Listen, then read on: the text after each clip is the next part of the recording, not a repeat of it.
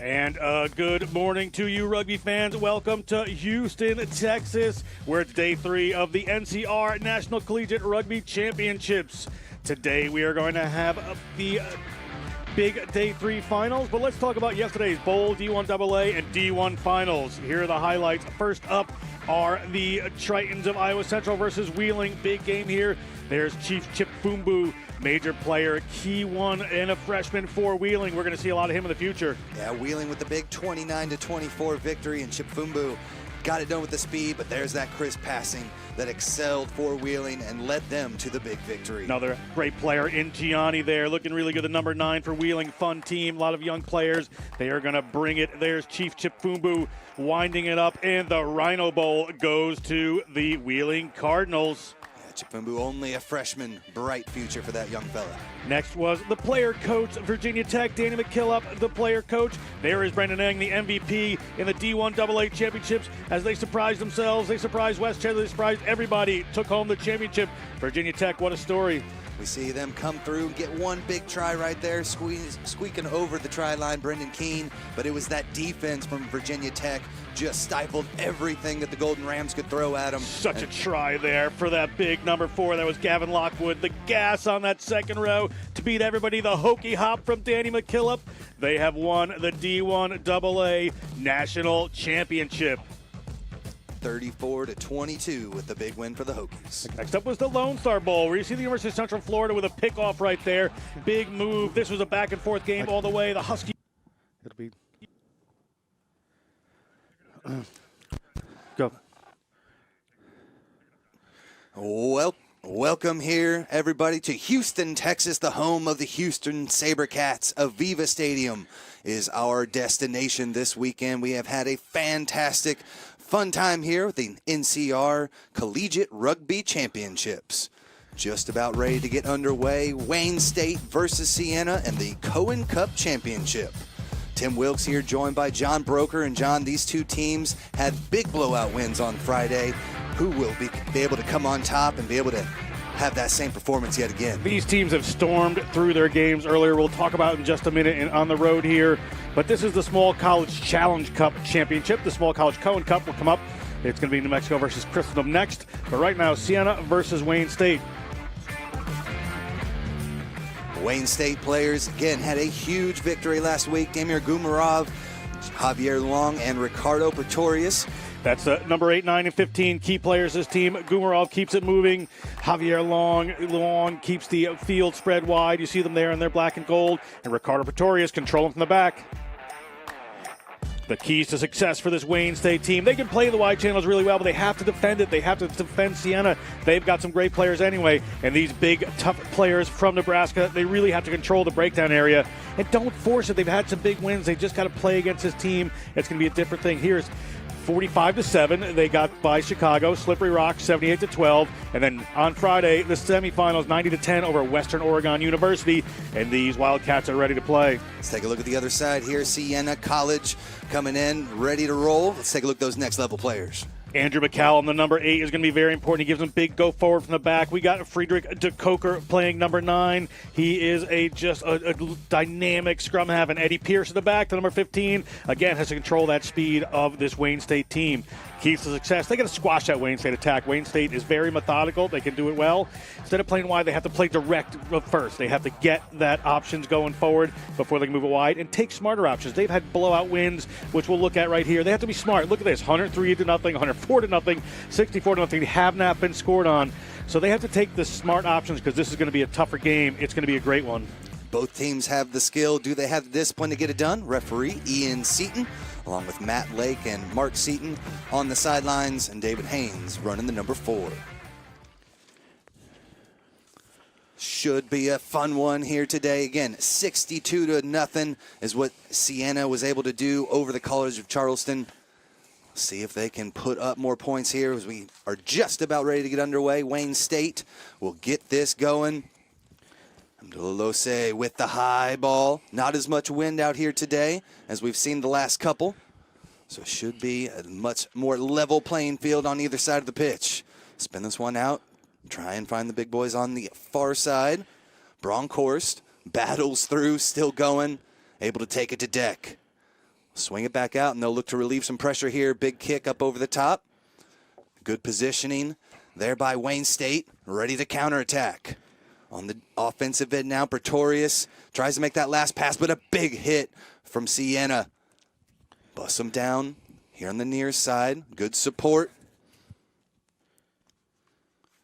Digging it out of there and finally able to get things moving again. Luong, this pass just off the mark and off the hands. And a big turnover here to start things off. That ball just gets knocked forward there by Wayne State. But you see both of these teams want to make a big statement early on. They both had big wins. They want to set that dominance. They really have to feel it out when they come to an equal team like this. And that first knock on there, just a little nerves. We're going to have a scrum here for Sienna. Let's see how these boys from upstate New York handle this first scrum. You saw already Wayne State definitely going to try and attack on the outsides, use that speed and athleticism. As again, they were able to put up a big 81 points on Friday. Sienna coached by Jaco Visser. Jaco Visser, a long-time Northeast player and coach. This team will be well drilled. DeCoker gets it out, looking for his fly half. Frost with the outside ball. Finds the hard runner, but this one stood up, finally able to rip it away, though. Good job by Rory Wood, getting it back. Just need a little bit more shape here from Sienna. As they'll charge through again. Bronkhorst not afraid of a little contact. Full back into play here to scoop it up and get us going again. Double tackle just destroys the attacker and then a knock on. So we'll bring this one back. No advantage gain. Scrum down back to Sienna. Joe Dow from Wayne State there tried to get in, thought he had an interception, did the big second row, but he knocked it on. We're going to come back from another scrum here for Sienna. That's, when you have all these blowout games, they went to a backline move there. They tried to get something moving. Their players felt pressure on them that they have not had up until this actual final. So that's the difference in this game. Who's going to cope with that defensive pressure? That's right. Came up hard with that last double tackle. We'll see if they continue with that strategy here as DeCoker will look to get us going yet again. Coker just a freshman, computer science major, a South African native.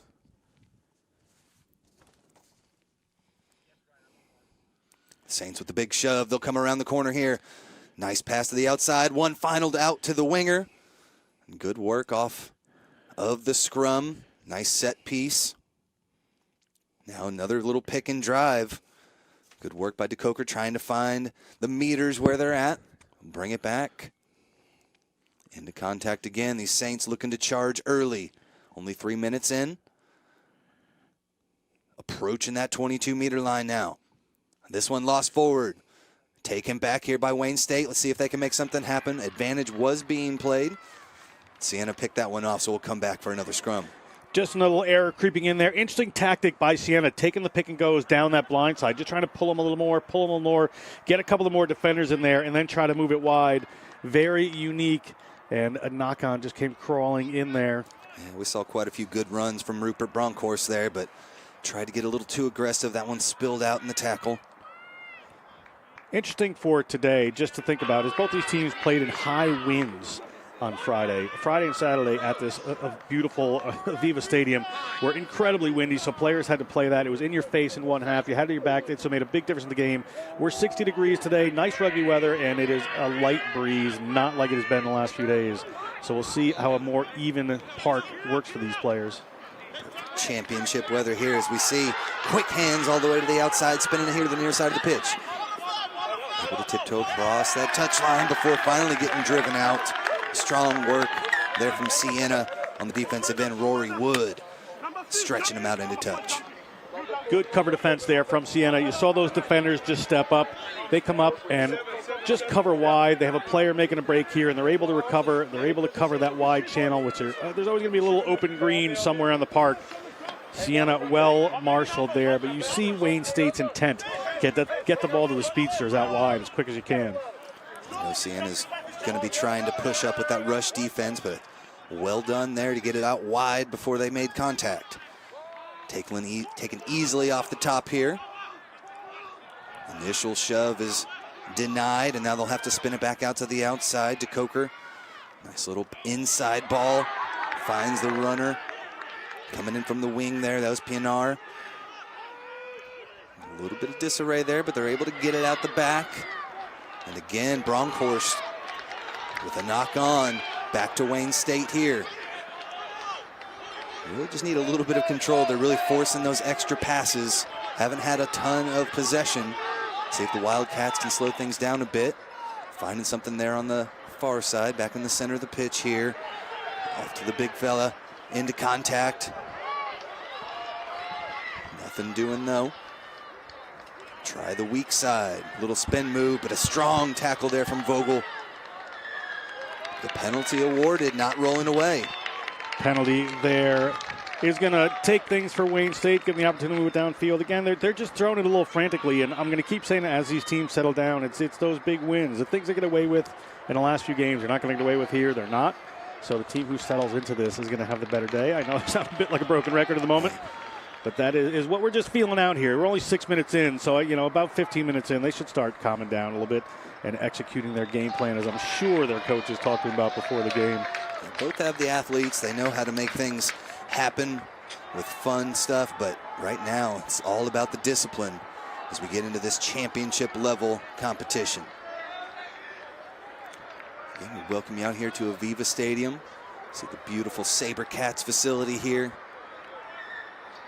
A few years old, but definitely becoming one of the premier rugby facilities in the nation. Oh, it is gorgeous here. What a purpose-built stadium for rugby. The Houston SaberCats, Major League Rugby, great venue for this collegiate weekend, really. Taken off the top. Well done there by Fleeks. Gets it down, but this one's stripped away. Now Wayne State with the turnover, so back here to the Sienna. Sienna from their own 22, they'll look to run it out. Charge there from Giardella. He had a couple of tries on Friday. A big force inside from that number 5 position. And there's a huge rumble. Easy money there through the defense. Big run there from McCallum. Come back, and a penalty there. You see the Wayne State player laying on top of the ball. Couldn't get out in time. They'll pick and go and try to make something happen quick. Tonisi with the penalty here. I don't think they got back 10, did Wayne State. This all comes from a massive bump off from Andrew McCallum, the freshman from Grahamstown, South Africa, to get that started. We have a player that's going to get attended to. We'll hope that he is okay on the field. A big collision between one of the rushing, it looked like one of their prop forwards for Sienna. Had a little clash. One of the Wayne State players there. Little global feel to the thing for the Sienna Saints with 6 guys from South Africa. So good job recruiting by this squad to bring in some of the top talent. Well, Jaco Visser is from South Africa, the coach. Able to find some. Jaco for many years, and certainly has some connections there. But he's bringing people in from other countries as well. Sienna, the university, really getting behind their rugby program. Some of these small schools, we saw Wheeling yesterday. We saw, even Iowa Central just bringing in this huge international flavor of players. Wayne State as well, players from all over the world coming to play in the United States at some of these smaller schools. Very interesting. And we'll step aside here with the injury. We'll take a quick break, and we'll come right back to more rugby action here on the Rugby Network.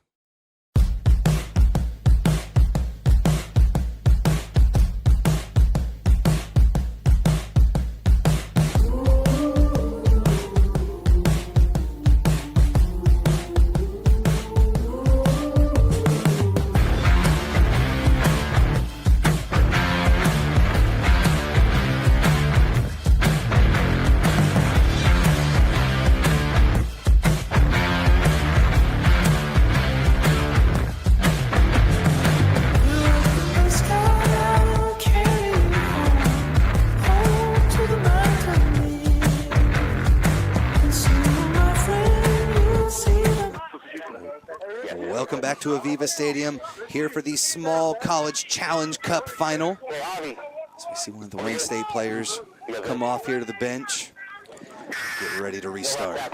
Penalty against him for that tackle, but he got the worst of it in that tackle, that Wayne State player. We'll hope he's okay, but he seemed like he took a pretty good knock there. Not wrapping was the call, received here inside their own 22, and a nice little boot. Get it back over the 10. Sienna back in possession. They'll get it out to Pierce. Pierce looking to attack. over the 10-meter line. Good stable position. Now for the Saints. Little kick through, trying to find some space. Trickles out into touch.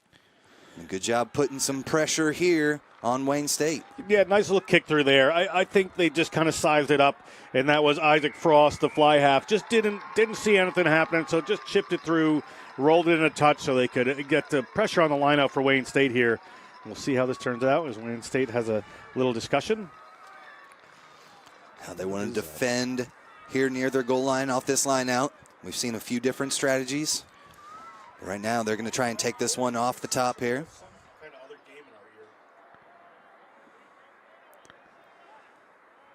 Throw in here from Fun. This one gets tapped back here to the right. And a big run now from DeCoker. This one squirts back, so I'll have to retreat. The Saints looking for some space. We'll bring this one back off of the knock-on. Yeah, it seems like there's another game. Like we hear referees whistle and stuff like that. Set up a scrum down here. Back to Sienna.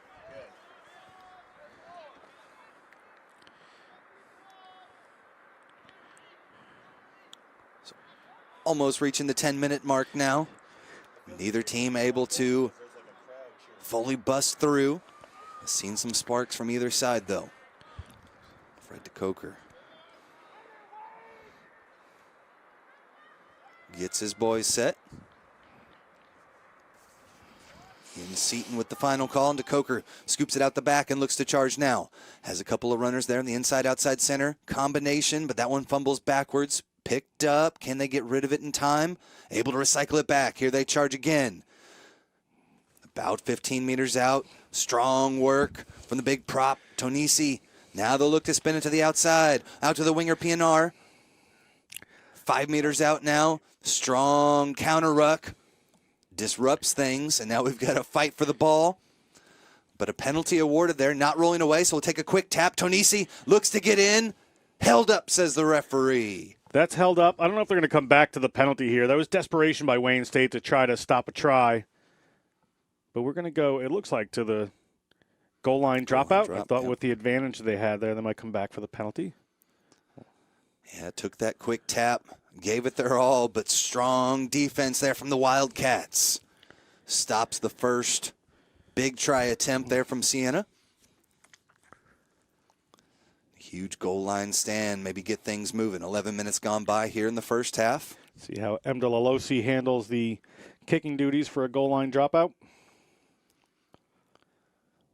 Decides to take this one long. Nice little kick, able to find some space too, give his team some time to rush up and meet Sienna outside the 22. That doesn't mean much, though, as we are right back close to it again. Huge run all the way across. Rory Wood making his presence felt out there. Kind of in from the side there. You see the 13 come in. Arm goes up and advantage being played. McCallum rumbles through for a few. Now back out here to Bronkhorst again. We've seen him smash over and over again. And they're able to come away with the penalty. Will come back, no advantage gain. And an opportunity here to maybe slot the first kick and get a few on the board. We'll see what strategy they decide to go with.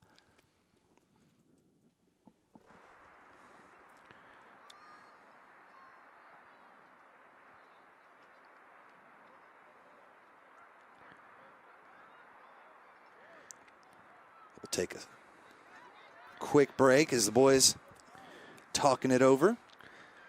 Sienna there, and both these teams are playing really kind of tight off the fringes with their forward punches, and that's where they're both defending. They're just running into brick walls over and over again on either side there. I think they might want to move that just a touch wider, find some open spaces. Why run into the brick wall when there's a nice door you can just turn the knob on and walk through? Trying to suck them in at the moment. As we see the big runs. Bronkhorst. That's your man Bronkhorst from South Africa. Went to Transvaal High School. Vanderbilt Park, South Africa. It's a freshman. There are the rugby mullets that are all back in fashion these days. You can't see it, but Tim Wilkes sporting one. Isaac Frost doing his best impression. He's ready to knock this one through. Frost out of Manchester, England. The sophomore takes his time and gets set to put up the first few.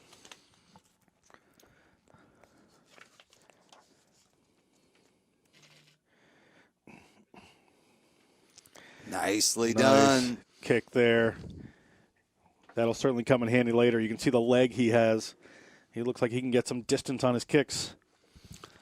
So it's Sienna that strikes first. The Saints march all the way down the pitch a couple of times. Got stopped at the goal line the first, but able to keep it moving. And off the second opportunity, able to get some points up there. If you're the Saints, try and keep it down on this side of the pitch as much as you can. We really haven't seen a whole lot of possession out of Wayne State thus far.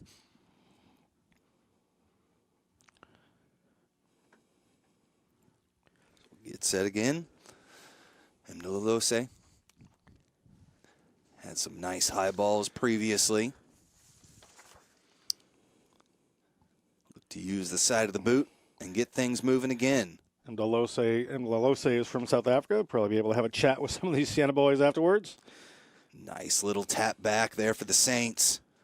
Good work off of the high ball, but it did result in a knock on.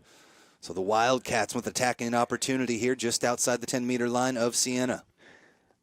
Nino Tonisi there. Just a little too much thought about battering off the player rather than protecting the ball. Winds up going down. That ball just spills forward instead of being won back.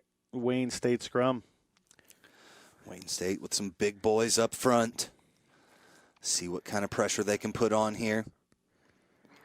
Not the biggest pack out of Sienna College, with the largest boy at 235. But as you know, John, sometimes it's all about the form. And look at that shove. Well done. Out to Mdlalose. Finds the charging runner at the inside ball. Good work there from Chikaka. Now they'll spin it all the way to the outside, looking for the winger, but could not find Burns. And then definitely a knock on there. Picked up, I think it was touched first by Sienna, so no penalty. Yeah, no penalty. It was touched by them, and then the Wayne State player just grabbed it as they're already going forward, so no penalty on that one. But I mean, see the ball come here, just goes wide, and he just launches it back in. That's a dangerous, dangerous play. When you have a team like Sienna with some good runners out wide, you put a transition ball in their hands like that, whenever you're just thinking it's going to roll in a touch, something pretty bad can happen. Well, it's not the first time we've seen that. They've had a few little high balls go up right as they were getting tackled. And they need to have a little bit more discipline on those and try to retain possession. Coker gets us set again. Another solid, stable platform there for the Saints.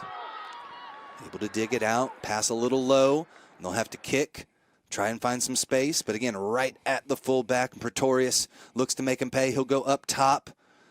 Kind of got hit after the kick, but a fumble there, and it's picked back up by the Wildcats.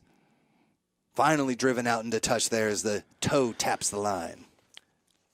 I think that was Richard Pinar. Just got lost in the sun there, the ball. Looks like the morning sun here in beautiful Space City, Houston. Got to him. Ball up in the air, just trying to find it on a sunny morning. Doesn't get it, but good job to wrap the player up and put it in touch to slow down any counterattack that might have come. So we did have the knock on there that you saw from the Saints before it got thrown out into touch. The referee with a good spot. Seton will set us up again for another scrum. Again, it was Sienna with the hard push on the last one on the defensive end. But they start turning before they start going forward. Easy call for Seton. See what the boys do now. Get it off here to Mdlalose. Looking at the sideline. We'll see what the final decision is, though.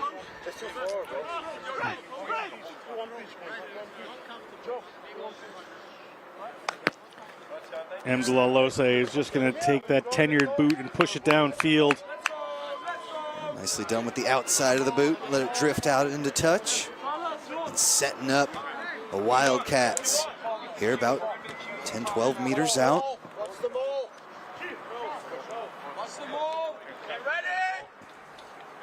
And Wayne State with some big boys. Let's see if they try to keep it inside and drive forward.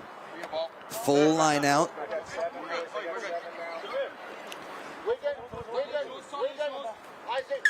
Starting fun. Gets set with the throw here. Nicely done, but the drop to nobody. Easily picked up by Sienna, and the mistake there from Wayne State with the turnover now. The Coker with the chip up over the top. Good job being spread out there, ready for the counterattack now. Off to the outside. There's a burst through from Chikaka. But again, that last second pass into touch. This has been Wayne State. Just these last passes, Chikaka and Villalose trying to put one wide out there, and the player is just not there. They have to adjust to the conditions in front of them. The conditions and the opponent in front of them. They have not really faced a team with this type of talent so far this season, with a couple of 100-point victories on the docket. But as you see there, just need a little bit more discipline. Only down by 3, 18 minutes gone by here in the first half. Sienna will have to defend the scrum here against the head.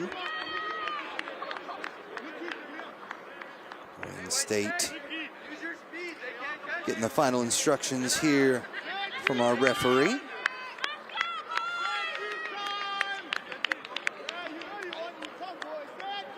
Sienna with the put in here after the errant pass.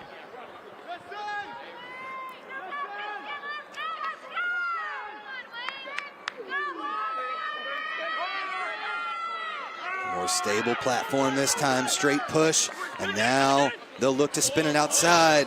Pass behind the attacker, and it's scooped up by Wayne State. Just outside the 22-meter line. A little bit of a suplex tackle, brought him down kind of on top of him, so safe enough, says the referee. Little kick through, does not go into touch. Scooped up there on the back, and it's Pierce. Tries to find something, a little bit of room, up over the defense, has him retreating. Beautiful kick from his own end. Little turned around there was Pretorius, all the way to the far side now. Not a lot of room there, as they'll kick it back in. Burns. Scattering all over the pitch here. Try to swing it back and forth is the name of the game here for him, but a pass just a little high up off the fingertips.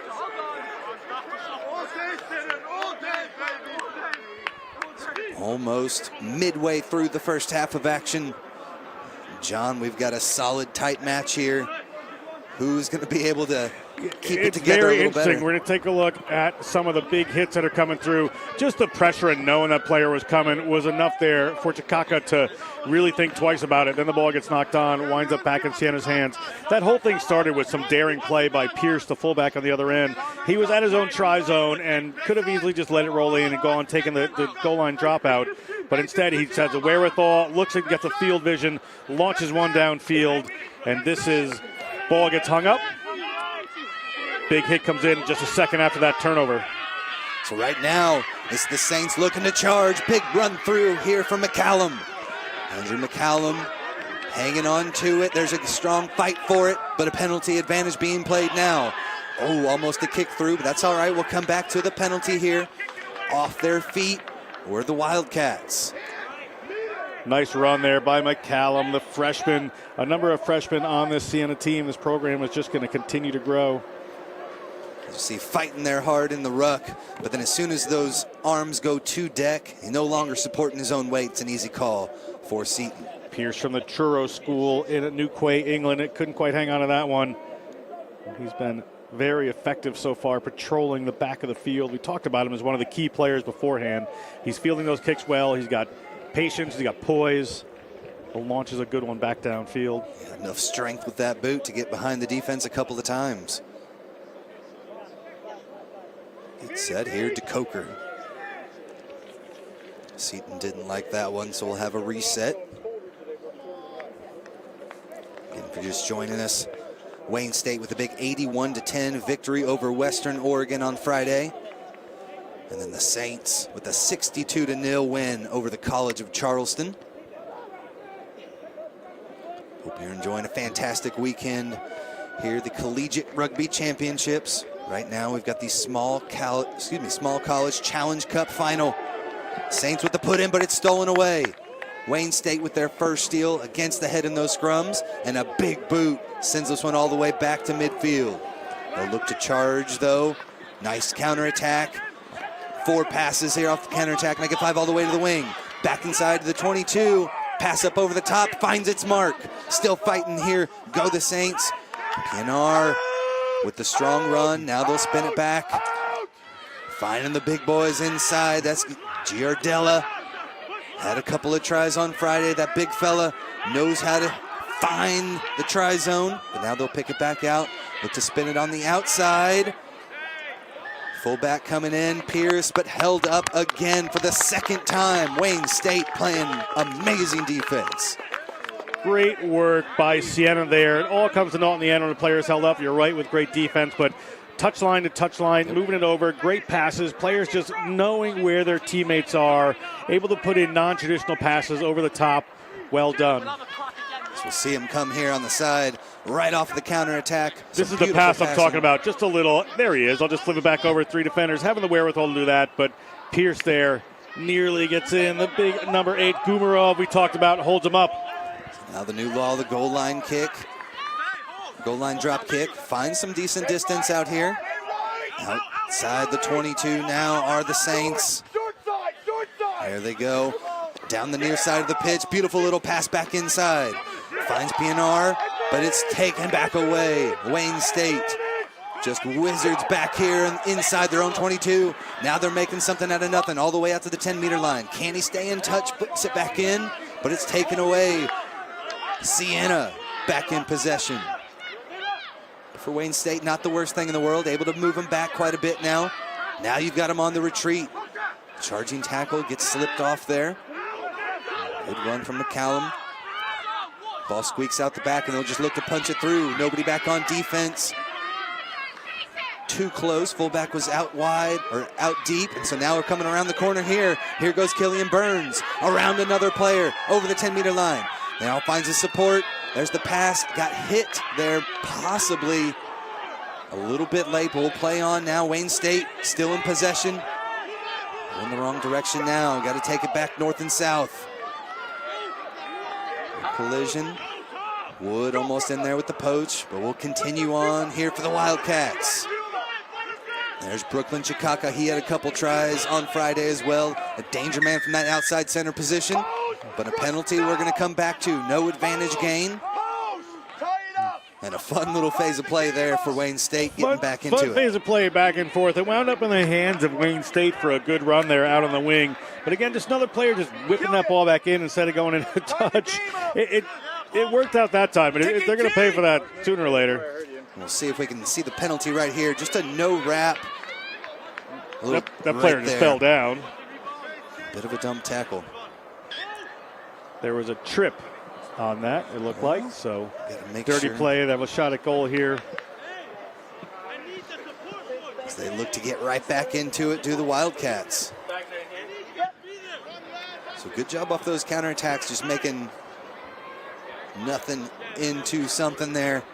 As the boys from Wayne State try to get their first points up on the board here. Killian Burns look to strike this one true. International business major.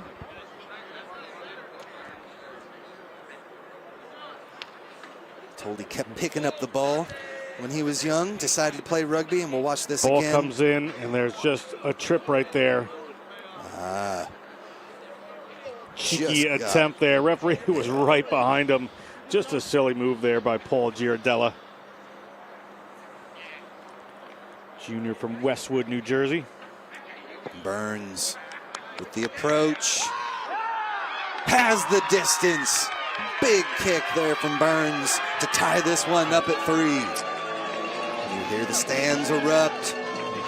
Crowd here from Wayne State pouring into Aveva Stadium, looking to support their squad here in the Challenge Cup final.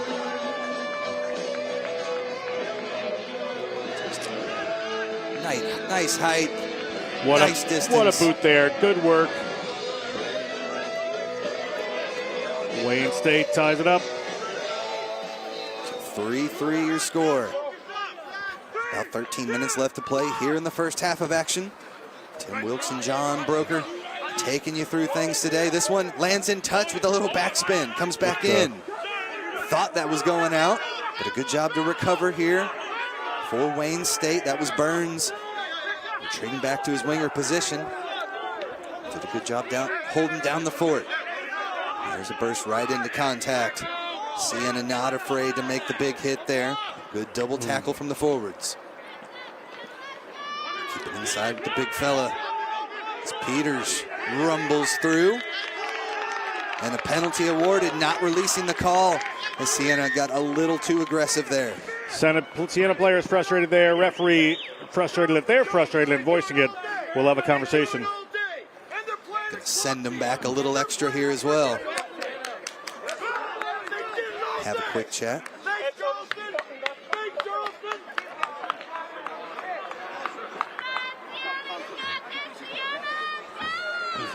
So come all the way up almost here to the 22. So Wayne State elects to do.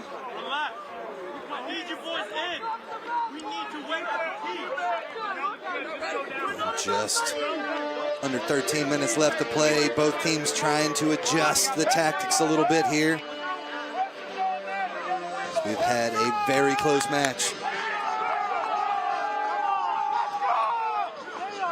You got to look at Darren Barner there, the coach on the sideline for Wayne State. He has been with these programs about 20 years. He coaches the men's and women's program, just treats them as one big program. Wayne State women won an NCR championship last week at Knoxville. And the men today looking for their trophy. And Delose with the huge boot, able to find touch all the way out to midfield. Sets the boys up.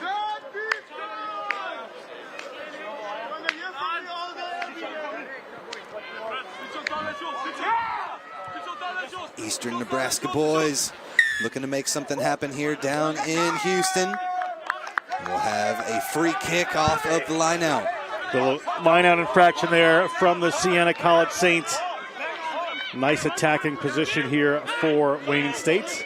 Looked like numbers was the penalty there. Got to match numbers when you're in that line out. Had one extra. Now a big rumble there from Peters. Takes it back again. There's the big run there from Chikaka, but it's knocked away. And here comes Bronkhorst, slinging guys down. Making about 10 meters before they're able to recycle here to the near side of the pitch. They've got to burst around through a couple, but the offload right to Wayne State. Had a couple players on the outside, tried to dump it back in. The Wildcats look to make them pay back outside their own 22. Strong work on the ruck. Sienna got pretty aggressive in there.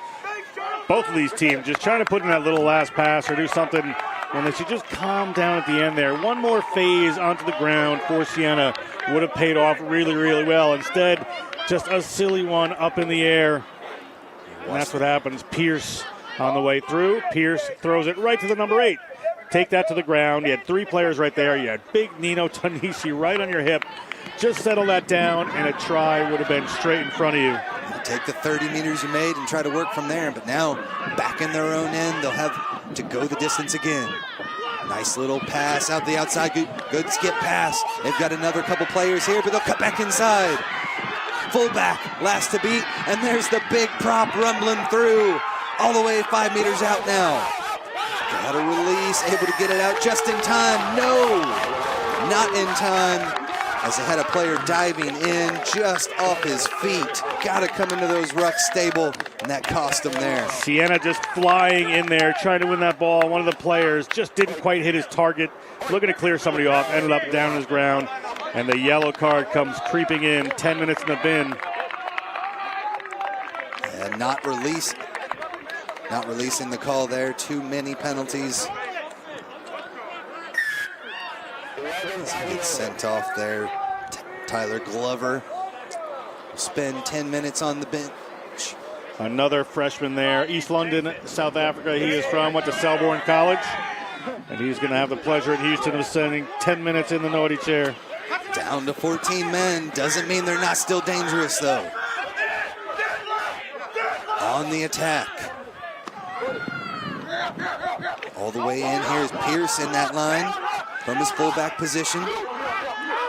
Here's the prop, playing that scrummy with the pick and go there. Thought he had some daylight, but now a strong counter ruck. Bronkhorst able to snag it out of there. Chip kick up over the top. That's going to find some space. A couple of bounces, but a good job there from Burns, coming around and kicking it out too, having the wherewithal. Wayne State players did have to retreat back. Now they're able to come up and make a defensive stop. A burst through from DeCoker. Gets him a few meters out. Little offload to the big boys inside. Now they'll pick and drive. Klotz doesn't get much. Around again they go. Is Klotz leaning over the top. Held up for the third time, John. What defense from the Wildcats of Wayne State, holding up yet another try for Sienna. Sienna just a little more control, will be up by an awful lot right now. Ball comes down into a ruck, and there it is, held up. The big number 3, Sam Klotz from Ridgefield, Connecticut, just couldn't get that one down on the ground. Yeah, we see near the goal line that spin move off of that first pop usually works, but that time landed on his back, and that is no man's land if you're trying to touch it down. They're able to get their hands on it, and now kick here from Wayne State sends the Saints back near midfield. Here comes Pierce again. He has been setting up these attacks off the counters all day long, and a penalty earned from Wayne State. A little quick to the whistle there. Seaton. Referee Seaton, quick whistle there. He's in a better position to see it, but players had to give him an opportunity to release as well. Sienna is going to get moved after being right on the try line for another try that didn't happen. Is going to move all the way downfield. For the third time in a row, cannot find touch. Now the chip kick back across. Look to make something happen. There's the kick up over the top, kind of off the side of the foot. Coming in and a knocked forward in an offside position. Penalty there. A little bit of luck there for Sienna that the player committed kind of an unintentional penalty, be in front of it, just knocking the ball.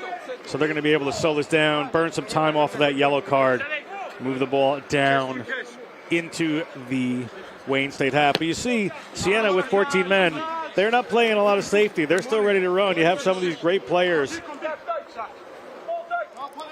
A lot of turnovers coming in this game here. Ball ripped out of their hand, penalty against. Good job getting your hands on it right before, and then we'll see the kick up over the top. This is where the mistake creeps in. Ball gets touched, they go forward, he knocks it. Picked up by a player in an offsides position, so the knock-on turns into a penalty.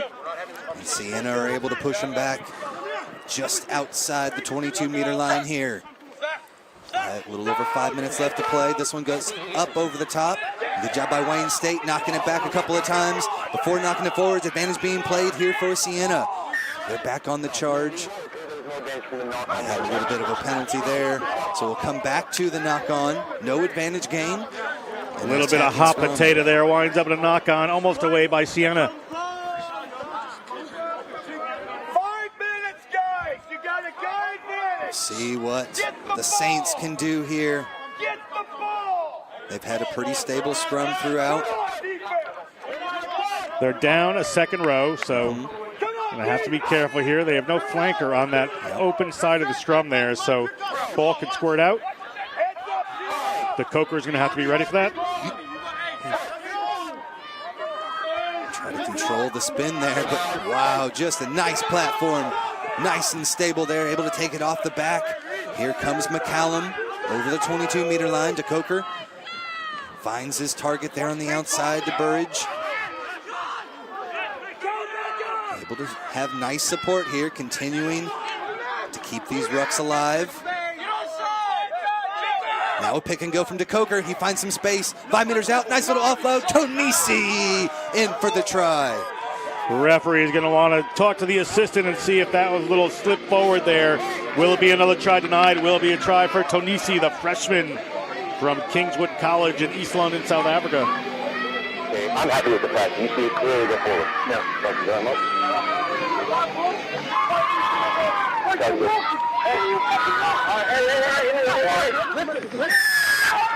it is, just trying to confirm that that pop pass at the end didn't go forwards. AR was in position to make the call, and the first try of the match here for Sienna. Well, Tim, fourth time is a charm. That's right.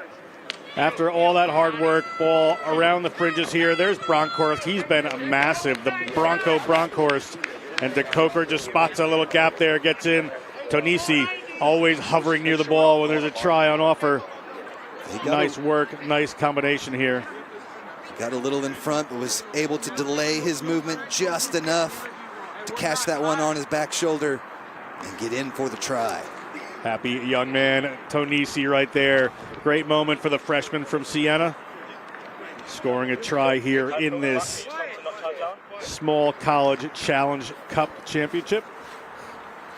So only 3 minutes left to play. We saw that solid boot earlier in the day there from Frost. So we'll look to extend this to a 7-point lead.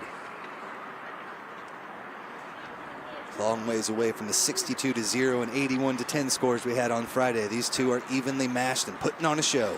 What happens when we get to the finals? That, Tim, is something you do not see very often. A blocked down conversion kick there. He needs to back up a little bit, Isaac Frost. But, you know, smart play by Wayne State. They said, hey, he's a little close. Let's rush this. Let's see what we can do.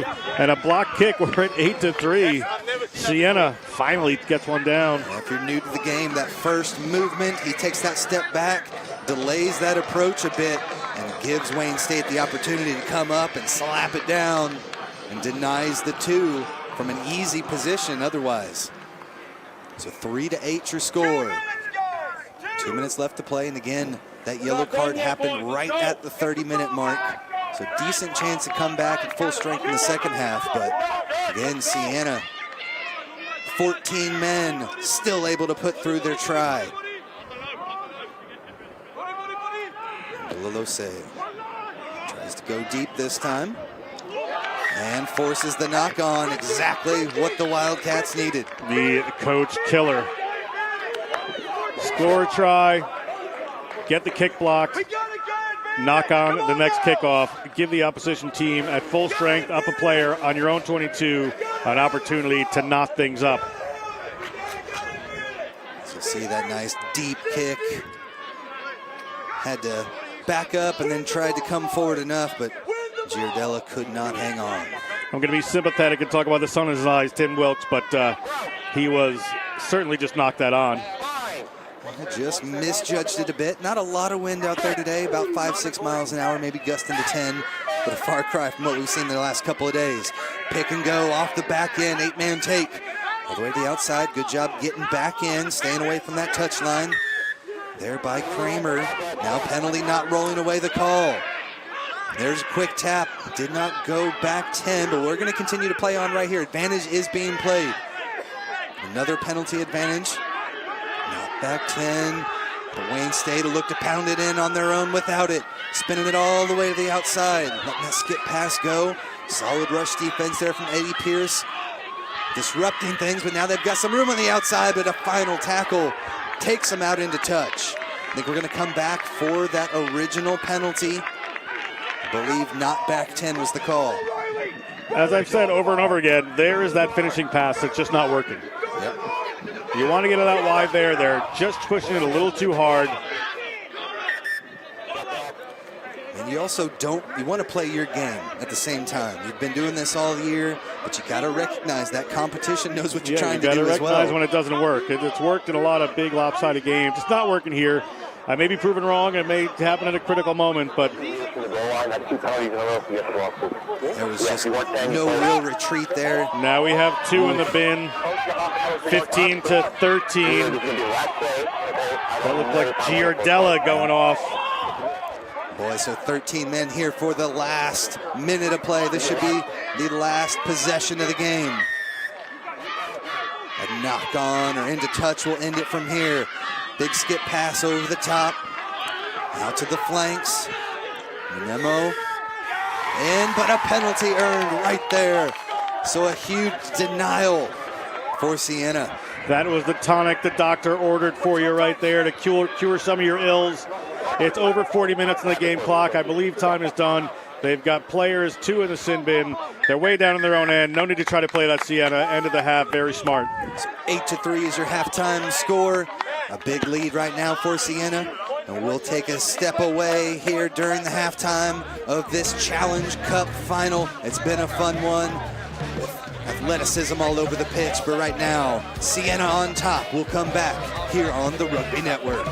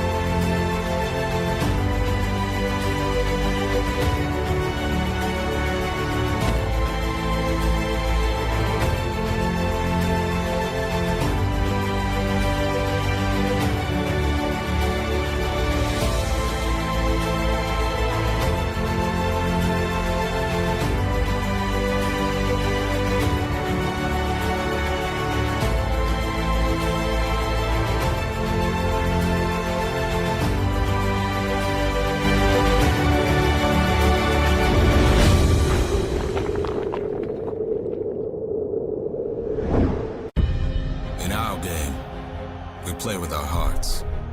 We don't play with sticks, bats, or gloves. We don't wear shoulder pads or helmets. We keep playing when it hurts. And we leave everything on the field. What we wear must be built for our game.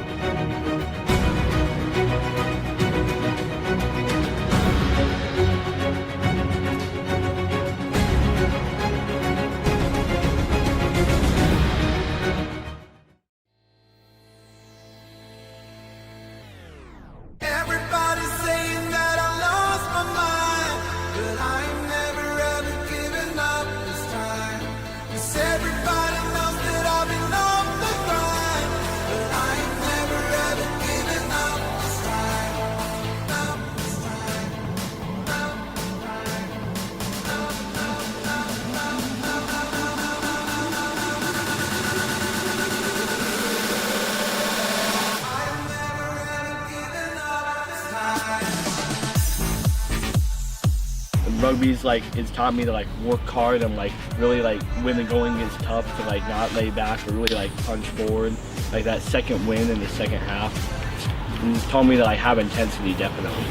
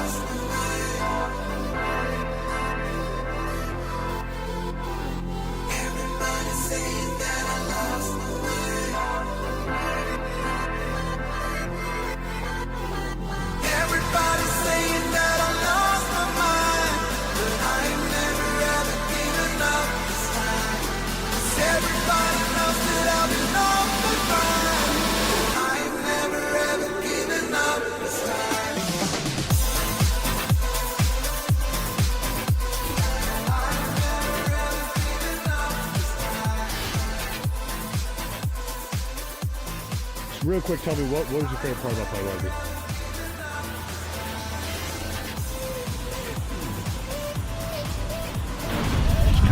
Welcome back to Aveva Stadium here in beautiful Houston, Texas, the Space City, home to the Collegiate Rugby Championships here for 2021. We had a good first half there. John Broker here with me, Tim Wilkes, Sienna with the 8-3 lead. Two teams really feeling each other out here. As you see, lots of big hits coming in this game. A lot of fun to be had. Only one try in it at the moment. It's going to be 8-3 here for Sienna, but they've had a lot of scoring chances. But these first few minutes, there's Nino Tanisi scoring that try, the one of the game. But they have 2 men in the bin. It's going to be an interesting first few minutes here. Sienna really has to weather the storm. Yeah, they should get one of those players back here pretty shortly. It was right around the 30-minute mark, but it does not look like they're back to 14 men just yet. Here's the kick up over the top. Knocked on immediately. Sienna in possession, though, with advantage. Not the way you wanted to start if you're Wayne State. But this one back through the hands and then kicked through. We're going to come back to it. Do they have 2 forwards in the bin right now? So they're going to have to replace some players temporarily here. Although I believe one of the players coming out of the bin. There we go. One of the second rows is back. Losing both the locks there. That's that Son. You saw Sienna having trouble fielding those kicks in the first half down there. So that Son is playing a factor. Yep. Players maybe just got to get their hands up, shade that a little bit, see where the ball's coming from. But a nice attacking opportunity here for the Saints of Sienna. Out of Loudonville, New York. See if they can extend their lead here. Again, the first half was just studded with huge defensive stops by Wayne State. Had 3 big ones, but now the big drive from the Wildcats earns themselves a penalty. Wildcats very excited there, obviously, but they are a couple men up in the scrum, so not unusual to see something like that happen. There's a burst through over midfield. Wildcats look to attack now. There's a charge run from the big fella Peters. Couldn't get much. Solid tackling from the Saints. Now they'll try to find something here out wide. There goes Chikaka, but another pass right at the end. Turned it over again.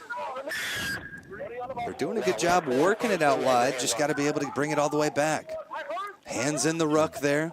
A little too aggressive for the Wildcats. Long pass over. Good to try to get a player in space, but here it is.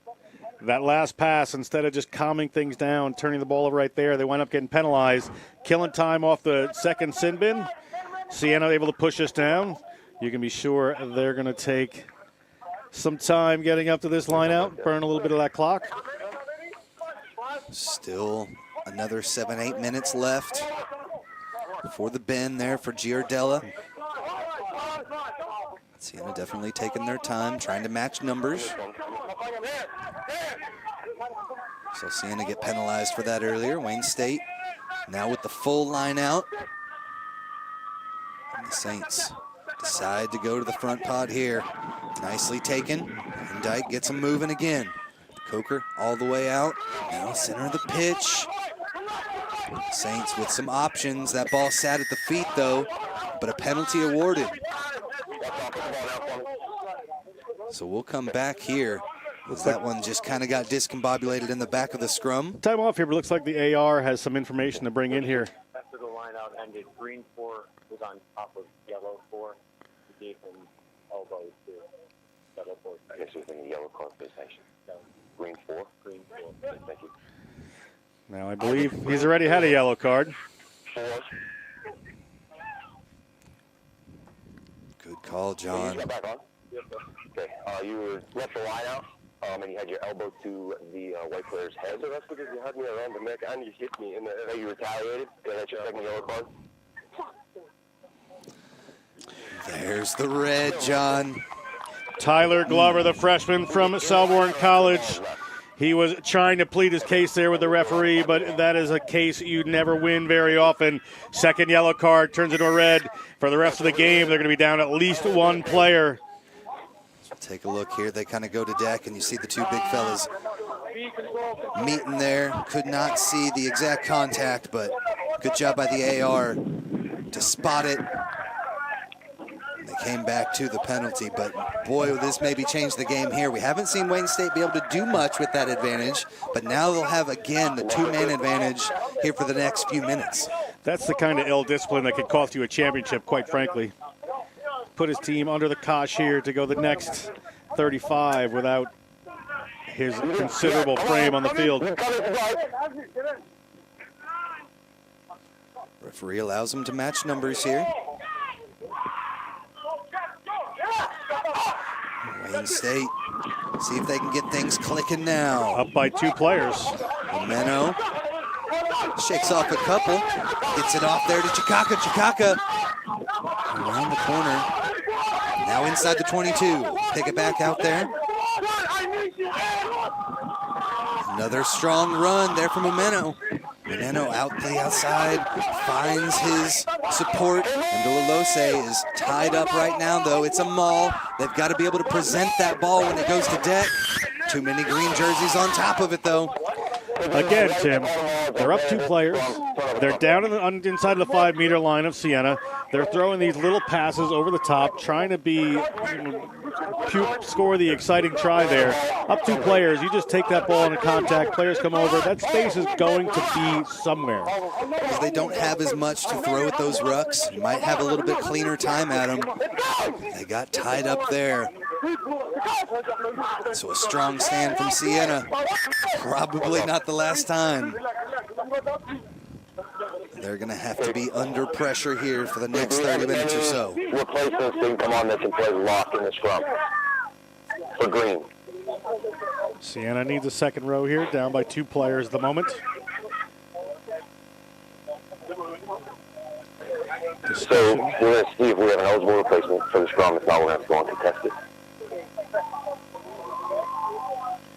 Have to bring in some players. Just losing their 2 locks.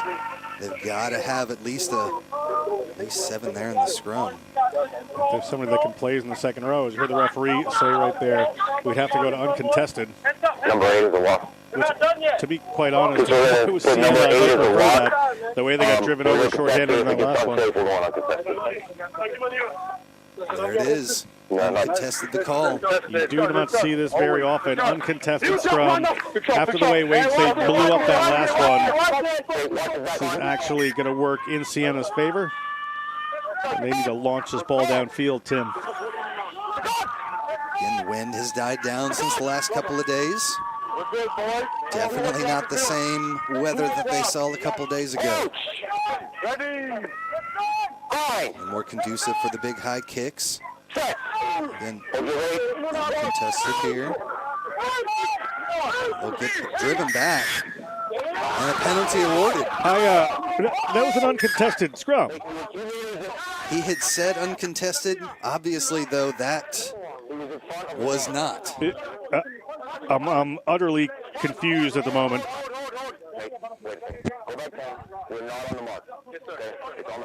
He's letting him have it there. Definitely was a 6-on-8 contested scrum there. Now Wayne State will try to charge. Just 5 meters out. Here comes Olose. Olose into contact, and yet again another turnover. That's 2 with him taking it in and not able to bring it back out. Tanisi turns it over, proudly carrying that ball like a trophy he just won. Big moment here. We'll go ahead and throw it down to Tyler here with Brandon Sparks of the MLR's Utah Warriors. Thanks, Tim. Brandon, how do tournaments like this in the NCR affect people like you who are deeply involved with Major League Rugby here in America? Yeah, I mean, it's a great opportunity for us to get down here and scout the local talent and talent around the country. Just a collection of talent gives us the opportunity to look at them, get ahead of the 2022 college draft, as well as just make connections with other college coaches and the college rugby community as a whole. And what are you really looking for out of the players here? We're just looking for actual skills. Oh, we got game action. Back to the booth so we can get back to the game. Grove with that one almost brought it all the way in, but now the kick all the way back out, and we'll send it back down to Mr. Deutsch.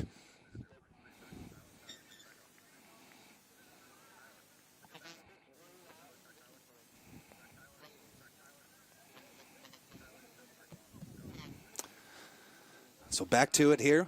We'll have a line out as a player down.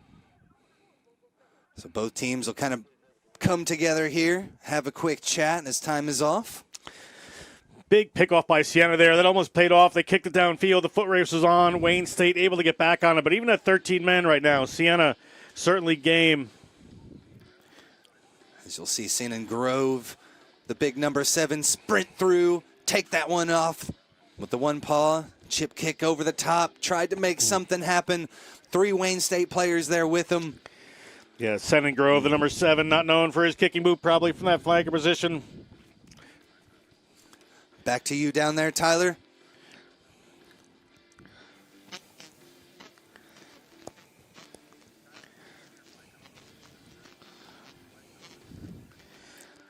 Sorry for the technical difficulties there, folks, but we are just about ready to get this going again. Still anybody's game. I do believe that time has ticked off enough to where Sienna back to 14 men, I believe. Should be at 14. Yep. As we do see Giardella back in the match. But still with that red card. The Wildcats with the one-man advantage to defend this line out, and they do so to perfection. Now the second phase, they got to scoop it up, but it's taken away. The big man, Andrew McCallum, saves it for Sienna. And now they'll look to spin it. Good job holding that one in, letting the defense flow around that pass. As Wood made the smart play, now the chip through, and it's taken out the back. Pretorius. That looked a little forward to me. Not afraid to make that pass, though. Now things starting to open up here on the near side. Got a couple players around a third, but directly out into touch. Just got to be a little bit smarter with that final pass, as we've been talking about throughout the match, John. Good work there by Chikaka to get out of trouble all the way from the other side of the field in his own try zone. A little daring here. Player right there just running around. I thought that pass was forward, but off they went. Tonisi, the prop in front of him, he can get around. And I guess in the end, I mean, just about as rewarding as a kick there outside the 22, relieving a bit of pressure. So not the worst thing in the world, and a huge burst of athleticism that we've already seen throughout the match from Brooklyn Chikaka. Wayne State has been pretty strong defensively in the lineouts here, so Sienna is going to have to come up with a little bit of a different rhythm there to get it going. See a player getting attended to here. This guy almost had that breakthrough try a minute ago. Seen in Grove. And second match in 3 days. Gotta have lots of bruises out there, bumps. Who's got enough left in the tank? 30 minutes left to play. Here in the National Collegiate Rugby Challenge Cup final for small colleges. Sienna again. To go up top to that first pod, it's taken away. Tonisi rumbling through. He's played a big part. Already had that one try. Now we'll look to spin it, but look at that nice fringing defense from Wayne State, giving them nothing. Able to cover the field a little bit easier now with that extra man. But back and forth goes Sienna as they're trying to switch the field a bit. They just get driven back some now. They pull it out the back here to Coker. Over to the far side, Wood has that playmaking ability. Makes about 5 meters before we dump it off now to McCallum. Charges through over the 22-meter line. Back again. Not too much of a burst. Is that defense not coming up fully together, but Bronkhorst into contact, but Peters says bring it on, and the ball squirts out. Wayne State back in possession here. If they can continue to get it back here to the near side, they've got numbers if they can use it quick. There it is, coming around the back of the ruck, kick through. Right to the back though, to Pierce, returns the kick, makes his own tackle there off. Burns around, but you hear the referee, no obstruction. Looking for something here again goes Chikaka. Or excuse me, no, that was Matthias. The reserve, number 19, getting into the action. Now the beautiful little pass over the top, and the return. Here to Munemo. But again, just ball out of hand again. Inside Sienna College's half of the pitch now. Here goes Mdilolose. Nice little inside ball. Outside there to Chikaka. Chikaka with the burst through. There's that reserve, Matthias, showing his athleticism. Breaks through one. Finally taken down at the end there by Pierce. Pierce able to get out of there just in time. Counter ruck didn't do much. And now back to Peters. Dumps it off the top. There to Fun. One more pick and go could do it. Now they'll swing it out to the outside. Got about a 4-on-1. Nice little pass. Finished it off. Nyasha Munemo. We may come back for something here, but what an amazing coast-to-coast try. You see the celebration coming from Wayne State. That's Munemo. At the beginning of that, I was thinking, boy, this is a lot of ambition to go for a 100-meter try right here. But they went through the phases. They held on to it. They were a player up. They forced Sienna to scramble, make bad defensive decisions, and that right-hand side opened up in the end there, and they were able to touch down that try. The big boy, Peters, right here, just drops the ball again. It wasn't a knock-on. That's what they were looking at. And eventually, something's got to give, and this is just where that is going to fall. A nice little hand up there, and Nyasha Munemo is the recipient of the try, and we are tied up here in Houston. Good use of hands. Still had a couple guys on the outside. And those numbers opening things up now. 14 on 15, still here for the rest of the match after that red card. It's Tyler Glover on the bend. Saw the good boot earlier from Killian Burns.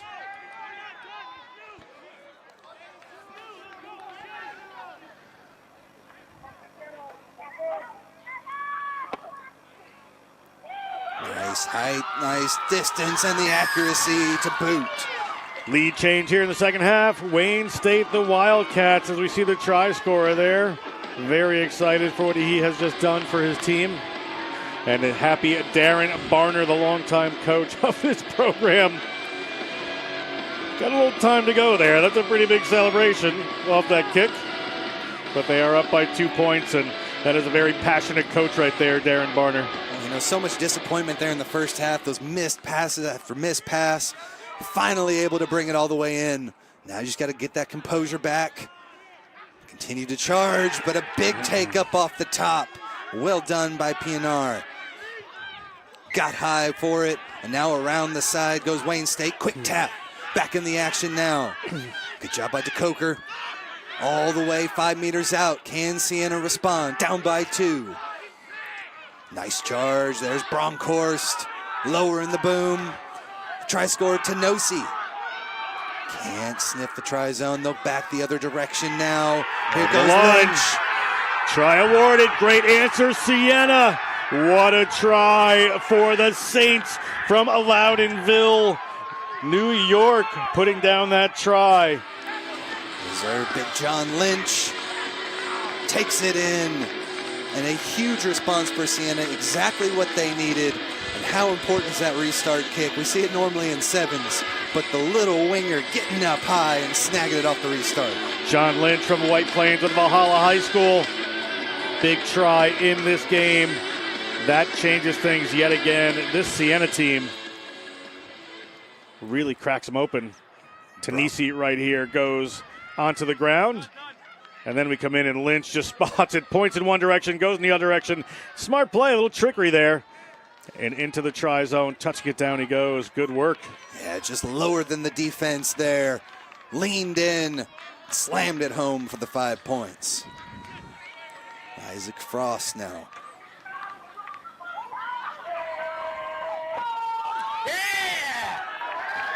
Slots it through. 15-10 now your score. Still anybody's match, 16 minutes gone by here in the second half as Sienna responds even though with a man down. That's a great response from Sienna because you had that amazing passage of play by Wayne State. Going 100 meters to get their 5 points, getting the kick to take the lead change, Great work there by the Wayne State, and an answer was needed by the Sienna Saints, and they performed. Well done by the entire team there, starting with that kickoff. Let's see if they can duplicate it now. They'll have to play out of their own end here. It's the boot from Indalilose. Has been pretty solid. This one up high again. They went up for it, but contact was made as that player went up into the air. We may be even numbers in just a second. Let's take a listen. Okay, so clearly took him in the air, landing on his back.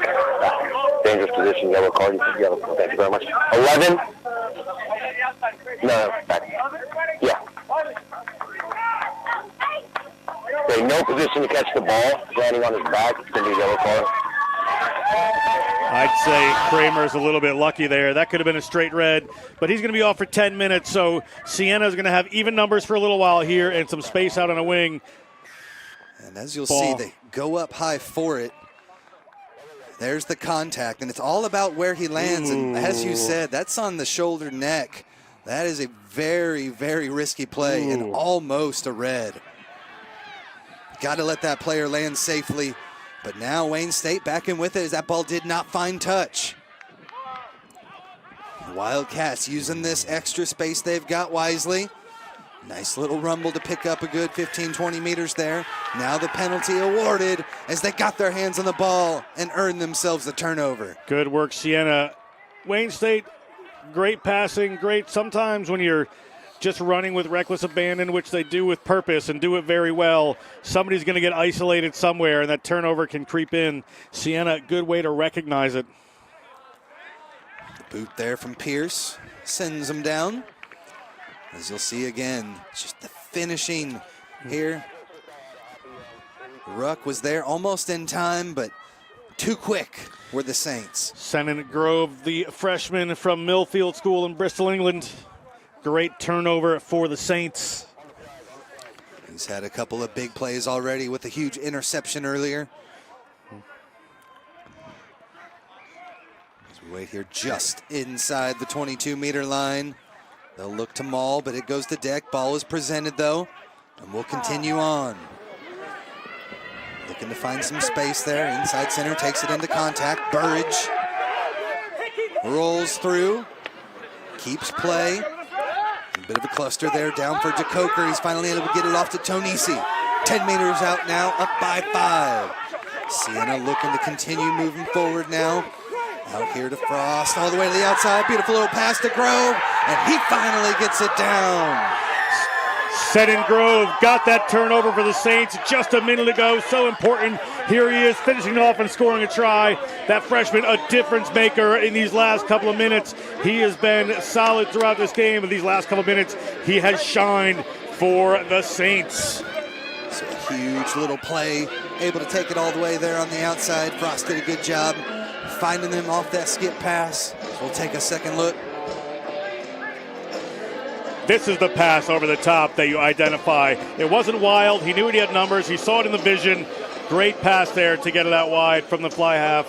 And good work there. Frost right into the hands of that man, Sennin Grove. Good connection, smart play, well-deserved Sienna. Able to break down the defense, find the open runner. And another 5 points is 2 quick tries there for the Saints. Not an easy kick, though, here from the near side.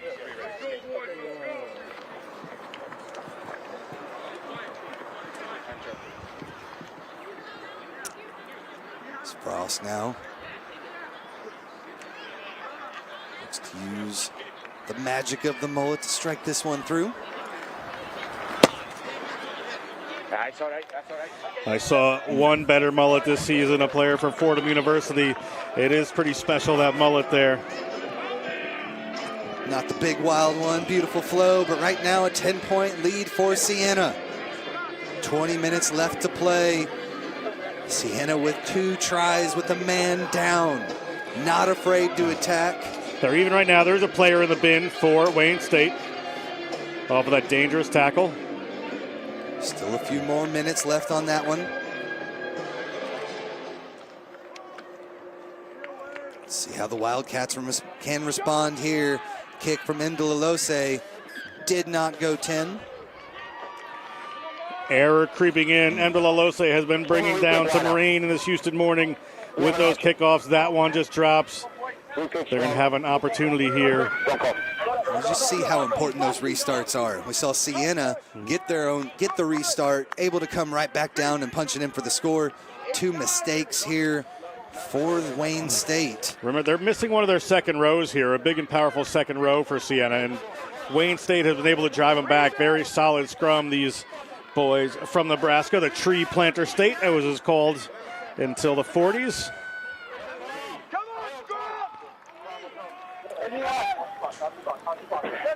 Take our time here, right from midfield.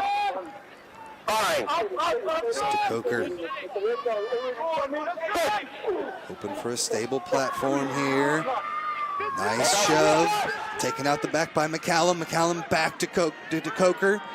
Sprinting through the defense. There's the kick through. It's just kind of ran out of real estate there to Deddy Pierce. Adventurous attempt there. We got a little scuffle on the sidelines here. Tempers flaring up a little bit between these two teams. Yeah, you saw Pierce did not like getting driven out there at the end. Maybe a little bit of a late hit. As both teams will just look to settle things down now. Take care of it on the pitch. Little chippiness just creeping in here. See if any of the assistant referees caught it, what happened on the sideline. That was a switch. There was a pass right over there to Pierce, and Pierce gets taken out by that Wayne State player, and just a little tackle. Scuffle ensues there. I'm not sure. Sienna players. Yeah, didn't really look like anything out of the ordinary there for the Wayne State player, but Pierce just kind of grabbed the ankle there. Started that whole skirmish. I think Pierce thought the player had kind of pushed him to the ground, tried to keep him down there, was just sort of stepping over him. A little bit of gamesmanship that happens. Well,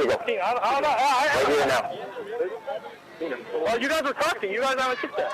Oh. Yeah. Take a look again. Just that last pass. Good little boot through. You know, the Wayne State player did get up. Use the hands to kind of push himself off. I will send everybody off. Understood? Everybody involved will get sent off. Have a word with your team. Absolutely unwarranted. We're not doing it anymore. Good? Thank you. Bring it in. Ian Seaton laying down the law there. That emotion just getting to these players there. They really both want to take home a championship. That's quite obvious. The only thing I saw was that 19 put his hand on the neck, 19 black. Okay. So I'm happy with just going with the line out. We spoke with both of them. So it was kicked out by Green. It's going to be a white line out. Yeah, line out. Yeah, over there at that line. Yeah, I thought the charge was he was committed, so I had no problem. Yeah, no problem. Thank you very much. We'll go with the line out. Yeah, some possible contact to the head there. Ian Seaton didn't quite see enough to pull out another card, and so we're going to have a line out back here off of the kick. Are you good? Okay, no problem. And really, when you're running out of real estate, that little boot to give yourself another 10 meters or so before the right play. As we see this skirmish one final time. Luckily, nobody hurt there. Nobody sent off. We'll see what kind of fight they got here on the pitch. Wait a second. Are we good to go? What's on? Ooh, nice find there in the middle pod. They'll look to find some space there, not afraid to work it out of their own end. There's a poach, almost taken away, but eventually knocked on, so a scrum down for Sienna. They'll look to go for their third here in the second half. Wayne State thought they had another coast-to-coast trying them right there. Not too many of those are going to happen in the game. Good ambition, but comes back and doesn't work in their favor. Melissa does have a strong boot, but they definitely do seem to prefer to run it out themselves. They can put one here.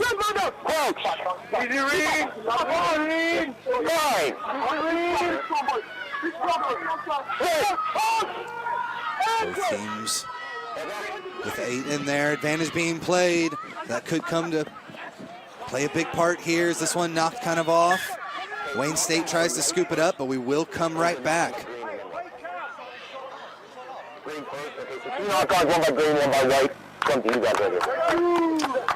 Scrum this time for Wayne State. Ball comes out from DeCoker. The little error creeps in there off of the number 13. That was Rory Wood. Interesting about Rory Wood, his father came to surprise him at this tournament to see him potentially win a championship all the way from Belfast, Ireland. Took him 24 hours to get here, but a nice surprise for that outside center, who will certainly make up for that knock-on, I am sure. Just a huge emotional boost out there. Seeing the pops in the stands. Get you juiced up. So he looks to perform at the top level here in the championship. Coming down here, almost 15 minutes left to play in this NCR Collegiate Rugby Championship. We do have the Small College Challenge Cup final here.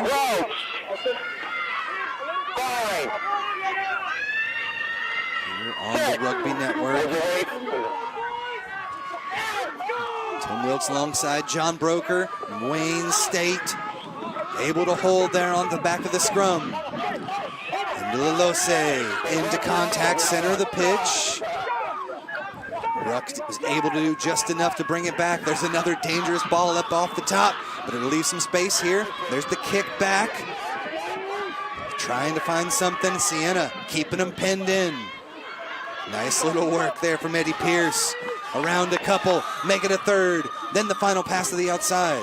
Back here to DeCoker. DeCoker over the 22-meter line. Scrummy in. They'll still look to pass, and it's steal. What a pickoff. The big fella trying to rumble. Looking back, does he have the strength, the speed to make it the whole way? Yes! Wayne State with the huge response, cut the lead in half. Only a 5-point lead now for Sienna. Big Joe Dow spotted it there and went on a run. Wayne State, just when it was looking like trouble for them, down on their own try line. Big Joe Dow, you can see the excitement of the Wildcat right there.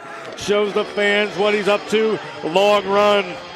God bless this big man. But just an excellent job to burst through there on the rush defense. And then you see right here, he can't believe it. He's like, somebody's got to be getting me. This doesn't happen. But the big man has the speed to take it all the way through. So Wayne State, just like that, right back in it.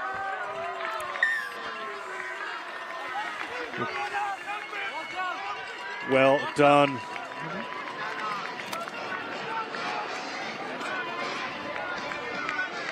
So the Wildcats with the big response there.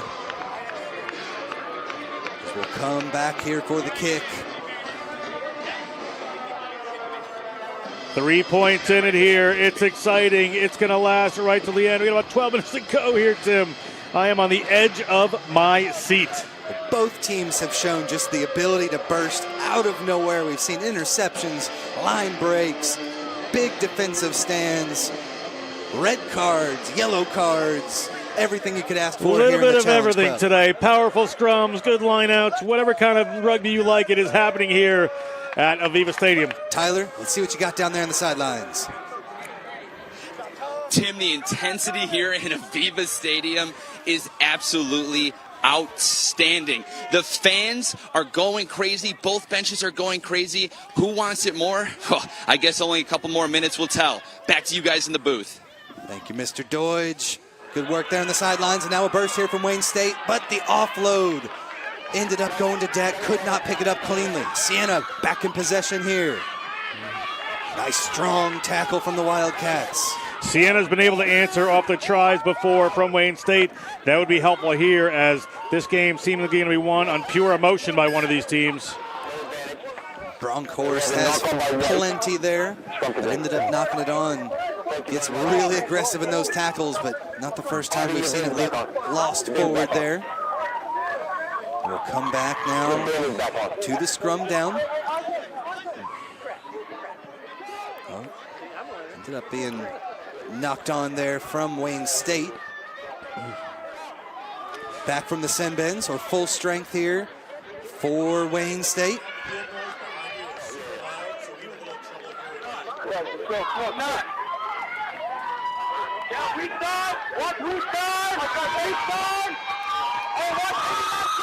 You see the noise level increasing here.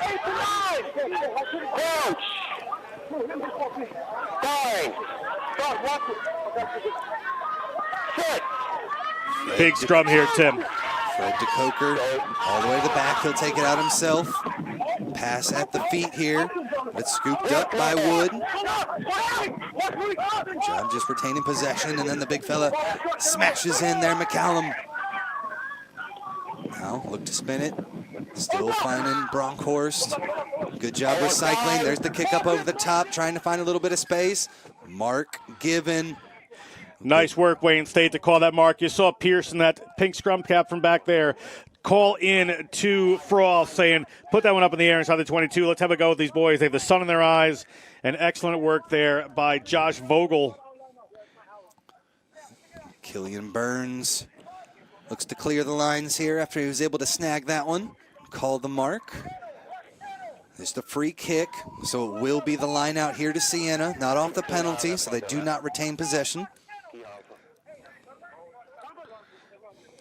Bronkhorst scoops it up and ready to keep things moving. 10 minutes left to play. Everything to play for here in the Collegiate Challenge Cup final in the small college division. Nice one in, straight down the middle, but it's Wayne State that's able to take it. They tried to get it up over the top there. Grove almost came away with the steal, but now they'll big looping passes here. All the way back across midfield. They've got a few players here in support. Able to clear that one out, but into touch they go. Wayne State loves to score tries from about 80 meters out. Sometimes it works out, as we've seen. Sometimes just little things creep in here as this pass comes. Player just hauled in a touch by a good cover defense there from Sienna. Gotta hand it to them, though. They're going for it all every single time. They can make any play a scoring play, and that is an exciting team. 3 points down here. There's another steal off the line out. Here comes into Lelose with the pass off. Nice strong run again there from Matthias. Ball comes out nicely. Ooh, 3 points on offer right here. 3 points on offer. They can tie up this game. Not rolling away there was Isaac Frost. And a huge opportunity now for Wayne State. Take a quick breather here as they look to complete the epic comeback.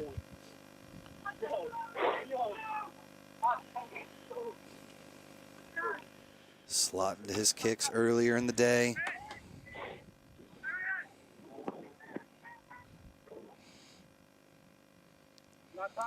Two for two in the conversions, plus a penalty. Can he stay perfect?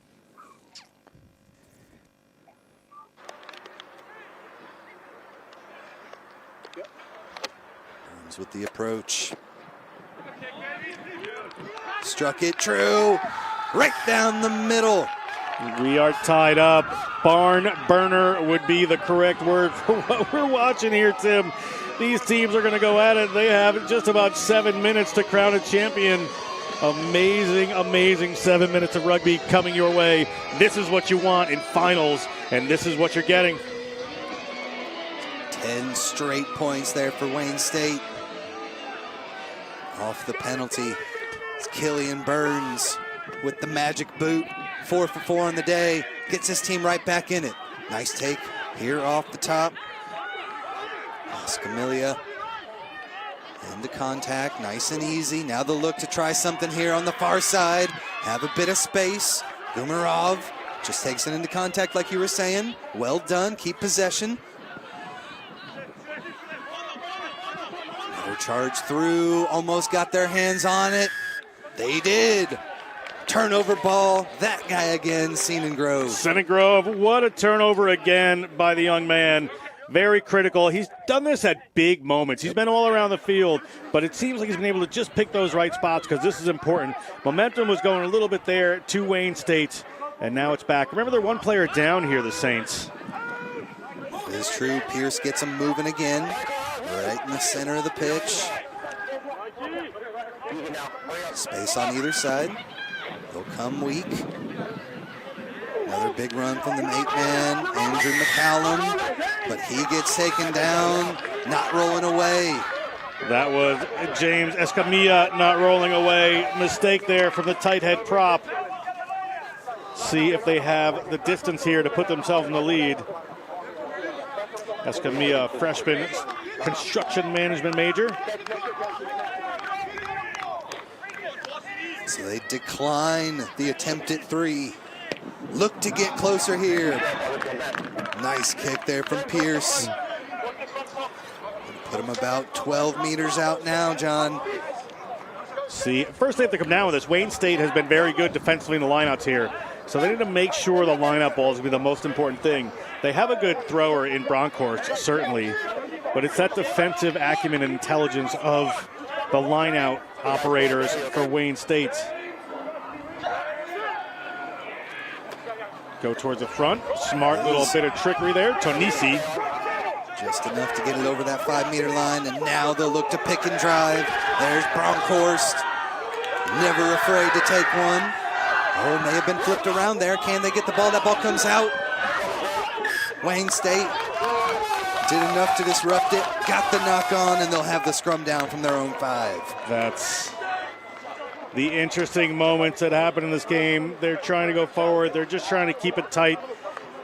When you see teams go in with just tight pick after pick after pick like that and playing on there against teams that have shown they can defend it, sometimes you need to find plan B. Plan A is not always going to work out your way, and you can't just do plan A harder. Sometimes you just need a little plan B, maybe a little move out to the backs, decoy runner. Something should open up for you. Cut or something there on one of the fingers. I think his fingers, most fingers are pointing north and one of them's pointing south, so he's just got to get that sorted out, get back in the game. You have a feeling he does not want to leave.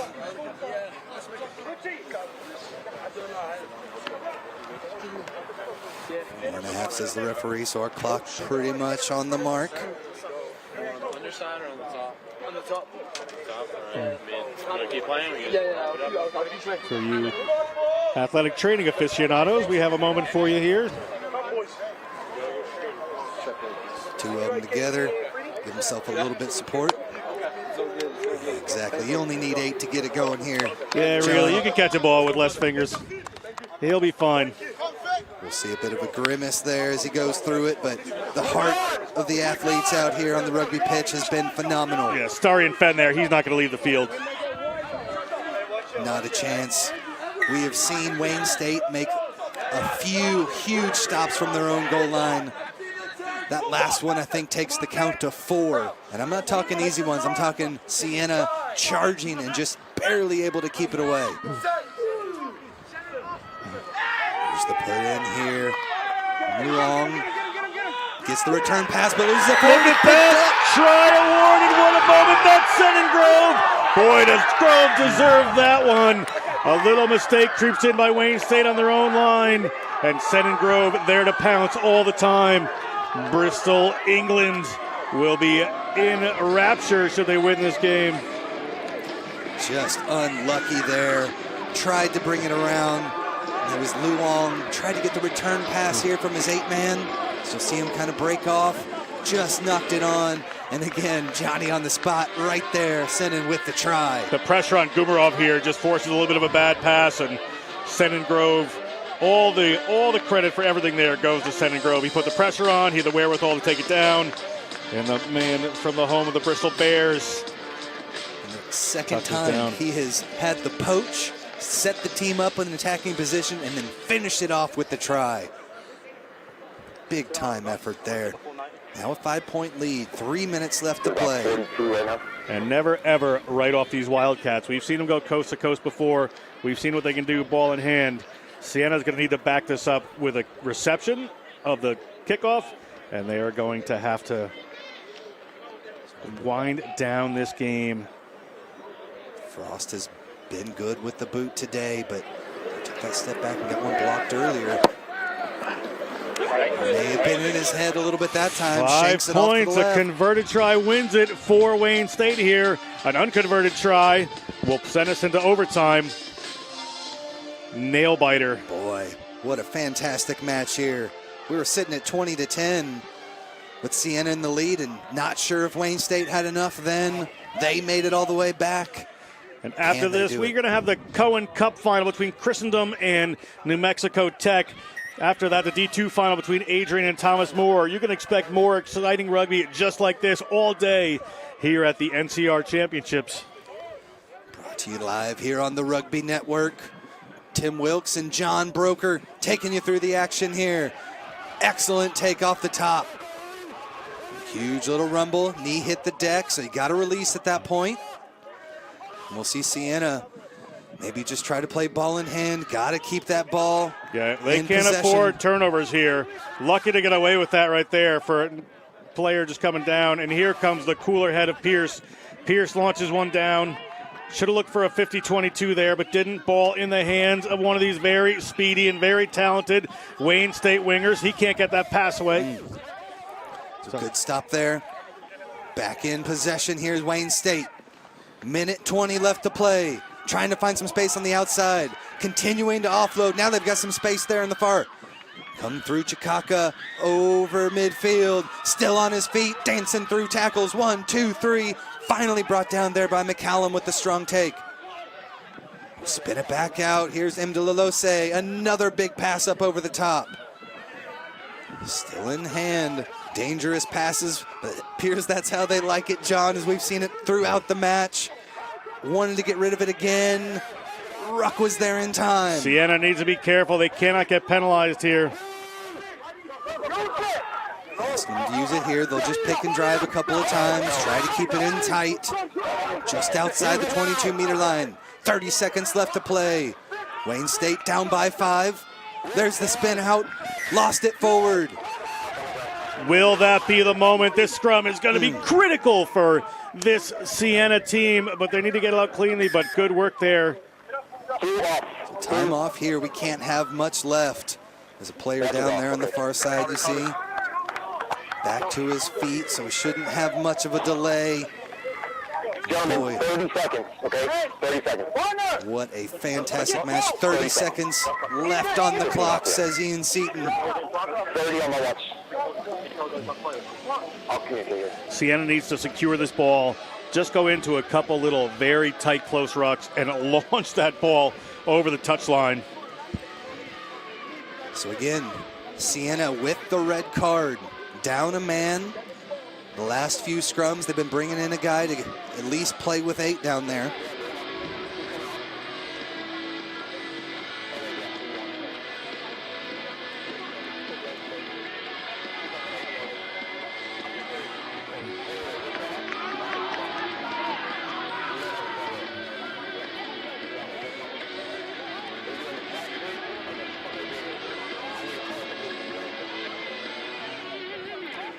Trying to get Tonisi out there. Nino Tonisi, who's played a fantastic match from that prop position. Full 80 minutes he went so far.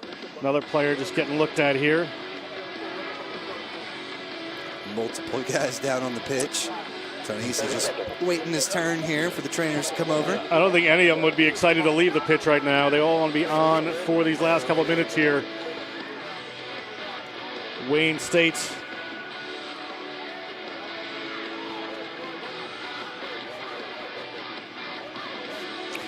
one of his little gamesmanship here from Tanisi, just making sure, but there is not. He has a teammate coming in, and he's going to tell him how important it is to win this scrum. That's Alec Brundle from London. Yeah, earlier in the match, Tanisi was slapping his own players in the face, getting them to wake up. Just the emotions exploding out right now. Sienna up by 5. They're put into the scrum with 30 seconds left to play. Time back on. 5, They need to get this ball in hand quick to McCallum. It does look like they are possibly playing with 7. See if they've got that flanker on the outside. They start to move, able to take it off. Now they've got to keep Dangerous it centered days here. You got to settle this down and not turn it over. May need just one more. May need just one more here. And they do. This should be time. There's Bronkhorst. Trying to turn it over is Wayne State. Have they done it? Is there one more play in them? There is not. Sienna has the ball if they can get this. Sienna's got it with the boot there off. Wait for it. Final whistle. Sienna Saints with the victory. They get the last 5 on the board, and pandemonium ensues. And the reserve Saints go marching in. This is a great victory, Tim, for the Sienna program. School just really getting behind rugby these last few years to develop programs, see the great value in the sport, the international flavor it can bring, and they are Challenge Cup champions. What a moment for Sienna. Jaco Visser celebrates with the boys. What a huge victory. Back and forth we go. Played the whole second half with either 13 or 14 men. Amazing. Wow. Enough heart to get it done, though, as you see Wayne State just worn out, gave it everything they had, but not enough in the end. What an exciting match. We've got a couple more here for you. Don't go anywhere. Small College Cohen Cup final, and then the Division II final right after that. We should have a trophy presentation coming up here. Wayne State, nothing to scoff at here. Just amazing effort. Came back down by 10 to tie it up. But in the end, just not enough. Sienna with the big plays. Senon Grove. Amazing, amazing Senon Grove.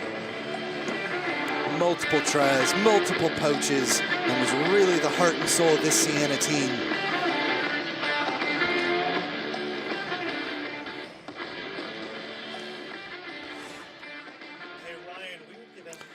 So again, okay, they picked it. Okay, yesterday we were. So see the final handshakes here. Just the mutual respect from these boys. So much fight, so much passion. We saw a couple skirmishes, but nothing but love after the match. That's rugby for you, and just a great, great game. Christendom on the pitch as they look to get going as well. They'll take on New Mexico Tech in the Small College Cohen Cup final in just a few. Going to be an exciting matchup. Those two teams were electric on Friday. A lot of fun to watch. Christendom right here warming up.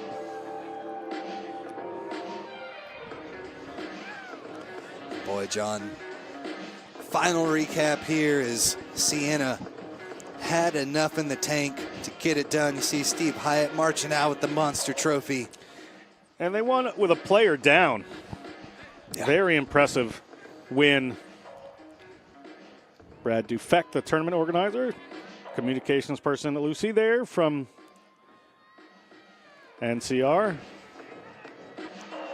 Big thanks to NCR, all of our sponsors, Rhino Rugby, Aveva Stadium, and the Houston SaberCats.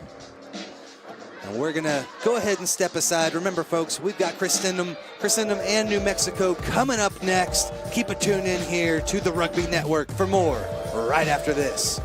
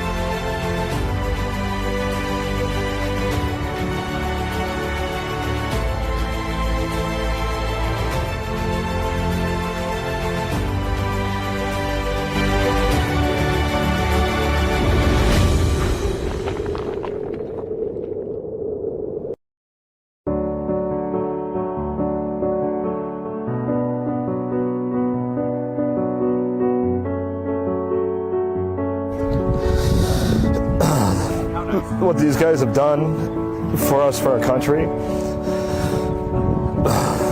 is something that could never be paid back, something that us as civilians could only appreciate and respect. I mean, there's some hard stories in there, so they're all great guys. You wish they were still here today with you, but you understand, duty calls. They served a mission, and there's there's tragedy in everything. And, a lot of them died in war. Others died when they came back home, and there's a lot of suffering and pain involved. But you try to bring the good out in every situation, and this is our way of doing it. My dad loved rugby, played it in college and played it in the Marine Corps.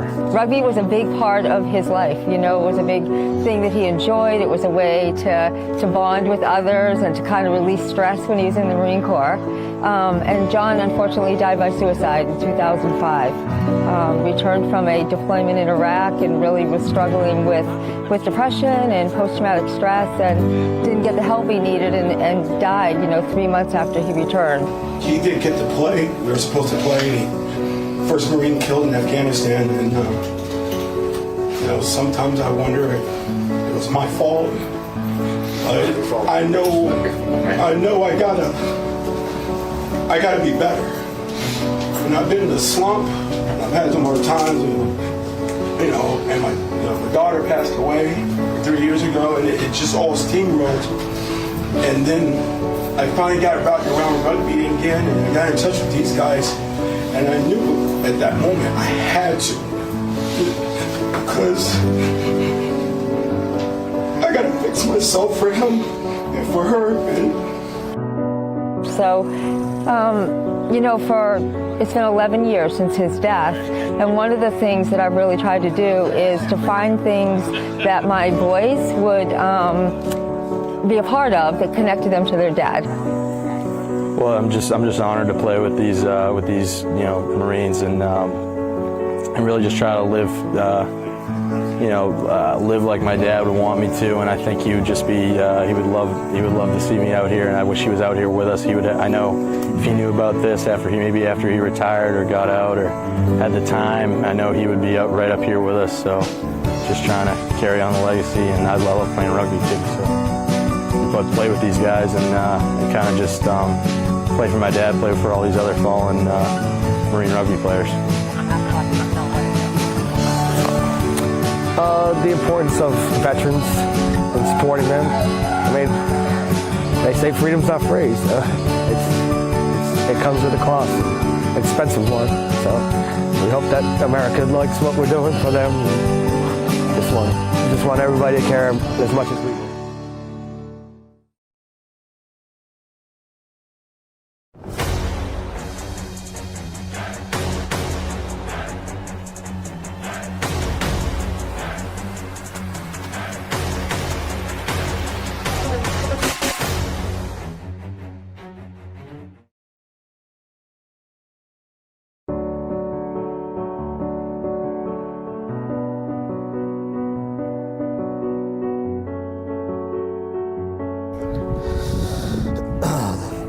What these guys have done for us, for our country,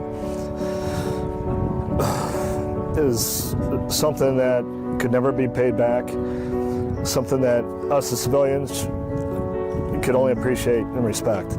I mean, there's some hard stories in there, so they're all great guys. You wish they were still here today with you, but you understand, duty calls, they served a mission, and there's tragedy in everything, and a lot of them died in war, others died when they came back home, and there's a lot of suffering and pain involved, but you try to bring the good out in every situation, and this is our way of doing it. My dad loved rugby, played it in college and played it in the Marine Corps. Rugby was a big part of his life, it was a big thing that he enjoyed. It was a way to bond with others and to kind of release stress when he was in the Marine Corps. And John unfortunately died by suicide in 2005. Returned from a deployment in Iraq and really was struggling with depression and post-traumatic stress, and didn't get the help he needed and died, 3 months after he returned. He did get to play. We were supposed to play. First Marine killed in Afghanistan, and sometimes I wonder if it was my fault. I know I gotta be better. And I've been in the slump. I've had some hard times, and my daughter passed away 3 years ago, and it just all steamrolled. And then I finally got back around rugby again, and I got in touch with these guys, and I knew at that moment I had to, because I gotta fix myself for him and for her. So, it's been 11 years since his death, and one of the things that I've really tried to do is to find. And a good afternoon to you, rugby fans, from Aveva Stadium in Houston, Texas. This is the Cohen Cup. This is a small college championship. Christendom is going to take on New Mexico, and we will take a look at some highlights of Christendom in their game against Holy Cross, where they came out big winners, 44-34, in a huge comeback. John Broker here with Tim Wilkes. Great work here by this Christendom team. We see the man, Matt Weston. Yeah, it was a big comeback. Weston led the charge there. Holy Cross got out to the big lead. But Christendom huge in the second half with about 30-plus unanswered points. Just a big win. They're going to take on New Mexico Tech. New Mexico Tech got the better of St. John's 28-21 in a back-and-forth game. Here's a look at New Mexico Tech. They have some electric players across the field. They are a lot of fun. Hutt had the first one, continuing to move forward here. Cruzado with the big try. And New Mexico Tech got the big 28-21 victory. That's the excitement there from the Australian-born flanker. He's doing such a good job. Look at the pride. We see the two teams ready to go. On your left there is New Mexico Tech. In that black and blue and in white is going to be Christendom from Front Royal, Virginia. Small college championship, the Cohen Cup, named after Steve Cohen, the man who started this everything that turned into National Collegiate Rugby. Again, I'm John Broker. I'm here with Tim Wilkes. And we are going to bring you this action today as we talk about New Mexico Tech and what they have going on. Coached by Gerard Dunbar. We will look at the some next level key players here. See if they can start to form up. Both teams ready for the action today. Cruzado, the big fella, had a big try that we saw a few minutes ago. Milan Van Wyck is the spark plug for this team, and early is the finisher back from that outside center spot. Got to get points early on this team. Christendom can pile them up in bunches, control the breakdowns, and hit the gaps. They had a bit of trouble, had a lot of knock-ons early in the last match. Look to clean that up here. Did get the win, 28-21 over St. John's, and the couple weeks before, Humboldt State took on them, and we got the 21-20 win. Now let's take a look at the Christendom Crusaders. You see they're getting ready for this game. Big players here. John Askow, the captain, he was a huge important player for them last game. Had a couple of tries all over the pitch. Then you also got Andrew Mead running the show along with Matt Weston.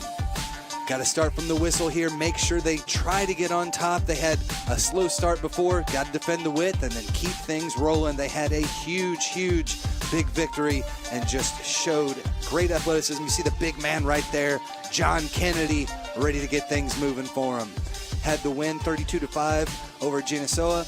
Endicott took them down 37-34, and then with the big win over Holy Cross just on Friday. You see Van Wyck there. He is going to be the man to kick off. He is from Namibia. He is a key part of this team. Referee in the middle there is Rob Halcomb. He's going to be joined by Chris Gower, Ben Dickinson on the sideline. And Andy Buckwild Buck will be our number 4, watching things from the sideline and controlling. We are ready for the Cohen Cup to get underway. Van Wyck is ready to go. Halcomb tells him we can take the horse out of the gate. And there we go. Christendom takes down that first kickoff. Cohen Cup underway here in Aveva Stadium. Immediately off to one of the big boys. That's a number 8. We told you to keep an eye on him. That's Owen Kennedy. His brother plays Owen Sr., John, a freshman. Big partners in there. And as he likes to do, here goes Kennedy. He does not like the kicks to put in position there. He really likes to just have a run, and off he goes.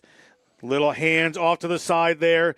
The Miners of New Mexico Tech having to defend early here. 30 seconds in, they've got their numbers out wide. Let's see where they decide to go.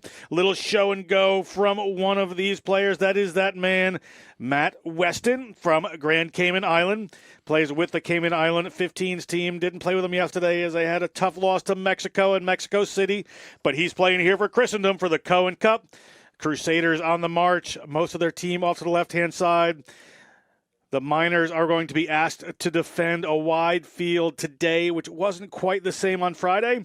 Weston again, he is the man who starts to play. High tackle creeps in there on John Curran. So they have a penalty advantage to Christendom.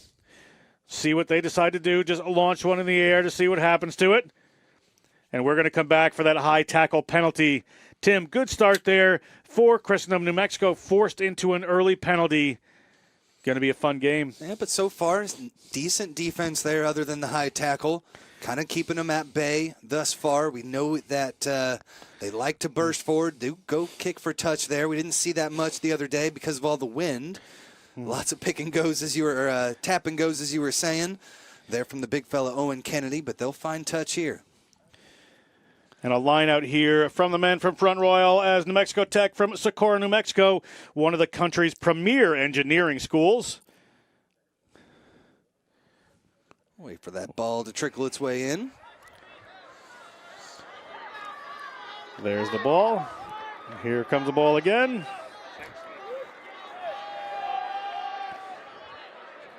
See some fans in the background there of New Mexico Tech, loving their engineer athletes, as they call them. Ball goes up, down into the hands of the waiting forward pod from the Crusaders. That was Nicholas Ward to bring that in. Ball comes out wide immediately into the hands of Weston immediately. He goes back inside.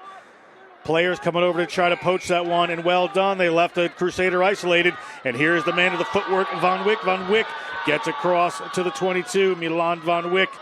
He is going to be an important part of the machine. They really have to play off him today, Tim. Going to be a good part of the adventure for the Miners. They have some runners out wide there if they can get it to them. Here comes a little pop pass, and they do get it up into the hands. Look like Lucas Ford there. And penalty this time against it. Here comes Owen Kennedy from his own line. He hands off one, he hands off two. Not sure he can make it entirely down the field, but it always takes more than one to bring him down. And Christendom on the run. They've got the Miners on the back foot. Ball goes wide. Nicely done. Winger has it. He's around the corner. That's Hugh Wingate. Hugh Wingate's got one to beat. He steps in. He steps out. He's looking at the corner. And he is down. Touch the ball down. A referee may have a little conversation here. But for all money, it looks like a Wingate try. What a play there down the sideline. Try awarded. And the big pass there off the back. James Hamilton had that last pass, found the streaking winger down the sideline, and Wingate knows what to do with it. All the way in for the score. First 5 points of the match to Christendom. Wingate, a sophomore from Madison, Virginia, touches that one down. And 5 points to the good are the Christendom Crusaders here. Kennedy likes to go quick. Big fella just rumbling through. Stiff arms 1 and 2. Van Wyck, the little man, 5'5", takes down the big 6'8" giant. But in the end, it was that last pass by James Hamilton as they stretched it outside, got it out there to Wingate, and he had the speed. Just thought there might have been a little knock on in the end there, but referee says no. Assistant referee. Kick to come here.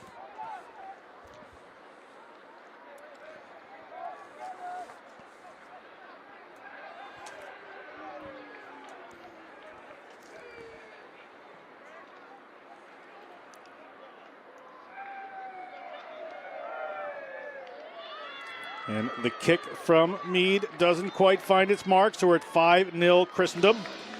Plenty more time to go. Just under 5 minutes in this Cohen Cup Championship here for National Collegiate Rugby on the Rugby Network. Just a truly fun weekend. We've seen all sorts of weather. Finally getting the best of it out here today. A little chilly, but not too shabby. 60 degrees, beautiful sunshine, not as much wind. Championship rugby weather here. Milan Van Wyck hangs one up into the Houston sky. The coach killer creeps in. Naranjo has it. Naranjo can't quite hold on to it. Knock on there from the Christendom Crusaders. So it'll be a scrum here for the Miners. First scrum of the game. Yeah, first real attacking opportunity here for them. And like you said, you mentioned earlier, Van Wyck is the guy that gets things going. Only 5'5". You think maybe he's more shifty getting around defenders, but we've seen him put his face into more than one tackler. Had a bit of a bloody nose on Friday. Not afraid of anyone, but at the same time, he comes into that contact, but he knows how to take that quick step, back up, and then find his runners, and was really setting things up nicely for the Miners before. Your thought was my thought, Tim. I would label him as unafraid. Unafraid of contact, unafraid of going off on a little adventure. And the ball is in his hands now. Here comes Von Wyck, gets it into the centers. Just a little pop pass up there to the number 12. That's Nick Hutt. Nick Hutt takes that one in. Miners on the roll here. Going to come wide Out to their fullback. That is Hunter Williamson. Hunter Williamson brought to ground.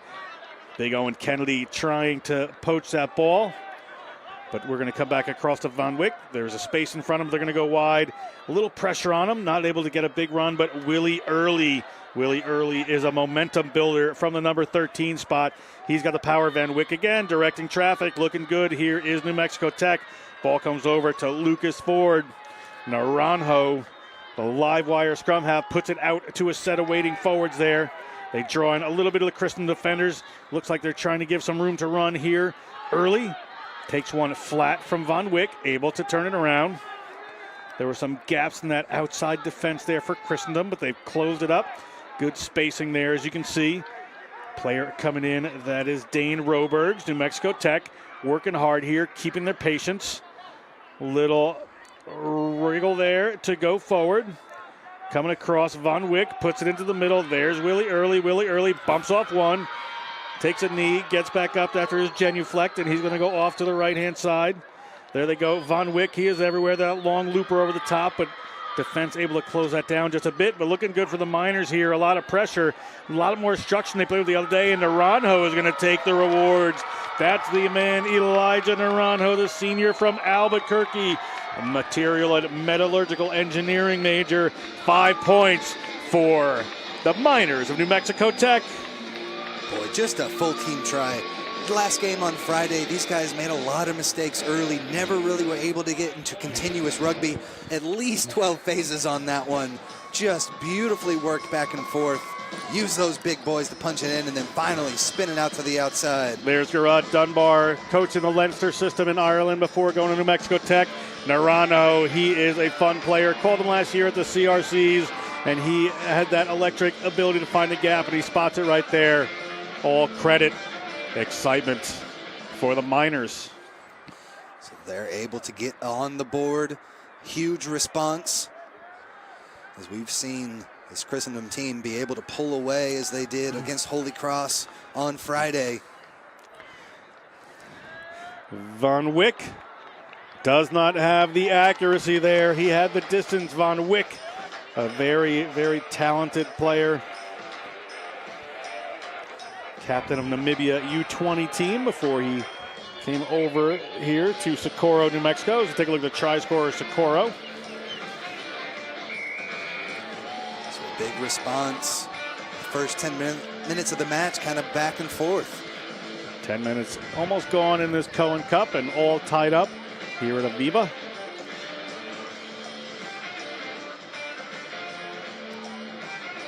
Kickoff to come from the Christendom Crusaders. Christendom puts one high. It doesn't quite go 10. That is a mistake they didn't need. After just conceding a try to the Miners, be a scrum most likely at midfield here for New Mexico Tech. Opportunity for Van Wyck to work magic in one direction or the other unless they decide to keep it a bit tight. They tried to go up high there, give their big fellas a chance to get into it. And we're going to go down to Tyler Doyd, pitch side, early in this game. Take it away, Tyler.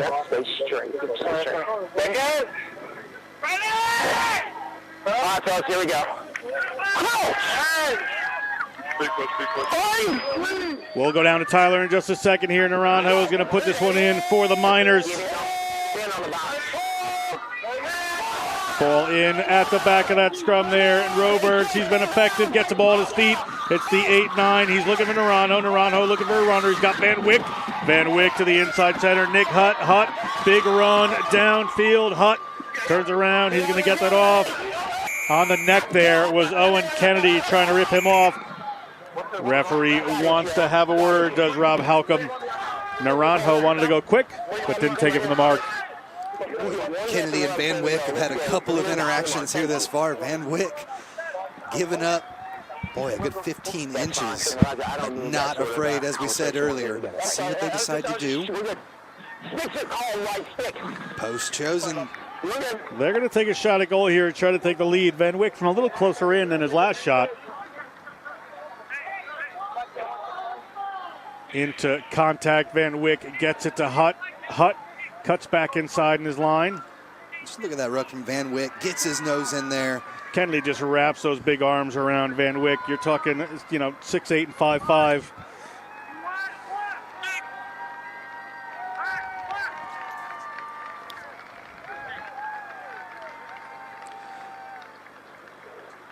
Van Wyck pushes that one across the front. It's a live ball off a penalty try here, or a penalty, kick there, excuse me. That ball comes out there, well covered by Christendom. Christendom inside their own 22 will be happy to run. They're going to send some forwards in, try to set a platform there. Miners digging their hands in, ball out again. Here they come. That is off to the outside. They're making the break here. Ball ripped out there by a New Mexico player, but ripped out illegally. It's going to be a penalty here for Christendom. Good pressure there coming back down on these Miners. Christendom Crusaders, good job. Yeah, Van Wyck a little too aggressive there. He made the tackle, but you've got to get back to your feet, got to release the ball carrier. He went straight from the tackle. Mead, the kicker, gets that one down. And we're going to go pitch side now to Tyler Doids. Tyler, take it away. Thanks, John. The conditions today compared to when these players had played last are completely different. Captain Owen Kennedy took the blame for trying to use the kicking advantage when the wind was terrible. We should see a big difference in kicking on both sides of the pitch because the wind has completely cooled down compared to last game. Back to you guys in the booth. Thanks, Tyler. Tyler Doige knows which way the wind blows. And here we go with the Christendom Crusaders coming down. First driving maul of the game. Balls come off the backs. They're going to have to use a little double reverse. One more would have been a flea flicker, but here we go. It's the Christendom Crusaders. A little surprise there as Usher takes that ball into contact. Mead finds Sanchi. Sanchi moves it out, and a little mistake creeps in there. That was Matt Weston thinking about scoring a try, and instead just a little knock-on. Julian Brattain. Scrum to the Miners. Brattain was able to come in and force the error there. Came in charging hard. Weston knew he had to get rid of that ball quick and just got a little discombobulated there.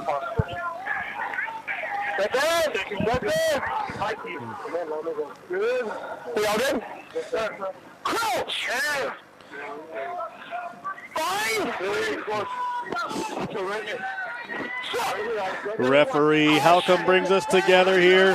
Naranjo, big drive coming in from that powerful pack of the Crusaders. He's able to get it away to Van Wyck. Van Wyck puts in a long one. Player was covered, however. Ball rolls in behind.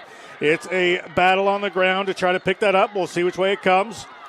Miners able to get it. Naranjo just taking his time to get his troops sorted back out. Finds a forward pod. They come in through Brattain. Naranjo out there to another waiting pot of forwards. They're going to try to punch a hole. Have done.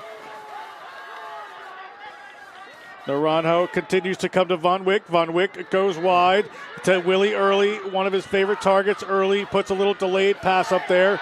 It's into the hands of Alejandro Lopez. Lopez has to take that one in. Naranjo, little cross field, looking for some space there. Finds a couple of tacklers. Have to roll that ball back. Ball's up in the hands of Nathaniel Serta. Serta puts to his front row partner forward. They're losing a little bit of ground here to Christendom. New Mexico going to have to make a decision about how to get their shape back on offense. That may be the man to do it. Nicholas Crosato from Perth, Australia. Crosato takes it in. Now the ball off there to Dane Robergs from Albuquerque. Next Gen Academy graduate. Little pick and go off the side. Just trying to punch these holes in to find some room, but the Christendom defense only has one player committed to each of these, so they're able to cover the field. Mead for Christendom directing traffic back there, pointing where it's going to go. Ball back in from Van Wyck to Early. Early, the recipient of a double Crusaders tackle. Ball out to Naranjo. Naranjo gets it out there to Crosato again. Crosato gets some people involved with him, so he's able to win that one back. Ball goes up into the hands of Ethan Jenkins. Jenkins in. Ball's finally turned over. It had to happen sooner or later. Right on the spot there, that was Weston. We're going to come back to the knock-on by the Miners after a number of phases. Christendom, good, patient defense there. Scrum for Christendom. Yeah, they could not punch through, but it was strong work. I mean, really good job rucking out. I was very impressed there as New Mexico Tech kept working, kept trying. Didn't get a whole lot of distance out of it, though, but took some time off the clock here. Again, Christendom put up 44 points in their last match. So anything they can do to kind of let that clock tick a little bit probably plays into their advantage.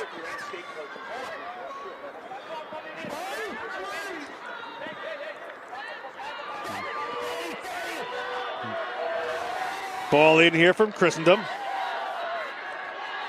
Christendom moves it out in the middle of the field. They had some runners going in a couple directions. They tried the split move with Weston, but didn't work, and it's going to be a penalty as Weston in that was just covered. Van Wyck is going to go quickly. Referee telling people to stay 10. Naranjo has the ball. Naranjo able to step a couple. Here's Big Willie Early. Big Willie Early slams it to the ground, and Willie Early, the civil engineering major from Pago, he's another Albuquerque boy. Pago, American Samoa. Scores a try, and Willie Early, 5 points for the Miners. Early had a couple in the last match as well. Fantastic job there to come all the way through with the try. And really, Christendom pulling out a lot of tricks here. A little bit of different plays, trying to get a little fancy with it. Complete opposite there for New Mexico Tech. They're ready to get down and dirty, and now they have the lead. The quick one from Van Wyck. Van Wyck has some runners. Naranjo just belies his size. He's able to get through the forest, and Willie Early from American Samoa is just going to put that one down enjoyably. The senior making his presence felt out there. Again, it was tough sledding in the last match, but he was the one that was really able to break those lines other than Van Wyck.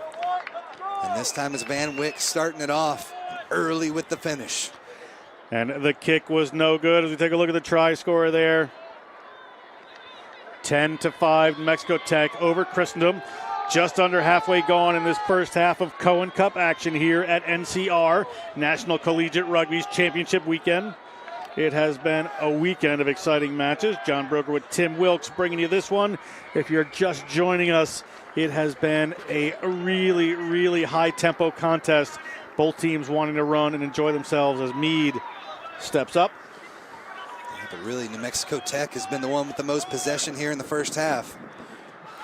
Meade finds it this time. Ball goes forward off of New Mexico Tech into the hands of Christendom. There was a knock by New Mexico. Another one. They have a scrum advantage here on a New Mexico knock-on. Christendom, however, finds their way in behind the line.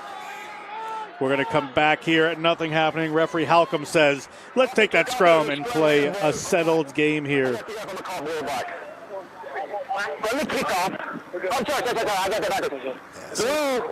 the advantage the whole time. Halcomb giving the call there, and we'll bring it back down. Getting that early try from Christendom, but 10 points back up on the board in response for the Miners. Look at Matt Weston. Westons are a big rugby family on Cayman Islands. Had the pleasure of calling some rugby in the Cayman Islands, Tim. I highly recommend it. Christendom off the back. That's Meade to Sanchi. Sanchi, they're still trying to run some moves here, but he finds a gap of the middle, and here comes Sanchi. He's got Weston. Weston has one thing on his mind, and it's in front of him. Weston for the try. A big answer from the Christendom Crusaders as Matt Weston, the junior history major, touches down in the finals. Old Thomas Sanchi, the Cardinal Conference first team all-conference player, able to break through the defense, found the gap, and then had that rushing Weston in for the easy pass and try. To the happy coaching staff there from Christendom College, James Conrad, John Jacobson, and Patrick Audino, thrilled with those points on the board.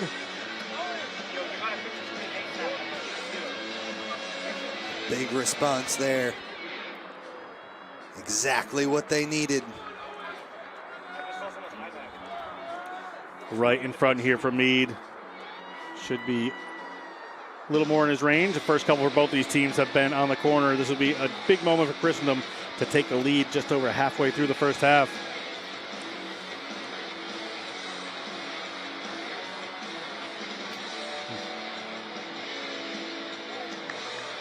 That kick is good. They're ahead by 2. As you see here, nice little play. Fakes it out to the outside. Got Van Wyck to bite.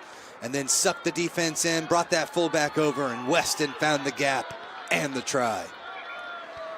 Just enough speed to get behind him. But a beautiful setup again there by Sanchi.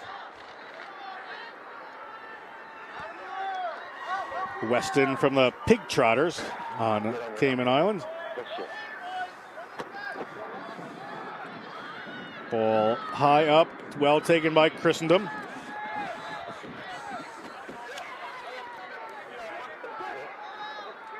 Running wide again, keeping that field pretty open. Might be occasionally a time to try the kick for some of these teams, play a little territory, but Weston's able to get by early. Weston is over the 40. Weston steps one. Weston, a good sevens player, and showing it right here as he offloads that ball in contact. And the attempt for a pass got knocked back by a Miners player, so it's going to be Miners ball, and we're still going to play as Van Wyck looks up and over that contact area to try to find out what's going on, but Naranjo back to Van Wyck. Van Wyck just runs into one of his own players, but finds a little bit more, and there is the wrecking ball, Van Wyck. Something out of nothing each time with that guy. Miners rely on him so much as Serta takes that one in. Wide again to Van Wyck. Van Wyck, players coming outside of him, but he's happy to step. See that ball in two hands, Tim. He's just ready to pass it to somebody, anybody. So smart as he's going to the ground. Ball up into the hands of Robergs.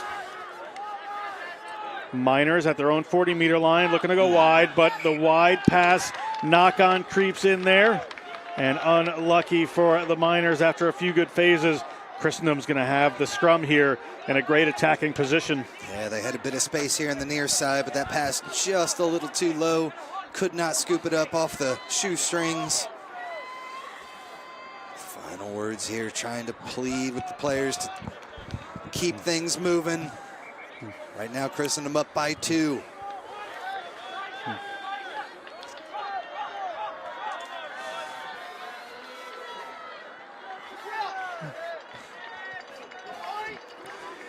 Scrum here for Christendom. Mead from Nokesville, Virginia, puts that one in. Ball at Kennedy Owens' feet. Coming across here, looking for some runners. They've put some defenders out there, but Willie Early completely unfooled. Caused a knock-on as they came in. Ooh. Van Wyck getting into some contact now. Got to be careful there. He is so important for this team. A referee telling Van Wyck to calm down. Van Wyck, the mineral engineering major from the Windhoek Gymnasium Private School.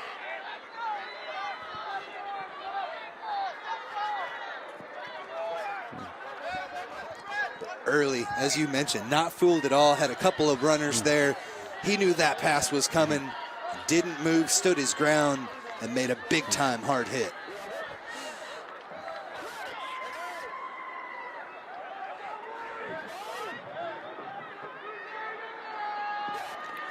Referee Halcomb gets us together, telling Naranjo it's time to get the play underway again here. 25 minutes gone in this Cohen Cup. Ball to Van Wyck. Van Wyck looking for some runners, gets a dummy out there. They have some speed on the outside. Good push up there. Big clash coming in from Hunter Williamson. But hauled into touch eventually. But all eyes on Van Wyck there, can open up the outside, Tim. That's right. He's just, like you said, 2 hands on the ball at all times. Breaks down that defense. You never know which way he's going to go. And off that looping pass, he was able to spin it all the way out. See there. And then a nice little burst.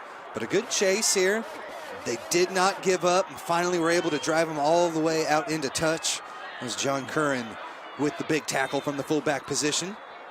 Christendom down in their own zone. Going to go to the safety of the front of the line out. Good connection. Set up forwards off the back here. Now they have just tried to run from here. They're going to get the high tackle here. But I think Christendom needs to play a little bit of field position. Right here they just have a free play on the penalty. So if this gets caught, we'll come back. And we will.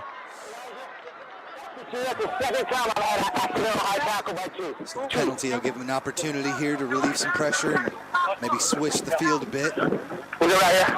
Hey, just one guy, let's go. Real quick, in fairness, that's fair. Come on, I did the same to you. We'll go ahead, here we go, thank you. Penalty here, so Christendom the opportunity to send this one downfield. They're going to play the position here smartly. There's Mead.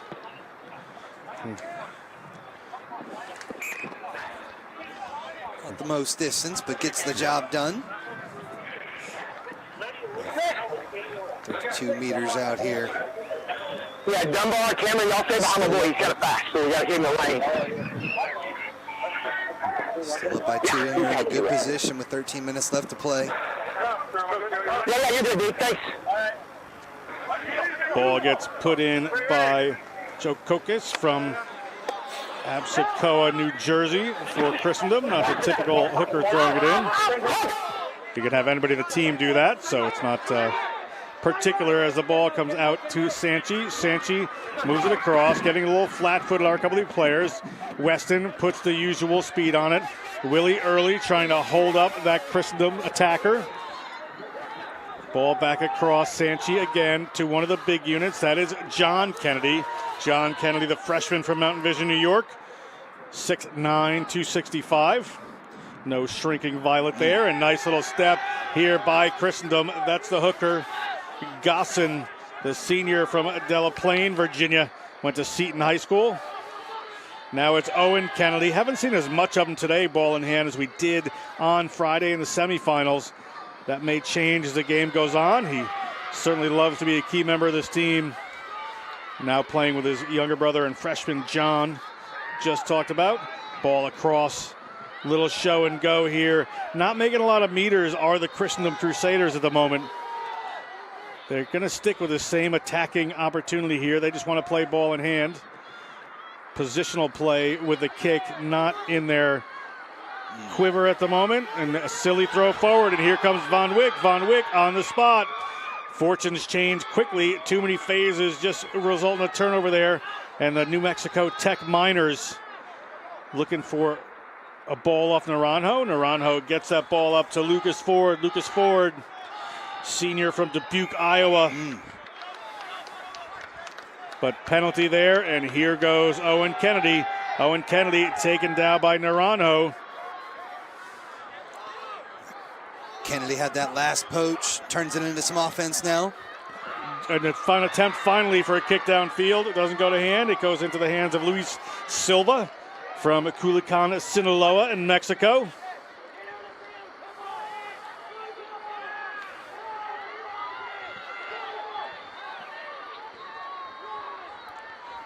Naranjo, Van Wyck. Van Wyck makes an unusual little error there as the ball gets spilled forward. Yeah, a little low, not the easiest to catch, but got to hang on to that one. 10 minutes left to play.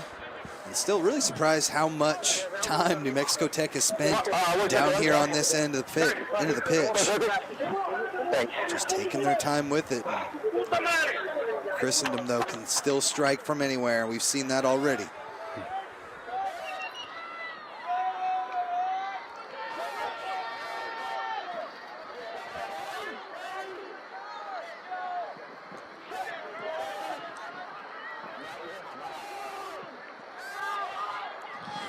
Ball here for Christendom. Christendom on the run again, just inside their 50-meter.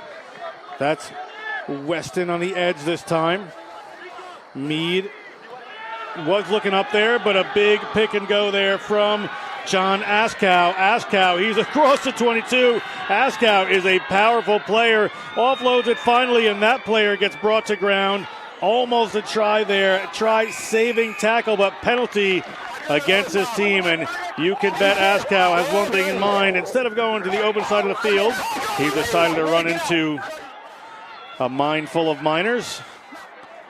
And off the back they go, trying to work it towards the touchline. They have some big units in the Kennedy brothers. There's Owen. Owen Kennedy gets that long arm out there for a try, and Owen Kennedy, the senior from Cooperstown Central High School, 5 points in the Cohen Cup final. Yeah, Kennedy got hit low. You know you want to take that guy down at the legs, but at the same time, you leave that ball up top. He's able to stretch across for the try.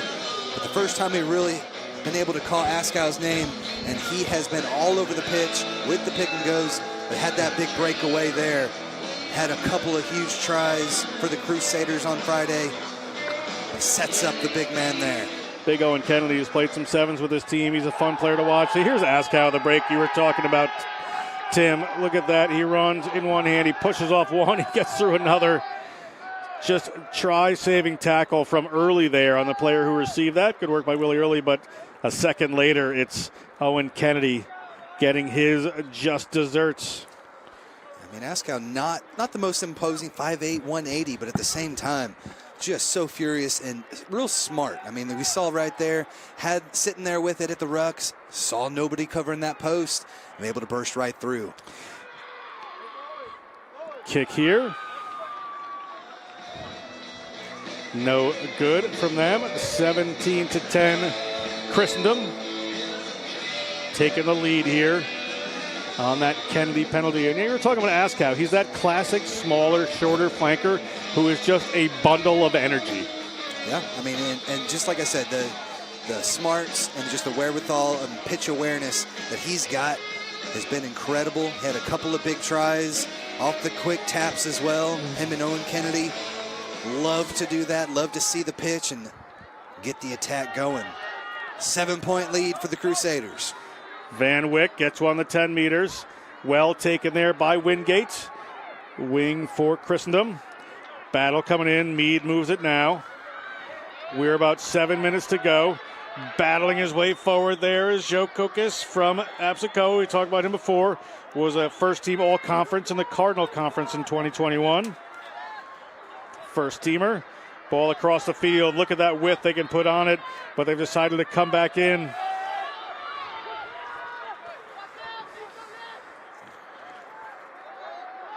Ball up to the waiting forwards. Somebody is going to have to release him kindly. Not easy to get Kennedy up in the air.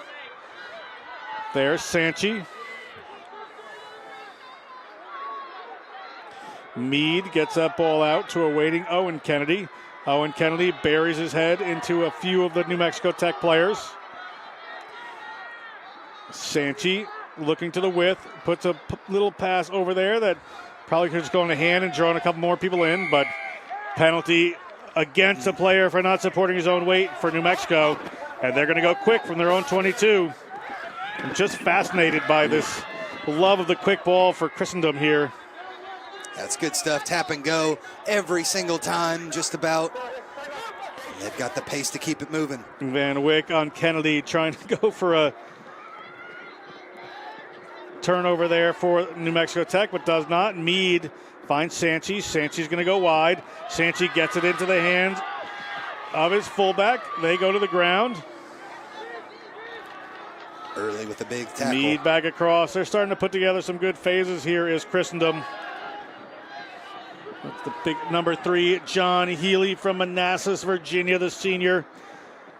Here they come. Nice little handoff. Ball went forward off a New Mexico Tech player. That shrill blast of the whistle means a penalty. Yeah, no attempt at the catch there. That ball pass went out. One arm went up, knocked it straight forward. That's the difference between a knock-on and an intentional knock-on. So the penalty here should give this one the boot, slow things down a bit. As you'll see, into contact, Van Wyck couldn't take him. But then that pass, left hand just knocks it forward. It was a knock from Julian Brattain there, civil engineering major from Santa Fe, New Mexico. He was a high school state wrestling champion of the 220-pound level, so no stranger to contact. And he was just trying to get in there and tackle him. Yeah. It was a penalty, but not a malicious. It's called an intentional, but at the same time, you have that one hand out there if it hits it, and you're not, in the end, not trying to make the catch. So unlucky there. We'll see if the Crusaders can march their way in. Ball up, well taken with an effort there by New Mexico to take that down. Here's Askow. Gets only around 1 or 2 this time. Meade to Sanchi. Sanchi to that man Usher, who is on a little bit of a drift there, looking to straighten up Matt Weston. Ball to Weston now. Weston Weston shows. Weston gets around a couple. Weston has one to beat there. Weston on the touchline. He's still going. Somehow Weston offloads this ball into the hands. It's been bouncing around. We will see what the call is here. I believe it was knocked on. Referee and assistant referee. Boy, what an individual effort. Individual effort there from Weston. Just incredible. I mean, 3-4 times we saw him almost step out. Weston just shows that ball, comes around, and we get to the touchline here.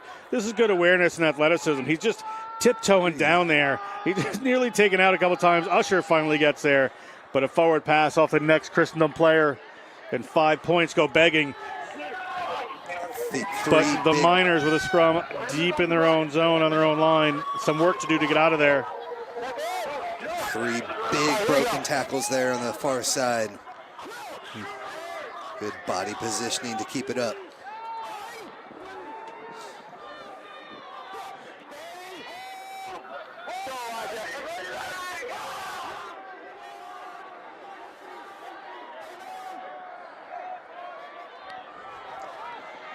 Willie Early bashes a hole in the Christendom defense.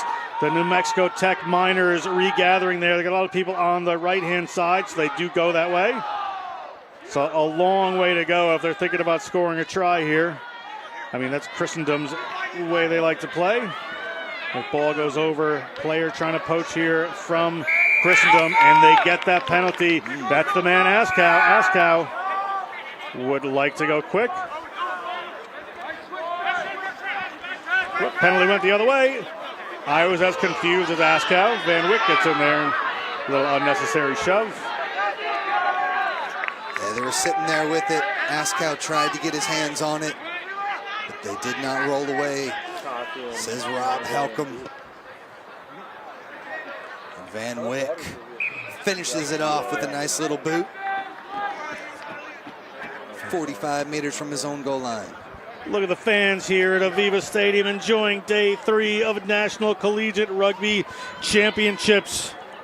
Exciting moments here as we are creeping towards halftime. 7 points in it for the Crusaders of Christendom. The men from Front Royal over the men from Socorro, New Mexico in the Rio Grande Valley, the New Mexico Tech Miners. Tell you what, the Miners have really stepped up their game though in this match. Kind of night and day, the amount of possession that they've been able to take on here. Big pressure coming on Van Wyck, but he is calm under it. Early. Willie gets the ball moving. Ball back out there. A little tip pass. Trying to pull it apart. Weston in there trying to turn it over, but referee tells him he's got to let them play it. Looking for it there, but they're going to move it out wide and try to come back in. Crosado, haven't seen a ton of him yet today. Crosado effective with ball in hand for the Miners. That skip pass from Van Wyck was nasty though. And another attempted one there from Van Wyck gets knocked on in the contact. So it's going to be a scrum here for Christendom. But we're at halftime here in Aveva Stadium as it's 17-10, Christendom Crusaders over New Mexico Tech. It's a good and first here half is from the Miners. the people have to come back a little bit. We're going to step away for some messages. We'll be back with second half action in just a moment.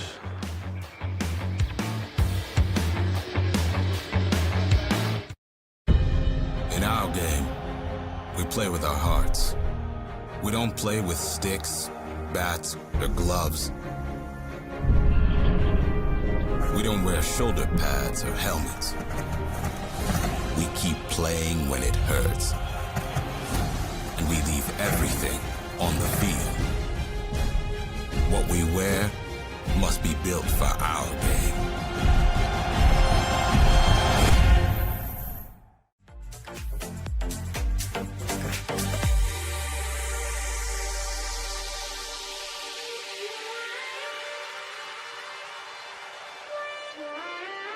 Hey, we brought that second half intensity all day. Let's bring it now, right? They're not expecting same thing, that little bit of slow starting to get in. We're going to move on. We're going to play good rugby. We're going to bring it to them, right? Yeah. Same thing as we're saying in attack. Patient with our minds, but fucking active with our feet, right? We're attacking them. We're coming at them aggressively.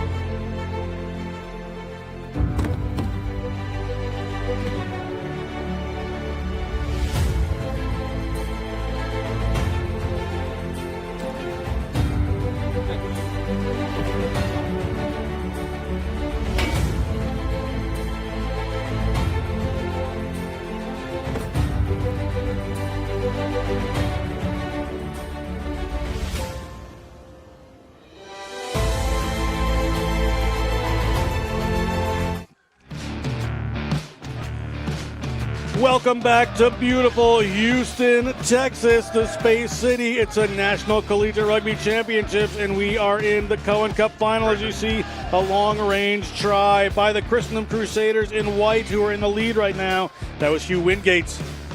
Then the big response here from the Miners. Nice little try there from Naranjo. Able to come around the corner. Van Wyck keeps disrupting things. They're able to finish it off for their second try here. That's big Willie Early. Never met a try line he couldn't cross. As you see the excitement from him and Christendom, here we go a little later. That is just going to break at some point as Sanchi gets through. He's got Weston coming outside of him. Weston is going to get across the try line as he has done so many times. And Christendom in the lead here over New Mexico Tech. New Mexico Tech is going to be running from right to left on your screen in the blue and black and the white with just some blue piping. There is the Christendom Crusaders from the beautiful Shenandoah Valley of Virginia from Front Royal. Ball up into the hands of a awaiting Miners player.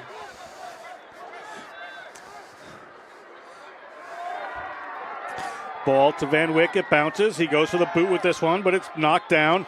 And look at the tenacity from Van Wyck to get underneath one of the Kennedys there. That's John Kennedy. Just diving through. Great effort. Absolute commitment right there from Van Wyck. Little pick and go to get things set back up here for the Miners. Van Wyck up and taking the ball to the left-hand side. Just puts a little pass into Early. Just working his way towards midfield. You see the midfield line right there. Waiting pot of forwards. Just going to crash that one in through Brittain.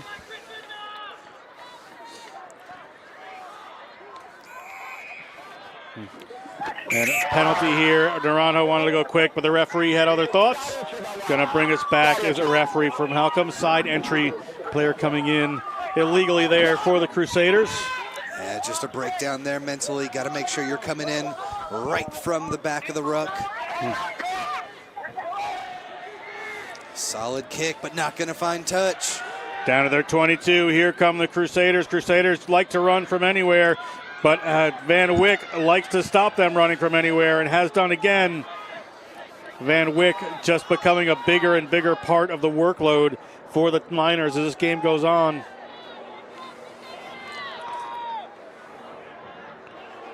Ball out here into the hands of the waiting Chris Usher. Chris Usher gets it to Weston. Weston breaks another tackle. He's got Naranjo. Finally hauled down just over at midfield. Penalty for a player just not supporting his own weight. You can be pretty sure that they're going to go quick here. And here comes Meade. Gets it to Owen Kennedy. Owen Kennedy hands off a couple. Owen Kennedy. Good work there as the ball comes out quickly into the width here. Little mazy run coming in there from the Christendom Crusaders. John Kennedy takes that one in. Ball across to Sanchi. Sanchi's going to go wide with the creator. Weston gets the ball out to his waiting winger there. Dominic DeFalco, haven't seen a ton of him so far, but 3 minutes into the second half, he gets a nice carry.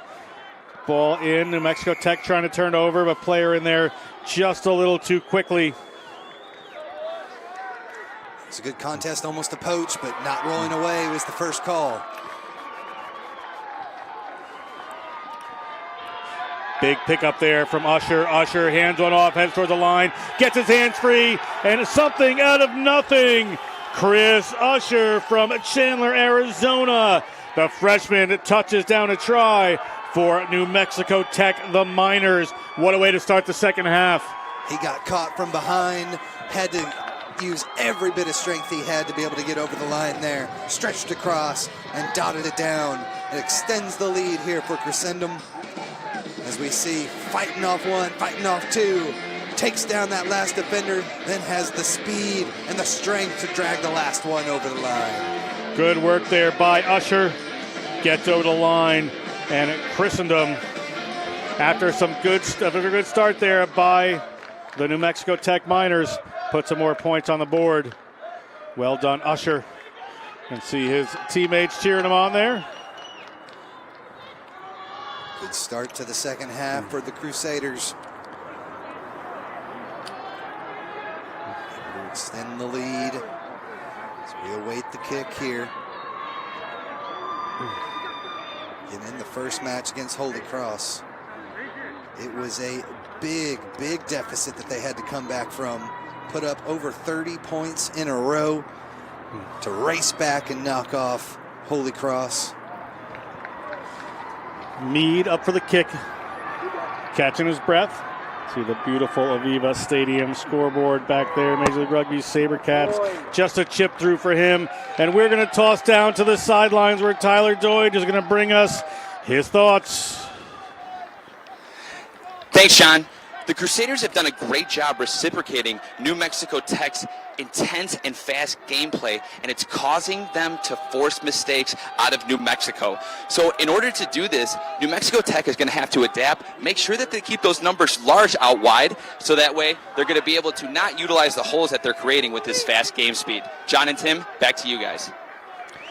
Thanks, Tyler Deutsch. Van Wyck gets us underway again, 24-10. Christendom Crusaders over the Miners.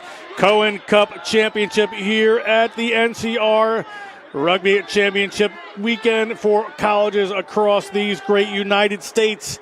Ball up into the hands of a waiting forward there, and a line break from the big prop. That is Lucas Ford. Lucas Ford finds a 22. Clean outs coming. Van Wyck has room to operate in. Puts a long looper up there for his fullback, and fullback, nice little step there. Had a couple players coming with him, but Williamson, little sneak there by Van Wyck. Van Wyck taking on the entire Christendom team should he need to. Big drive coming in from James Hambleton, but New Mexico able to retain that. Defense just lays off there, and a wide pass coming out to Willie Early. Willie Early's been here before. Willie Early's done it again. Willie Early, 5 points, 15 for this team. The Pago Pago American Samoan Willie Early try here in these finals. Tim, this is pure excitement. Yeah, back and forth we go, and Early had a couple guys on the outside, but you know, with that body, that strength, he's going straight up the gut, able to run over the final defender here. You see the nice little pass from the prop. Has one guy to beat. He's taking him on and over for the try. Early just does a great job just shading away from that defender who's probably standing right in front of him, just moves a little bit over. He's right between the two, so he draws them both in, and he's right through that gap and over the line. 5 points for the Miners with kick to come for Van Wyck. Van Wyck has had some difficult kicks. This is probably the easiest one he's had so far today.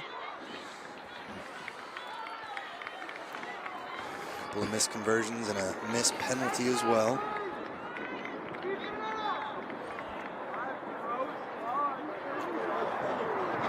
Van Wyck pushes that one to the left, but it's good. It is 17 points, so there is 7 points in a converted try. New Mexico needs to tie this one up. Plenty of time. Over 30 minutes to go in this Cohen Cup final. Small colleges. Couple just a try for each here in the second half. Both teams showing they are not letting up here. Just about 32 minutes away from glory here in the small college Cohen Cup final. Mead gets us underway again. A nice high kick back there, well fielded by Van Wyck. That step is electric. That acceleration even more so. Gets by one of the Kennedys. Finally, big hit comes in from Weston. Referee says the tackle was okay, but it was a big one. Nice hands there by Cruzado to pick that one up off the ground. That's the hard work you need in these finals. Naranjo gets the ball out. They're looking for the man with the plan. Ball down. Coming back across to a waiting set of forwards. Little pop there. Naranjo looking for some space there. Naranjo just holds back the defense. Gets to Van Wyck with a little pop over the top there. Back into the hands of the waiting fullback from these Christendom Crusaders. Support shows up quickly enough. They get the ball down. Inside the 22, here goes John Kennedy. Puts his considerable frame into it. Bounce pass coming in. Weston shows one way. Weston coming around. Weston looking for somebody to give that ball to or just to get away. Good ability to keep his feet there, Tim. So strong in those tackles, never getting taken down by the first defender. Power coming through from Kennedy again. Pushes back Van Wyck. Kennedy, the elder, gets in there. New Mexico Tech trying to poach it. Not happening. Ball out here into the hands of the back line for the Crusaders. Little link play there. Meade doing a good job. Into the hands of Wingate. Wingate, he can go coast to coast if he needs to, but taken down by a good tackle for New Mexico. Meade moves it across. Gets it into the hands of the waiting Joe Kokes. Kokes. Back again. Sanchi looking for a receiver. Finds him. They have to cut back inside. Good move by Weston just to let that roll by because that's a big matchup, Weston versus Early. Big ball up to John Kennedy. Runs back inside. Players coming over. That's Naranjo trying to poach it. Meade gets that ball away. There's a gap for Sanchi. Sanchi not held, so he can get up. Sanchi didn't have someone to pass to there. Now he's going to have to fight his way to the ground, but the ball was ripped away. Good work there by Brittain. New Mexico Tech in this all-action first 10 minutes of the second half. Penalty. Early was excited to go, but referee Halcomb is going to slow things down a bit.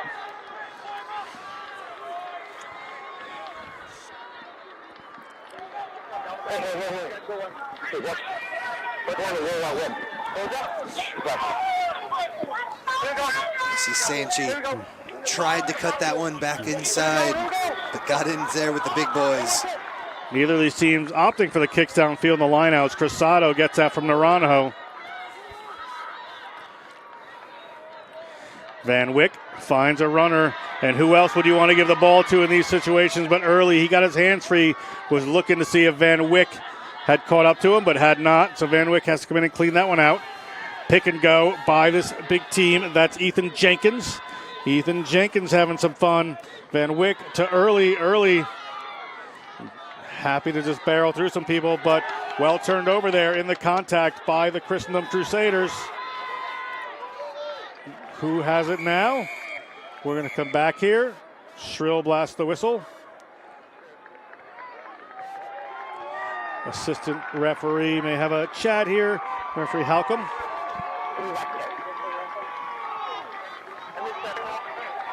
Yeah, so here's what we have. I had 7. Head around the neck. Lower him through the roof. We were beyond leeway. He will take a seat for that dangerous tackle. He made the tackle? He made the tackle. 7's going to go take a seat. Okay. 7, you're going to take a seat for that. We have a high tackle. 4 no mitigating tackles. Take a seat. We're good, Joe. Yellow card there you heard for the wrap around the neck in that tackle. Dangerous, can't do that. The Miners are going to be down a man for 10 minutes. Unlucky for him. This big Julian Brittain, the 6'2" senior. We just saw him with the poach a couple phases ago. As he gets in here, around the neck, little suplex action. You know, a lot of times this level, it's not intentional. The players are not as athletic as an international level player sometimes, but you got to call it. You got to keep the game safe. Meade comes across to Sanchi going the other direction. Sanchi finds Weston. Weston with that little hop step we have seen so many times this weekend. And coming into the contact, New Mexico Tech trying to poach that, but referee says it is one. That is Kokes coming in again, featuring as this game rolls on with those tight carries. Ball across into the hands of Askoff. Askoff is across the 22. Askoff is trying to get to the line. He's hauled down by Williamson at the end. Askow, excuse me. And ball back there to Christendom. Van Wyck, the penalty against Christendom this time. Naranjo steps one. Naranjo across the 50. This is a sevens match with twice as many players on the field. All of a sudden, Naranjo just shows it. He gets inside another one. I think he's beaten 17 defenders in a 15s game. Off they go. Looking for it, Van Wyck. Ball back there, and a run to the line for New Mexico Tech. Can he make it? He's over the line. That's number 11, Alejandro Lopez. Boy, the Miners dragging defenders with them all the way into the tri-zone. What effort. 60-meter switch of field position there, off the big break. And who gets it going? Van Wyck. Off to the danger man, Naranjo. The junior from the Lone Star State touches that one down. Good work by that winger. And New Mexico Tech showing their absolute determination. Here's Van Wyck. Van Wyck, Naranjo. See if we can count defenders beaten there. That's two. Don't know if it counts if he does it to him again. But ball finally comes wide there. And a good line by Lopez. Lopez, little work to do at the end there. Meade just trying to hold him down. A tug of war going on. But the body moving forward is going to win that one. And Van Wyck slots it. We are all tied up. Just under 55 minutes gone in this Cohen Cup. And this is the excitement that we're looking for. The shorthanded New Mexico Tech team. It gets on the board again. New Mexico Tech struggled to get that 28 points that they had in their last match against St. John's. But they are showing some amazing potency out here. That line-breaking ability has been all over the pitch. Christendom just wasn't able to set up well enough on the defensive end. We're going to go down to Tyler Doidge as this game is getting exciting. For some thoughts. Thank you, John. I mean, Van Wyck, the 10 here on New Mexico Tech, is really just the transmission to this game. I mean, he could change gears in a second. He sees opportunities 2 steps before they even happen. He finds the holes, and while Christendom is keeping up tight, those opportunities are going to create a big advantage later on in the game here. Back to the booth, guys. Thanks, Tyler. We're here as Early is going to come in the distributor role. Moving it a little wide there. Van Wyck is going to play the field position. The only player on the field, mostly that feels like playing field position, is Van Wyck. Lots of running going on. These teams are going to be gassed at the end of 80 minutes. A turnover attempt there works by New Mexico Tech. The momentum is swinging for them right now. There goes Van Wyck. He's looking for somebody. Buries his head into one of the Kennedy brothers. Ball squirts out. We're going to come back for a penalty kicked in the ruck there by Christendom. And you can bet this team is probably going to move early. That's Willie Early with the ball. And Tim, that's one of the few times in this game that a team has gone on a penalty for the safety of touch. Yeah, just got to slow things down at this point. Van Wyck finally showing he's human. Exhausted out there. That's multiple times he's kicked 50 meters and been the one to get down there and make that tackle. Hey, thank you. And off that tackle, they were able to disrupt things enough. Again, that new rule from a few years back, the ball was kicked inside the ruck, so penalty back over here to the Miners. Miners on the attack deep inside the Christendom zone. Ball up to the front, but it has to be knocked back. Naranjo going to get that. Van Wyck is going to put it to Early in the second receiver position. Little wrap around there to Usher. Usher gets the ball in. Williamson to clean that one out. Christendom players getting away. Willie Early, he can pick and go if he needs to. Looking to work that ball back. Ball up into the hands of Williamson. They're going to keep this one tight. John Kennedy stops him. John Kennedy brought to the ground. He's got to roll away there. Another attempt there to head towards the line. They're keeping it tight here are the Miners. They could take the lead if they can get over the whitewash. Early calling on to him is Naranjo, trying to get him some players to drive him through. They're going to go a little wider with this one. And they are short from Van Wyck. He thought he was going to slide right under, but does not. Where is the room for the Miners? Are they going to stay tight? Are they going to try to move it a little bit wider? They're tight for the moment. Naranjo gets that ball out to Early. Early offloads it to Usher. Just tries a little too hard, and Christendom has the ball, and they are on the run. Christendom back in there. Can they go the distance? A little pass back over.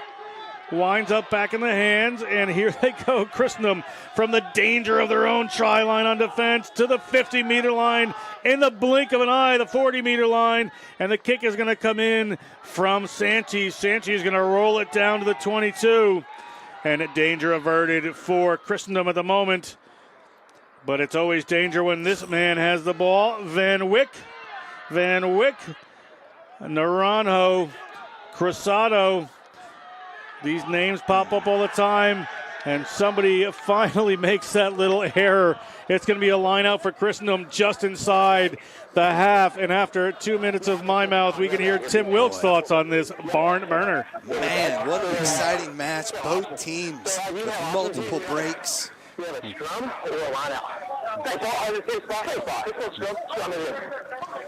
Scrum chosen here. The ball out into touch. Off the knock. Shot of Van Wyck, the Namibian. But boy, Christendom out of their own end. 40 meters worth of miraculous offloads to work their way back down the pitch and get out of their own end as New Mexico Tech had about 4 or 5 phases of smashing it, trying to get it through. Tim, they call a lot of Super Bowls and a lot of football championships here in the United States, a really defensive-oriented game. It can be a low-scoring game. Games playing a little conservatively.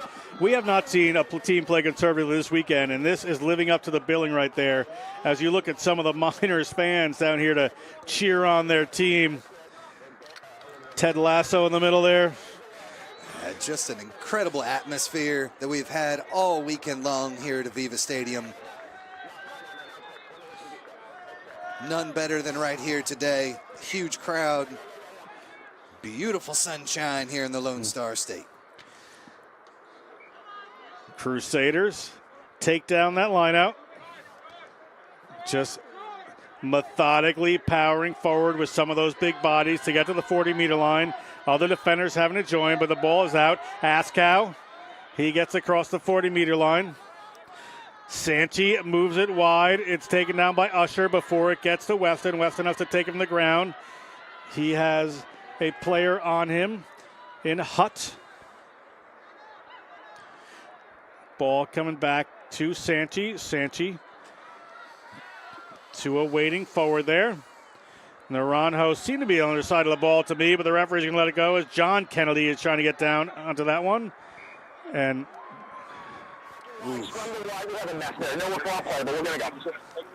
referee just calls it up for something, but he just called it a mess, which it was. Ethan Jenkins got his hands on the ball there, kind of fell over the top of it. Almost infractions from both sides, so we'll just have it back here to a scrum. Over midway through the second half, still a tied match.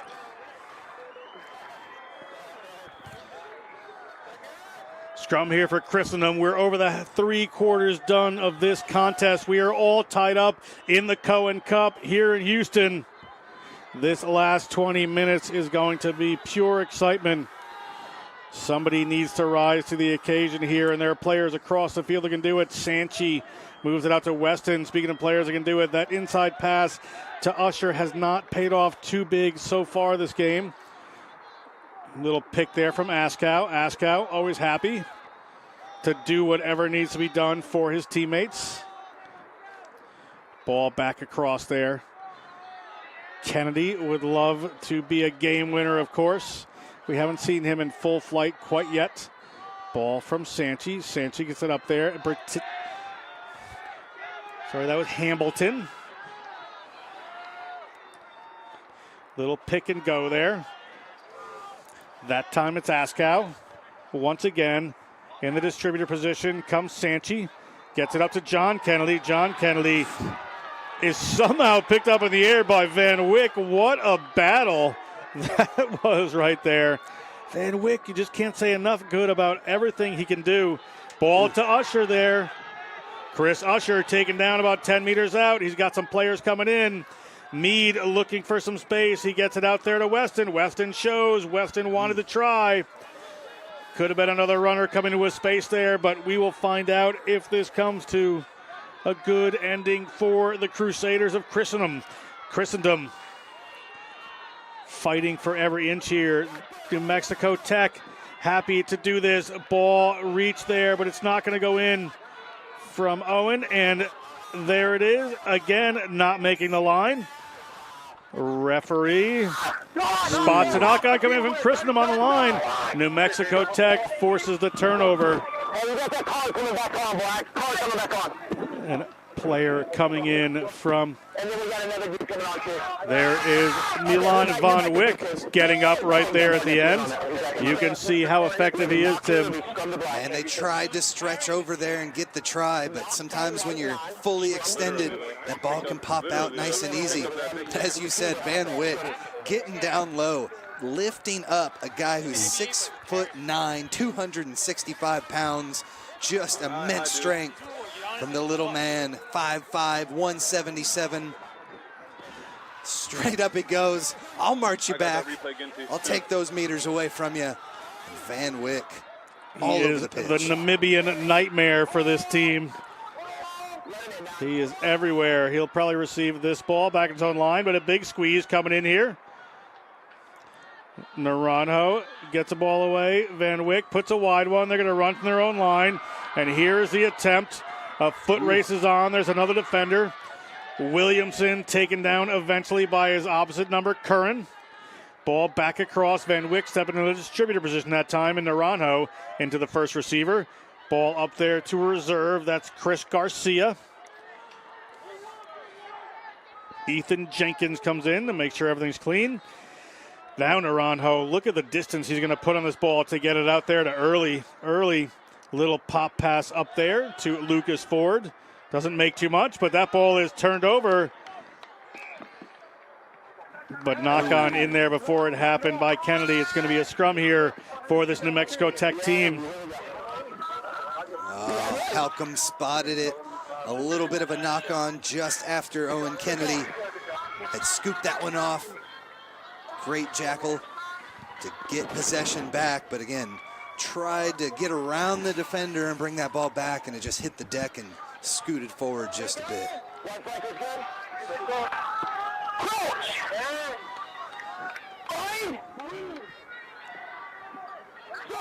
Under 15 as the excitement builds. Excitement, it is. Big squeeze again from the Crusaders. Ball squirts around. Referee Halcomb says we're just going to have that one in again. And John, we've seen Christendom with the big drive almost every time, but I think New Mexico Tech has gotten it each time. They've been able to keep their ball when they've got the put in every single time that I've seen. And even with that push, I mean, that's not an easy thing to do. We've seen that scrum get shoved back a few meters most of the match. Cohen Cup Finals action here. John Broker with Tim Wilkes. We have Tyler Doidge in the sidelines for this next level rugby production. Exciting times here in Houston, National Collegiate Rugby Championships. This is for all the marbles. They're tied at 24. Van Wick finds the space. Is there anything he can't do? Well, as soon as I say that, we find out he can't convert that pass. And we're going to come back to a penalty against the Miners on a rare mistake from Van Wick.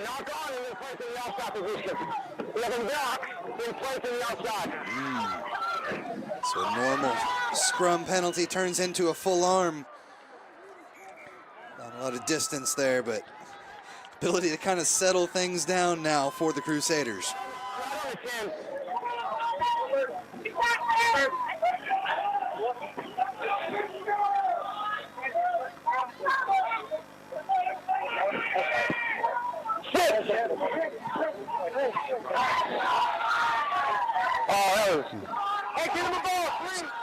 Ball just waiting here. It's going to be Christendom throw in. Good job from the AR there on the far side. Was able to see all that happen and radio in to Halcomb. Hey, no. You're playing yesterday. Step in. Yeah, that'll work. I'm doing that. Thanks.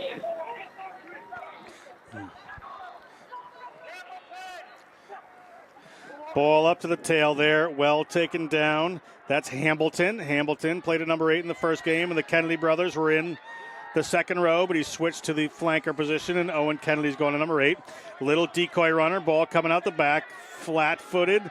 Good challenge from New Mexico Tech on Curran. Curran works that ball back. Meade finds Sanchi. Sanchi finds the big unit, John Kennedy.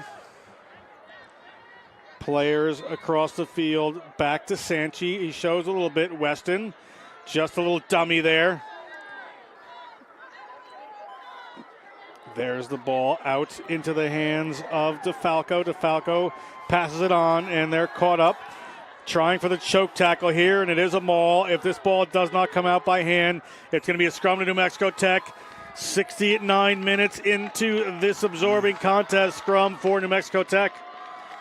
Both teams having their opportunities, but nothing going there. New Mexico Tech will have another scrum down opportunity as the Miners continue to dig away at this one. Almost Miners, a bit smaller team, and the forwards obviously have really battled with these big boys and happy to do so. Very impressive. You see their second rows and their flankers all binding together there. So really it's more 4 second rows in their formation. They're relying on the flankers to give them a little extra push there. Definitely going to be under pressure, though. Danger man. Ball slips. Looked like it went forward, but referee says it went back. Naranjo gets it to Van Wyck. Van Wyck deals to his inside center there. Hutt. He's their straight and hard runner when they need him. They have Early outside of him. Ball slow to come for Naranjo. Early in the first receiver position. Early gives it to Cruzado. Cruzado just outside the 22. Naranjo to Van Wyck. Van Wyck steps. Van Wyck at the 22. Runs into Askow.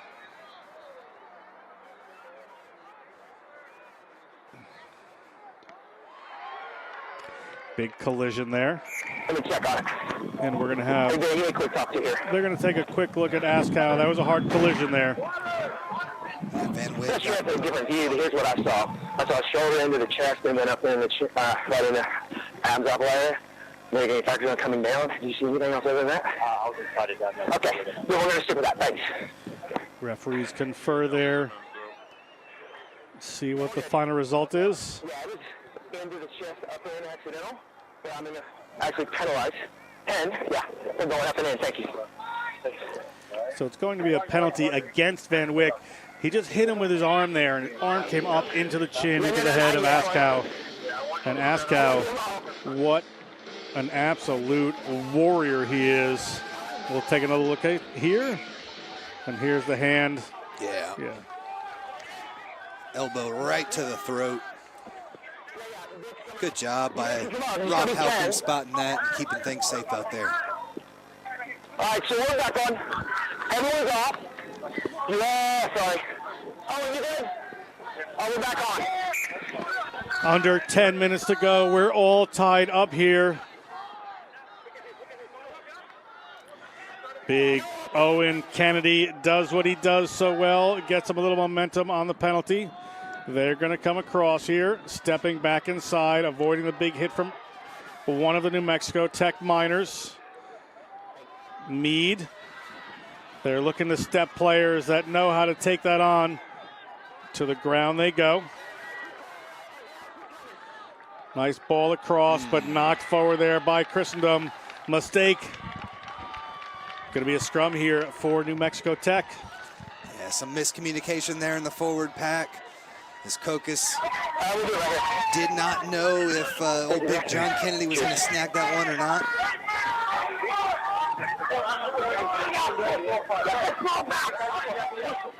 Scrum down again here. A little over 8.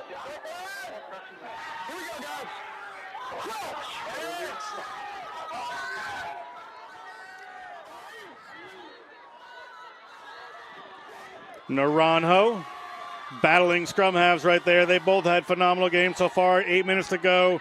Somebody wants to be crowned champions. Finally, the big power comes in from the Christendom forwards, and they drive that one off and draw the penalty. Van Wyck not so thrilled with that, you saw? Yeah, that ball had made it all the way back to the 8-man's feet, but at the same time, the scrum was just disintegrating around him.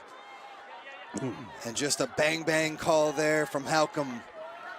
Goes the Crusaders' way. They go quick as usual, not looking for field position. Sanchi moves it out. They've got runners out wide, but they're going directly up the middle. Van Wyck gets in there to try to turn that one over, and he is lodged onto that ball and does what he does. Van Wyck, he's got ball in hand. He would happily win this single-handedly.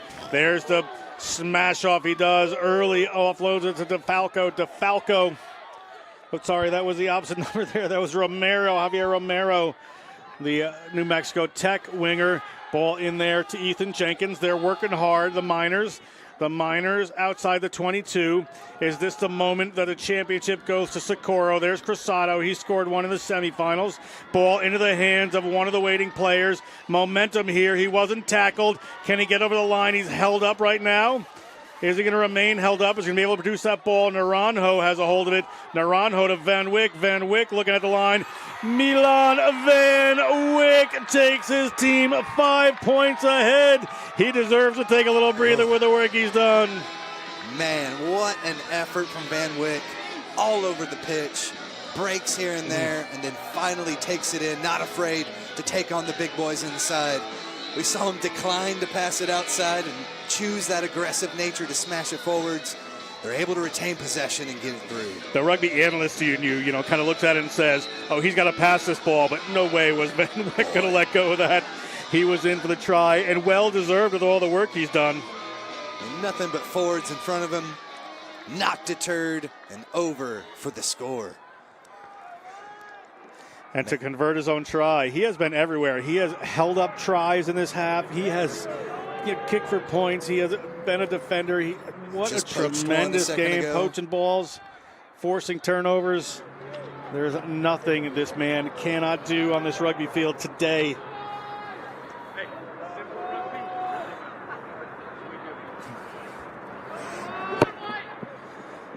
That one pushes there, so it's a 5-point lead. The Christendom Crusaders would need a converted try to win here. 5 points would tie it up if they can just score. So defense needed from the Miners. Every bit of energy you've got left in the tank is needed right now.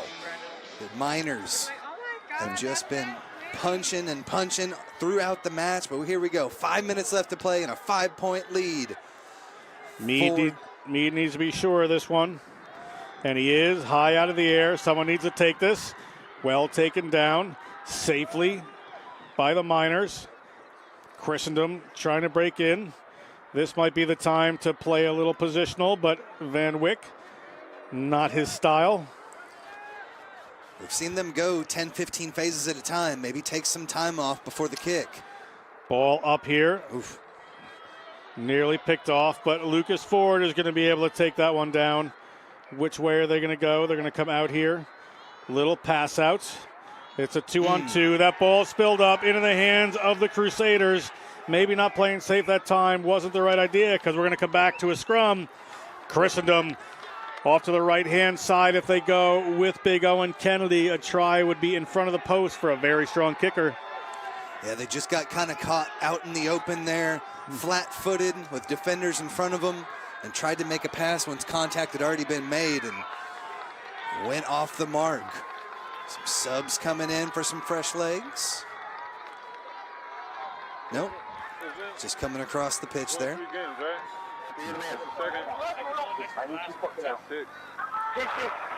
Referee Halcomb bringing this late scrum together. We're about 3.5 minutes to go here. 5 points in it. Converted try would win it for these Crusaders from Front Royal.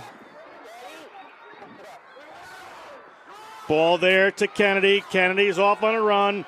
Can he get all the way through? Van Wyck is going to have other thoughts there. Meade takes it himself. Meade, ball in one hand. He needs some support and gets it. They have no scrum half or distributor right now, so they just pick and go through John Kennedy. pick up there. They're going for the close pick and go. Player is down. They have to release. Look like Askow there as the ball comes out into the hands of Weston. Weston gets through, gets the hand into Usher, and in the corner. Try is touchdown by Hugh Wingate. Great try, great answer there by Christendom. We are tied right now. Kick to come. Big moment for these Christendom Crusaders.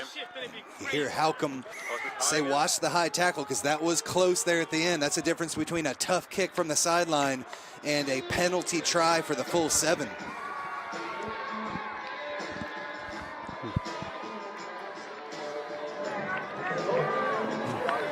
Owen Kennedy knew about what was going on as well, but Halcomb explained it off.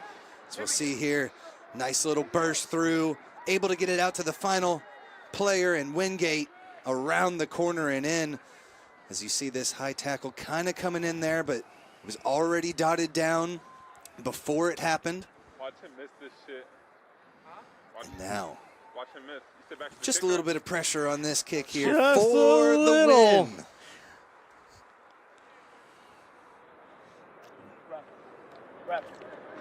You're on the clock now. Taking his time about it. Mead. 10.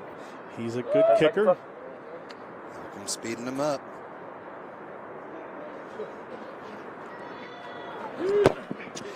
And Mead cannot convert with that one. We're tied at 29 with just over a minute to go. We could be looking at a golden point overtime. Boy, that one started off looking wide, drew it back in, hit the post and off. What an opportunity there. 1 minute left to play. Both of these teams have shown that they can run, so we will see what this comes to. There could be a game breaker yet. There are threats across the field for both teams. Van Wyck and Early should be the danger men. It'd be Weston and his crew for this team. Ball picked up there by Pertain. He decides to go across field for a little bit, but he makes a break. He runs into Van Wyck in a big challenge. Able to get the ball back. They're on the move. Here comes Sanchi. Sanchi gets the ball. It is out into the hands of the winger there. That is Wingate. Wingate gets taken down from behind from Early. Ball squirts out. Who's going to come up with this ball? It's going to go back to Christendom. And penalty Christendom with no time left. There they go. That's Askow. He was hit before 10.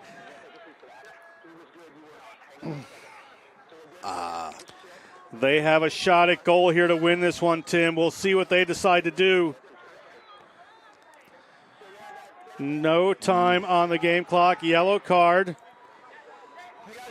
Roberts had the steal there, but then got a little too aggressive, did not fully get back 10, and he is dinged for the penalty. Time is on here. Christendom is going to go for it. 3 points would win this for them, but Kennedy wants to win it with authority. Not sure I agree with this. So close before they were. That is right there. That man, Van Wyck, tried to make the tackle. Kennedy slips through that one. They need a good ball here. That's coming from Sanchi. Sanchi gets it across. Here's the man. He slips inside. He steps another, but he's a little bit alone. Gets it up to Usher. Usher is headed towards the line. Right outside is Christendom. Can they take this win? John Kennedy doesn't have a lot of momentum behind him. They're going to come up with the ball here. There's a New Mexico Tech player stuck in there. Driving towards the line they go. They can't be held up. Those players have to release him. Here comes the ball right at the line. Who's going to want it? Ball is up, going around, looking for it. Touched it down. Try awarded. Your champions are the Christendom Crusaders.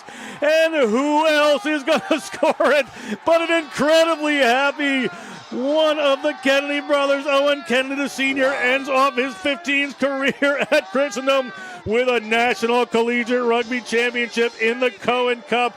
Tim, what a final. Boy, he was kept quiet for most of the game. Didn't really see him excel to the ability we did on Friday. Rob Halcomb clears off the field. You can just see the New Mexico Tech players. What a game they had. Milan Van Wyck. What more can you say? Willie Early. He's going to take that drop kick. It's going to bounce off the post. No good. But that is the end of this contest. What an amazing game. My nerves may never be the same. Phenomenal stuff. Both teams had opportunities in the end. Christendom just enough here. So see him maybe go left. Let's go around right. And then uses the long arms. Just that big arm. What a play. He had his brother right there with him, so he had a lot of beef to try to push that in. But they just got it right around the winger there. And good heads-up play by Owen Kennedy for the championship. Front Royal will be enjoying it this evening as you see the celebration. Ryan, you have to play a lot of that, him celebrating that shot. That was hilarious. Well done by the Crusaders. Got the Gatorade bath ready. There it is. The coach is happy to take that. James Conrad, Jacobison, and Audino, the coaching staff, they probably couldn't be more thrilled at the moment. And the Shenandoah Valley boys doing well. Referee dictating what's going to happen here as the championship hats are being awarded here. Can't say enough about these New Mexico Tech Miners, though. A brand new program, only a few years into it, have just been building, and Van Wyck almost got them over just about solo. I mean, we called his name so many times. Just and not just little things, incredible plays. Everything they needed to have happen, Van Wyck made happen. He was phenomenal.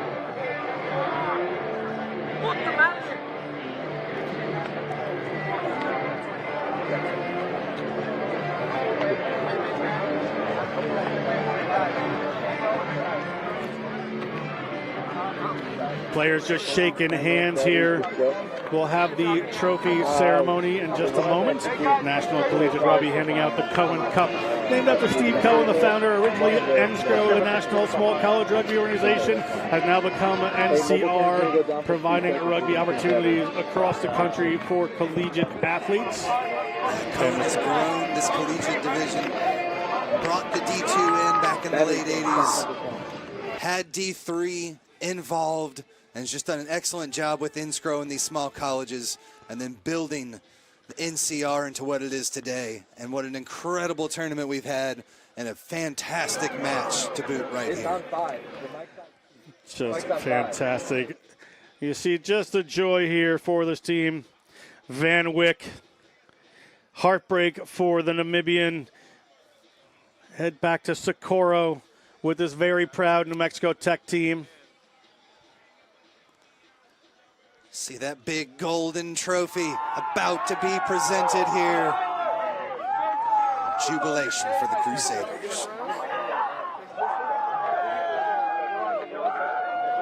There is a very happy Matt Weston.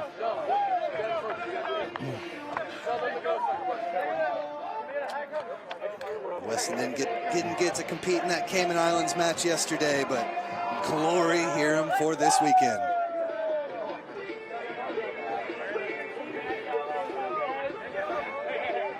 Brad Dufek and Steve Hyatt out here with Steve Cohen, the man himself right there.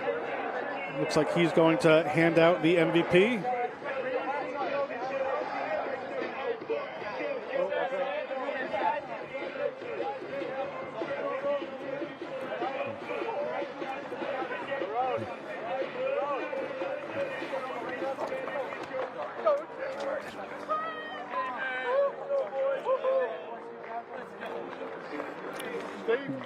Happy team here, award ceremony to come.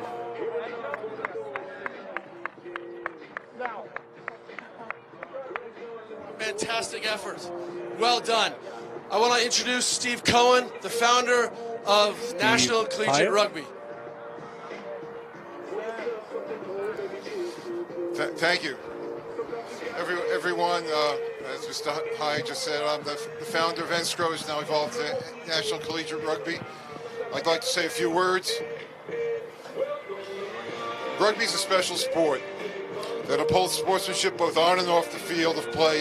It is in many ways the perfect sport to foster the growth and development of young adults and student athletes who work hard to make themselves and others proud of their accomplishments. I am very proud to have played an important role in bettering collegiate rugby, and I'm both honored and grateful with this recognition of the Cohen Cup.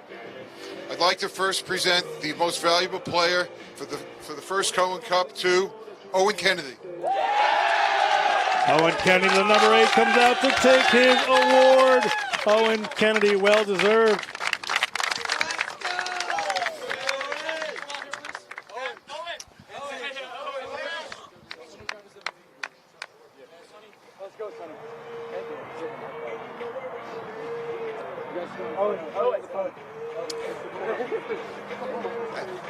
And the first Cohen Cup national champion, Christendom College. Here's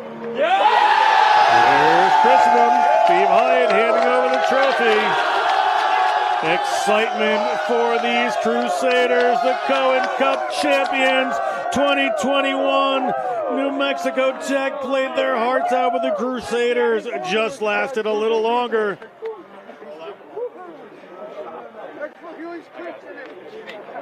We're going to go down to Tyler Doidge, who is going to speak to MVP Owen Kennedy.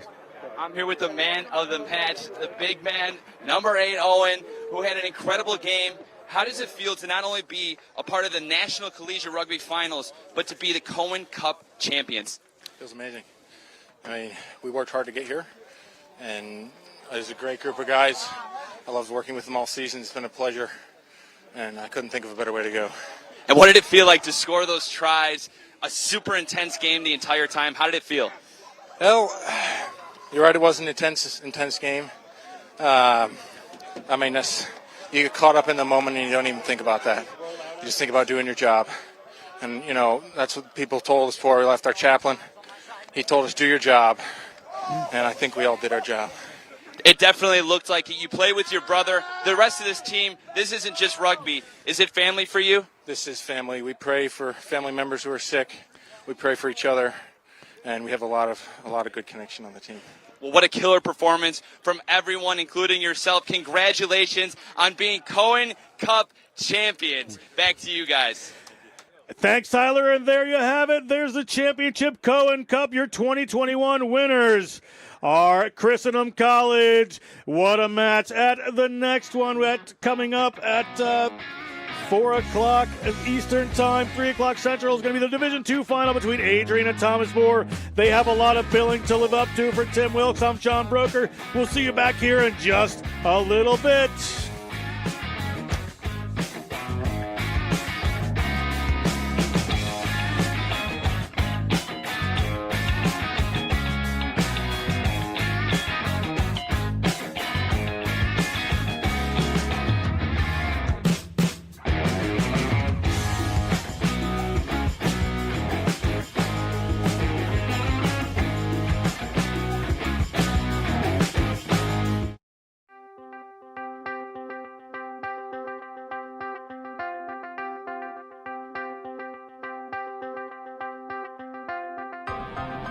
Nah, one word is family.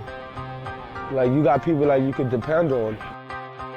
It's great. We all love each other. We all like hanging out at these tournaments. I mean, we all choose to come here. We don't have to be here, you know. It's just good fun coming out on a Sunday, playing, getting all together. And New York Rugby Club is a great community because they put you around great people such as Alex, my coach Alex, and he teaches me more about rugby, how I can make my game better every day. You know, as a coach, what I'm trying to get is better people, really. The unique thing about rugby is what it does off the field. And, you know, I talk to these guys and these kids off the field, talking about their school, understanding where they want to go to college. You know, for me, we're trying to get better people out of this program rather than just better rugby players. Probably my favorite part of playing rugby is, like, I can forget any problem I'm having at school or at home or just any kind of worry or burden and just like give it my all on the field, and then I get off and I feel like I've accomplished something, and then it helps me with other stuff outside of, you know, the confidence outside of rugby basically. It's brought up a lot of my confidence. I wasn't very confident in middle school. I've just become so much like a better person to myself. I see myself in such a bigger light, and I'm honestly so much happier playing rugby. And what's quite unique about this club is you're not having one type of school or one stereotypical type of kid. You know, you're getting a mixed variety, and you get to see all these different kids actually come together and work together once a week or twice a week when we practice. So definitely that's the biggest impact, seeing kids from different backgrounds and different histories and you know, different parts of the world really come together and work together for a common goal, which is rugby. Let's get more kids playing sport because we know what that can do to them off the field, and in turn let's send more to college. And without rugby, I think it would be a lot harder for me to get into some schools that I want to get into. So I'm really thankful that I've been involved with the sport and had that kind of like extra push when it comes to college and higher education.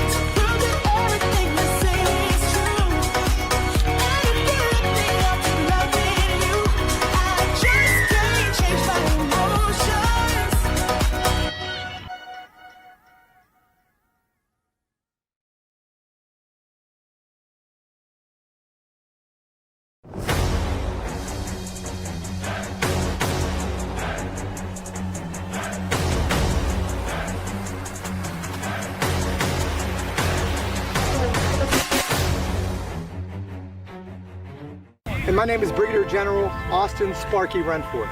You know, what has rugby meant for you in your life? I tell you, what it's meant to me is it's really the fraternity. You know, the people I've met along the way.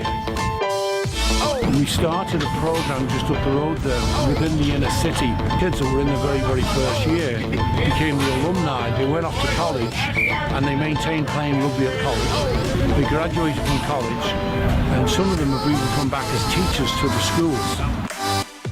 Like life lessons, like when you get like knocked down, you just have to pick yourself back up, and it's just that perseverance part, not letting things get to you. Well, we're pretty diverse. We got players from any country you can think of: Egypt, Colombia, Chile, Argentina, American, Cuban. It's been my social group. It's been my brothers. Those when I'm in peril, who do I call? Other rugby players. Those guys I resonate with. They taught me life skills, everything I need to know, and I just always appreciated the game. Is the bond. I've never been so close to a group of guys before. We all have fun.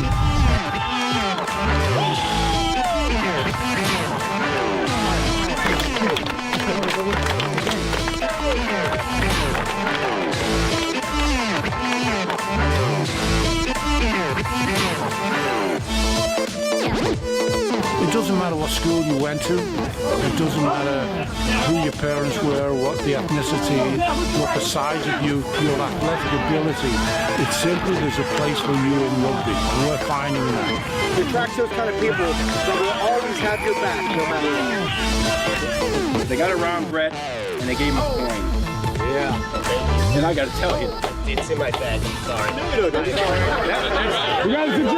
us a drink. Rugby has helped me stay consistent, and as a woman, I feel really empowered being able to tackle people. It just changes lives. Rugby like me. Out, guys, slow. 1, 2, 3. Rugby!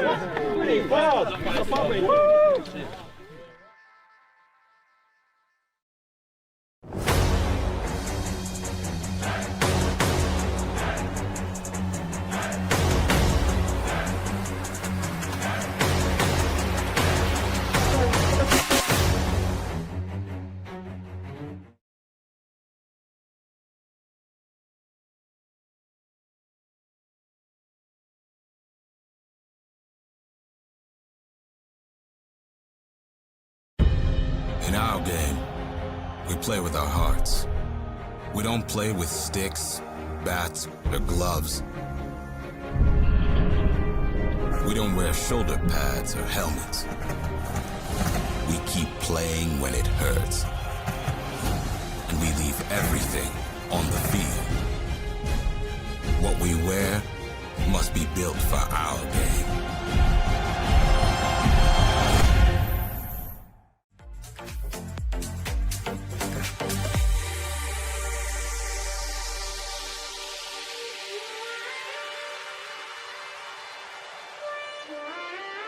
Hey, we brought that second half intensity all day. Let's bring it now, right? They're not same thing, that little bit of slow start in the beginning. We're going to move on. We're going to play good rugby. We're going to bring it to them, right? Yeah. Same thing as we're staying in attack. Patient with our minds. We're fucking active with our feet, right? We're attacking them. We're coming at them aggressively.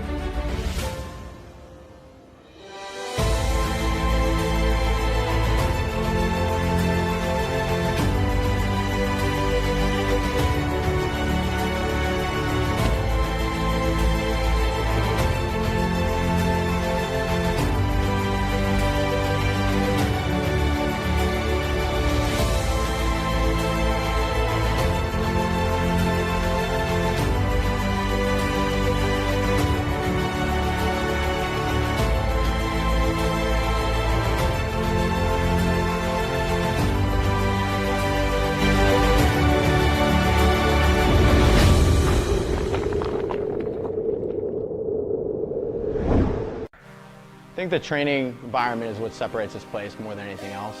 I think that there's like a team environment with a personalized training effect. So I think that's the problem with a lot of other places. It's one or the other. It's, we're all together in this class, but there's no specificity with each person, or it's only personal training, which really there's just no camaraderie. So this facility, the way we set it up, we try to get that team environment, that group camaraderie, along with a personalized, tailored program for your needs and your goals. Culture is just a massive thing here, from person to person. We'll have a 30-year-old athlete who's crushing a 300-pound deadlift right next to a 45-year-old woman who's just doing walking lunges, and the cohesiveness between the two people really ties the whole gym together.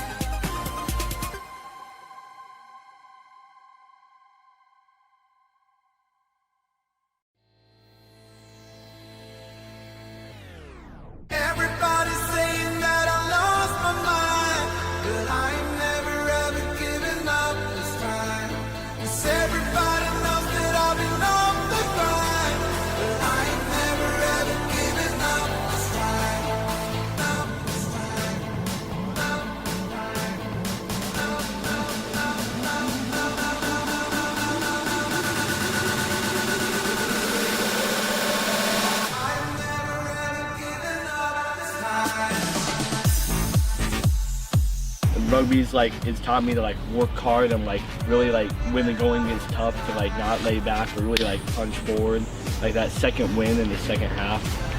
And it's taught me that I have intensity, definitely.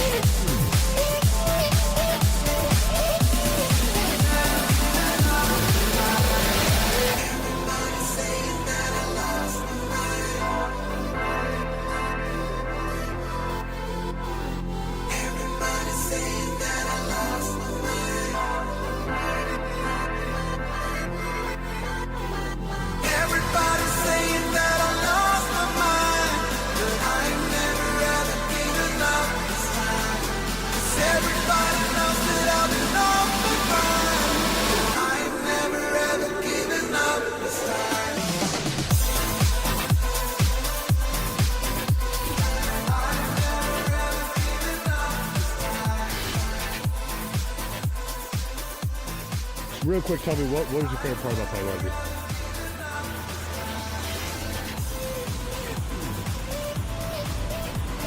Just coming together, just having a team, having a family on the field, and just being it's so cool to hit and smack someone for the first time when you can't do it in real life, and then right after you're all buddies with them. And a good day to you, rugby fans. Welcome back to Houston, Texas, the Space City. It's a National Collegiate Rugby Championships weekend. We have handed out trophies everywhere. This is going to be the Division II final between the Bulldogs of Adrian and the Thomas More Saints. First, a look at the Adrian Bulldogs. Big Tuata'a all the way in, rumbling through. He played a big 80 minutes and a huge force. Here is that man, Mamata. He gets that ball off into the fullback's hands. That right there is Sam Williams. Another try for Adrian. Norwich, the Cadets, could not pull this one out. 36-22. Adrian wins over Norwich, but Norwich certainly went there. As you see, Tuata'a could not make that last gasp tackle, and there was the big pickup. McGregor Adams snags it and then shows off the speed. He'll be moving over to the winger position today to try and blaze a few more. Great work on Friday by the Bulldogs. Benny Mattialona's team there, first-year team, making it to the finals. We take a look at the Thomas More Saints. Here's the big man. Thomas Casares, big 6'4", 245-pounder, was a force to be reckoned with. They have that Argentinian connection. We're going to look at some of the good work here by this University of Northern Iowa team. They were certainly game there, as that was Schmidt that touched that one down, and a big pickup by Caleb Bolen here for this Northern Iowa Panthers team. They touch one down there, but Karamuti, the man right here, scores the final try, and 73-20.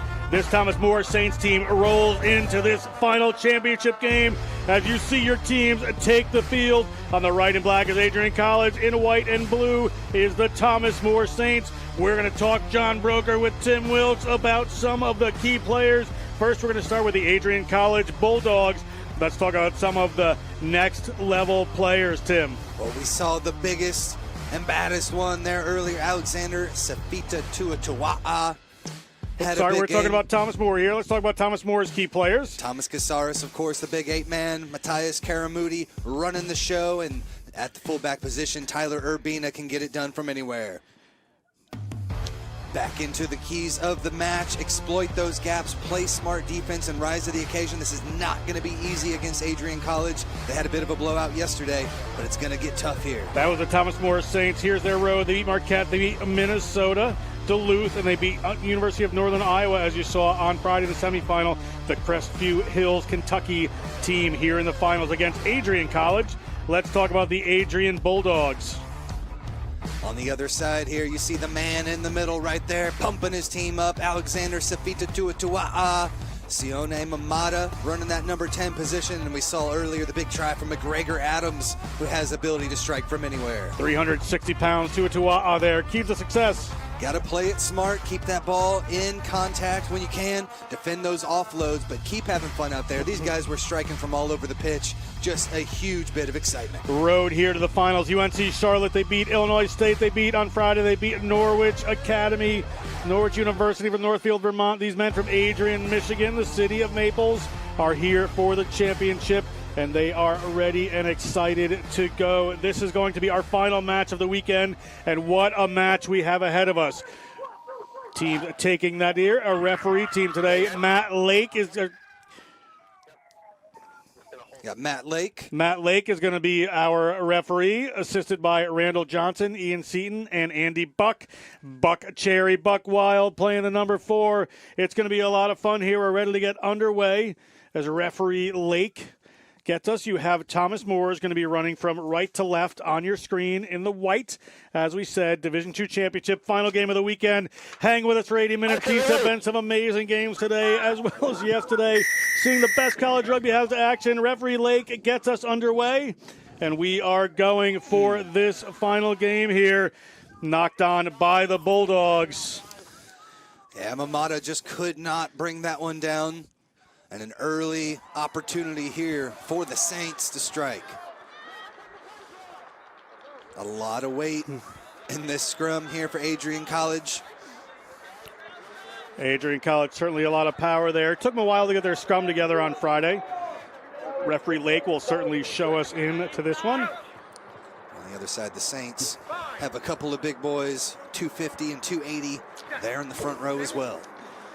Dylan Weir at number 9. Referee Lake says, let's get that ball in. Big squeeze coming from Adrian right away. Off the back they go. That's Casares. He is full of power and intelligence. The ball ripped away by Vatuve. Patello Capisi Vatuve, the number 13 there for Adrian. Ball out now a little wider. They're on their own line, but this team from Adrian loves to run. That is their preferred method of getting the ball downfield. That is the big man, one of them on the field. That is Tuatua'a. Gets the ball down. Little step here. Looked like that tackle was a little high, but referee didn't see it. He ducked in.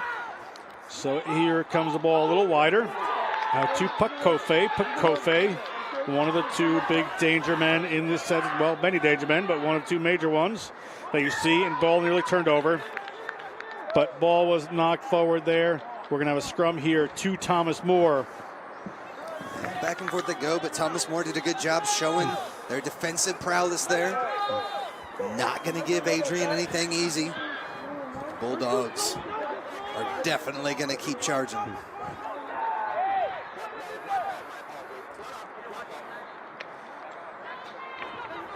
Take a look at Weir there. Dylan Weir, the freshman from Boca Raton, Florida, played high school rugby for the Woodlands. Grew up playing rugby in New Zealand, so certainly knows his way around. Ball to the back. That's the danger man, Tomas Casares, but they're going to release it to the backs. That is Karamuti. Karamuti, they move it wide. They had some space there, but the Adrian Bulldogs defense clamps their way over. And that chance goes begging. We're only 2.5 minutes in here, Tim. And McGregor Adams out there on the wing today. Made that nice, sure tackle. Drove him out. See him trying to find some space here on the weak side. All the way here. But again, a strong contact and shove. Good work there by McGregor Adams. That may be one of the reasons he's out there on the wing, is to bring that intelligence and close down some of the attack of this Thomas More team, because they clearly have, that Argentinian connection and a bunch of it. There is Pakofe. Michael Pakofe, he was everywhere on Friday. Ball back. That is Mamata putting in the kick, but it slides over the head of Bowen Brown. Bowen Brown able to recover. Bowen Brown slips one, gets around another. Player in there quickly from the Bulldogs, trying to drive this one off. Counter ruck. Ball still on the ground. And it's going to be penalized for player coming in from the side by the Bulldogs. And we'll hold up here as Thomas More is going to take this one quick. Thomas More gets the ball quickly up into the hands of Lorenzo Lelli. Ball out now. Waiting pot of forwards there. Big rushing defense coming on from the Bulldogs, trying to slow things down from the Saints. Another little hand here, and the Saints had a little bit of an easier time early on Friday in the semifinal, but a penalty against the Bulldogs. A little over anxious. There goes Mr. Fun, Hudson Montgomery. He's just a blast to watch play rugby. Captain having a good time out there. Weir, Casares into the waiting defense there. If he gets into the open running lanes, Casares is a dangerous loose forward. Lelly just takes that one in. Sam Ray latched on there. Weir goes back to the other side. Again, they're just a one-on-one battles here. Good defense coming in from the Bulldogs. Lelly again, just going back and forth, seesaw with these. Now they're going to come out flat on the line, trying to get it across there, but good tackle by the Bulldogs. Not giving up much so far. Weir, this is that early battle for some momentum and confidence, Tim. Ball up, Casares. Nice pass there to get the ball away. That goes into the hands of Bautista St. Bonnet. St. Bonnet. Weir finds a runner coming in on an angle, but couldn't convert that time. Ball back out there. Counter ruck work coming in, ball across. This team is very flat on the gain line as Jawan Veal takes that one down. Weir tries to step around it, runs into a couple of larger players from this Bulldogs team. Not going anywhere, but getting another phase through as Weir pops back up. Ball out there. Karamuti.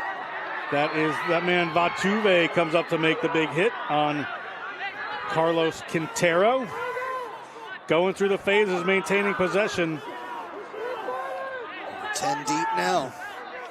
Phase after phase after phase. Sometimes this is a positive. Sometimes you just leave one too many as Hudson Montgomery comes in there. Pakofe puts his hands in, but we do have an advantage here for the Thomas More Saints. Here's a big run from Montgomery. Montgomery, the senior from Reading, Ohio, looking for that one. They're going to come back across. They still have advantage. Karamuti's going to put one up to see if they can come onto it. McGregor Adams, well covered, will come back for the penalty. Exciting couple of minutes there.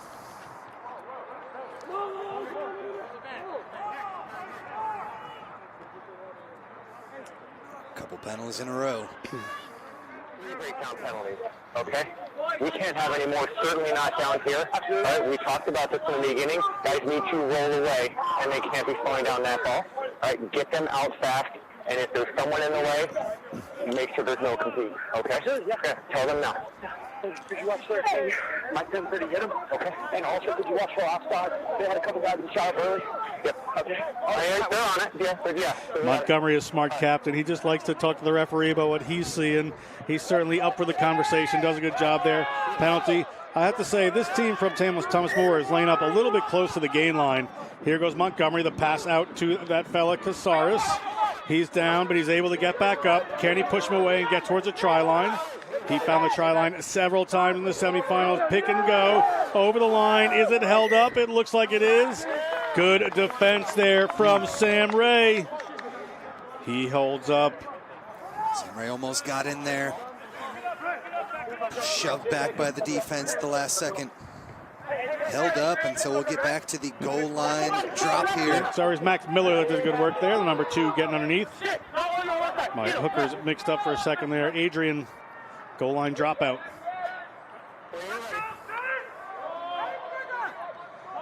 Vatuve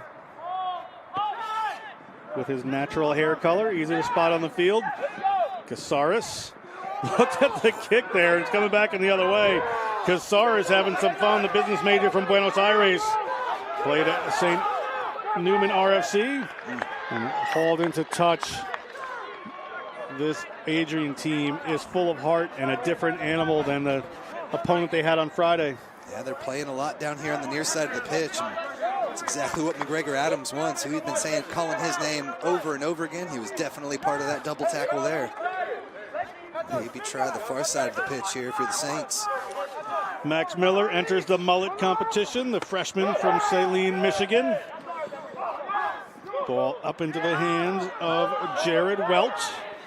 Welch takes that one in. Sorry, that was Bowen Brown. Looking at the wrong team again there. I'll sort this out. Bowen Brown takes that one in now. Ball across Karamuti. Karamuti goes wide, but the big hit comes in, maybe an offsides. Shrill blast of the whistle, and we'll see how this turns out. That was clearly away. You made no attempt to wrap either. Yellow card. Pakofe is going to be off for 10 minutes there. Conversation with Nicholas Andiarina, the captain and number 5 for the Bulldogs. Pakofe, a big loss here, 8 minutes in. As you see there, just a late hit, blatant, no wrap. Yeah, that was a little silly there. Referees and assistant referees are going to see that. Thomas More has decided to go for points. They've had a couple of runs to the line, Tim, but they want to get points on the board. 3 points would be very welcome here for them. Yeah, Karamuti did an excellent job on Friday, so he's got the skill to get it done. We see one more time, just back turned and just a straight shove. Warrants a yellow card every time. Silence comes over the stadium.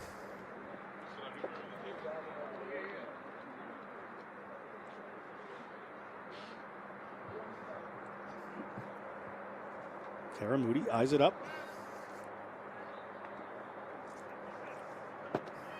Karamuti from Cordoba in Argentina hits that one, and the first 3 points of our Division II championship here at the NCR Collegiate Championships is the Thomas More Saints through Karamuti. And we'll see if that boot comes into play even more throughout this match. Did a good job hanging around. Adrian College's into the pitch so far. And that's definitely a weapon. You get inside that 10-meter line, any little penalty could turn into points.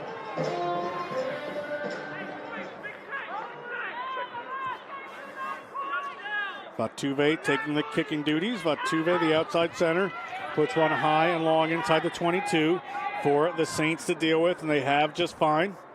They launch one downfield. Bounces and stays in field over the 50. Here come the Bulldogs.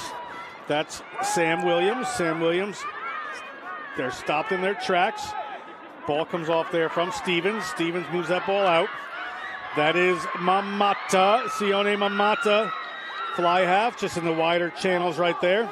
Team can play very interchangeably. Stevens gets it up there to the hooker, Max Miller. Max Miller gets the ball to ground. Stevens again gets the ball out into the hands of his captain, Andy Arena. We're going to come back for an offsides penalty on Josh Foy, or he just changed his mind, said it was DeJuan Veal. But we're going to have a penalty. Just a little too aggressive there by the Saints. Now going to get pinned back in. Kicked there by Lolohea Fonua. Doesn't go to touch. It's taken by Thomas Moore, but it looked like it might have been knocked on there. Scrum coming. We're going to throw down to Tyler Doidge for some thoughts. Thanks, John. I had talked to a few Adrian College players prior to the game, and they said that their key to victory was going to be discipline. Now, obviously, with a yellow card this early into the match, they're obviously not sticking to the game plan. If they want to stay in this game and they want to keep this lead down to a minimum, they're going to need to pick that up. Back to you guys in the booth. Thank you, Tyler. Good words there. Yeah, discipline is easier said than done sometimes, and they have a player in the bin as a result of that. As we take a look at that man, McGregor Adams.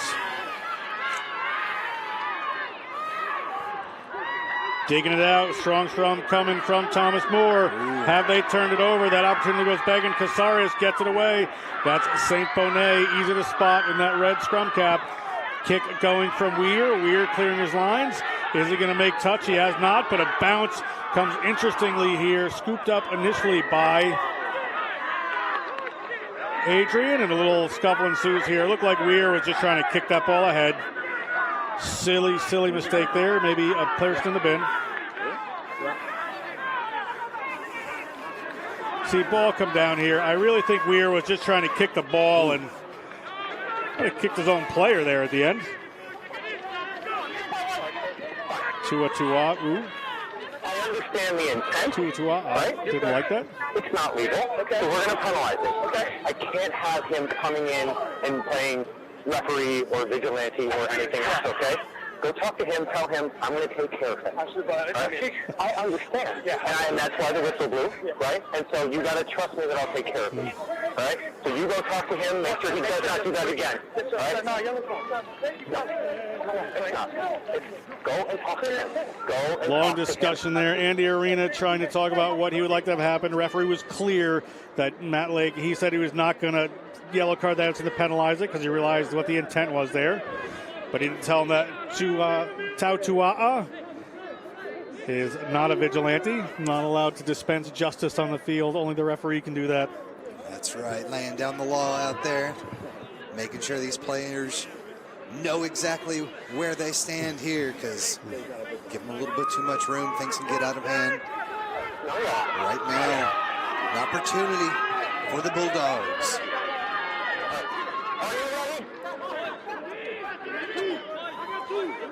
See what they're going to do here is Adrian, and they are looking to go for posts here and tie this one up. Interesting choice from the team that really loves to run off of that penalty against Weir for just an errant kick. Dangerous play. 12 minutes gone.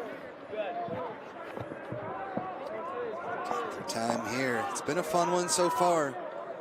Thomas Moore definitely the aggressor, though. Able to pin him back inside their own 22 a couple of times, and then the big the big kick from Caceres. From Karamuti, Argentinian boot. See if they can respond here.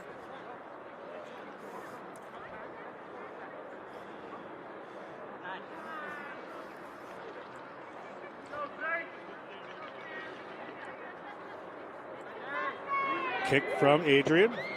A little bit on an angle here. It looks like it was lifted just a little high. This ball's live. Here comes Weir. Weir steps over one tackle. Weir kind of gets around another. Ta'utua'a tries to come in and get that. Ball squirts out back towards Thomas Moore. One of the Adrian players dives on it. It's at the bottom of that ruck. There is the pick and go from one of the Bulldogs players, but whistle comes for a knock on. Nearly turned over, but it's going to come back for a scrum for the Adrian Bulldogs. Good pressure. Yeah, Botello busy Vatuve was able to charge this one down and then dove in and scooped it up as well. So there's a beautiful charge down, tracking, and dives on top of it to secure possession. Vatuve, he came in as a reserve on Friday in the semifinals and really changed the nature of the game. He's a very dynamic player, so it's good to see him starting today. See options there for the Bulldogs. So you look at Jack Stevens, the freshman from Commerce, Michigan. Played for Detroit Catholic Central in high school. Has to just shovel that one away. They go to that man, Vatuve. Vatuve finally hit. Taken down there by Quintero. Bulldogs through Stevens. Get the ball up to their captain. On the arena. Ball to Mamata. Mamata gives it to Ta'utua'a. Ta'utua'a is going to make it to the 22. Little run as they go, trying for the pass there. They get the ball to McGregor Adams. McGregor Adams steps inside. McGregor Adams, the former soccer player at ADRIAN College, gets it right to the line. Ball comes up into the hands of Guido Fittipaldi. Fittipaldi gets it down. They're looking to go one with the other. The captain looks towards the line, but he's held up by two players. Has to get this ball back, and they do. That is the big man, but it's spilled forward there. Thomas Moore has a scrum advantage at their own 5-meter line. And we're going to come to that, but under pressure on their own line is Thomas Moore. Yeah, the big fella tried to rumble in there, but just lost possession of it as he went to touch it down. But not out of the woods yet here are the Saints. You see the retreat there going back for a possible kick here. Ta'utua'a there. Ta'utua'a, the big man, a freshman from East Palo Alto, California. East Palo Alto Razorhawks player, football state champion, 2018. Good wheels on the big 360-pounder out there. Played all 80 minutes on Friday. Weir has Karamuti. Karamuti gets one low and has to come back. He gets it to the right boot finally. Taken down by one of the players, but doesn't get the distance he wants. It's going to be an ADRIAN Bulldogs line out, 10 meters out. Well done by the defense to force him to his left. Know he wanted to use that right boot. Put a lot of pressure on him so he could not get that one away clean. Some more pressure here from the Bulldogs.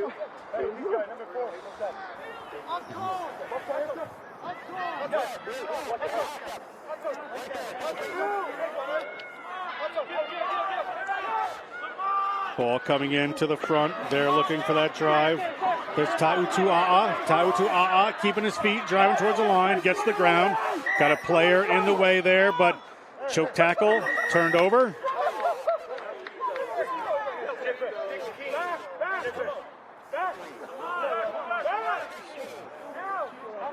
Let's wait and see what happens here. Referee spotted something. Sit down for 10 minutes and have a chat and get to know each other, I can facilitate that. Knock it off. Both of you. You and you control your men. Talk to them now. I'm done with this. You'd have to think they were just expressing their infection for one another, Tim, but referee sees otherwise. Does Matt Lake exchanging pleasantries are competitors from either team in this Division II championship. We're going to go back here for a scrum to Thomas Moore, but on their own line, unusual here for Thomas Moore. Big turn of events there. They tried to go inside to the big fella and let him drive over. Turned into a maul, and they were able to close that one off so it could not be picked out cleanly. Got the turnover.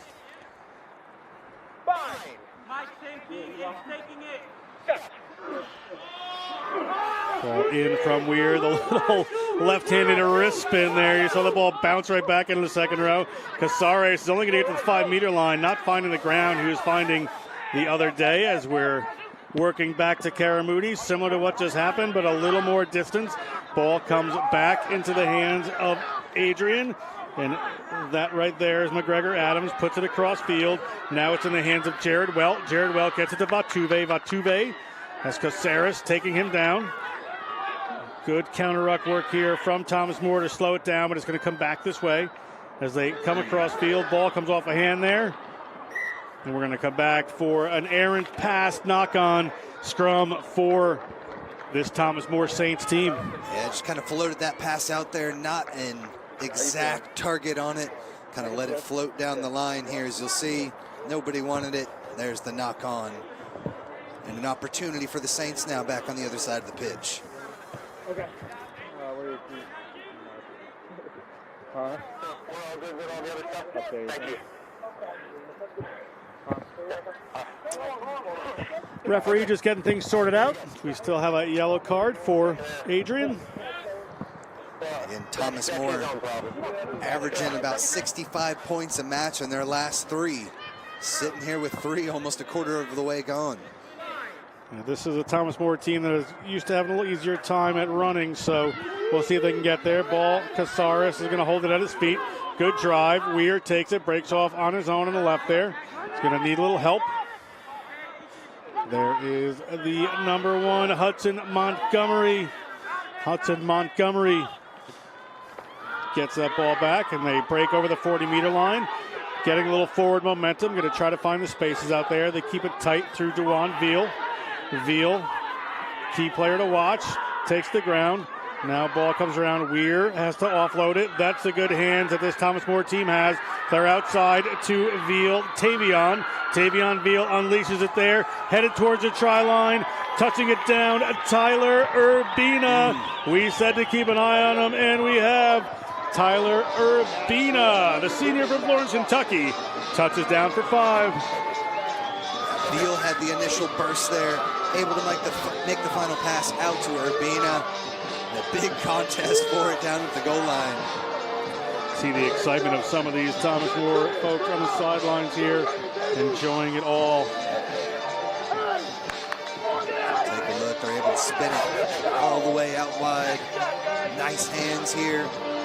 Over the 22-meter line, and just too much pace, kind of around the neck there, a little dangerous.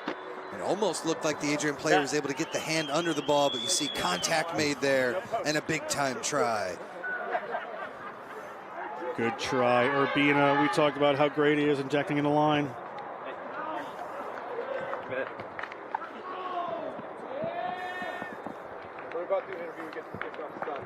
Karamoudi, little shot to the eye he's taken. Check the line. Karamoudi has the distance but can't hit it, not quite there. We're going to throw down to the sidelines where Tyler Doyd is talking to Major League Rugby Utah Warriors, Brandon Sparks. Brandon, thank you so much for being here. What is it like for the National Collegiate Rugby associations like this, tournaments like this? What do these mean for not only the Warriors, but for the rest of American rugby? I mean, it's great to see that they're out here performing so well. It's a great opportunity to see a wide talent range, especially from the smaller schools, because they're not usually exposed as well in other organizations. And they're doing a great job. Like this Adrian St. Thomas match is awesome to watch, and it's fun to watch. And how do you feel about your 2021 draft picks for the Utah? Oh, we love them. I mean, like Connor Burns out of Lindenwood, you know, Das Boot is what we're calling him because of his kicking game. Joey Bakke from Western Michigan, we're converting to a hooker. We think he's going to be extremely mobile. And then Emerson Pryor, who's coming down from the Canadian Pathway program to join us in that front row. And I think that we've really solidified that front row well past the next World Cup. Awesome, man. Well, I hope you brought your pen or your notepad to take some notes on some of these great players. And let's get back to the Division II National Championship. Thanks, Brandon. Thanks, Tyler. We're back here. We're on their own 22. Thomas More still working hard. Up 8-0 over the Bulldogs of Adrian. Thomas More, big break from that Hudson Montgomery. Hudson Montgomery gets out across the 40. He's probably not going to be the 30-meter run guy, but Vatuve, all action all the time. Vatuve comes in to clean that one up after ripping it away from the Thomas More captain. Ball up to the returning Pakofe. He is back on the field looking to make his mark. Montgomery is in the way. Ball is presentable. They're okay. Out there from Amata, looking wide. There's McGregor Adams. McGregor Adams to the ground by the St. Thomas More Saints. Ball to Stevens. Stevens, such a critical link player. Ball knocked down by Thomas More. Penalty here for Adrian. Yeah, Josh Floyd just got that ball out there. Made contact with it. No attempt to make the catch. So we'll go for touch here. Nice touch finder there from the Bulldogs. They're down around the 22 of the Thomas More Saints. And Jack Stevens, a scrum half for Adrian. Great player. He just keeps his team moving. But he's really subtle. He's good at just playing that role of the link between the pods and the forwards, getting it to the backs. Done a great job so far.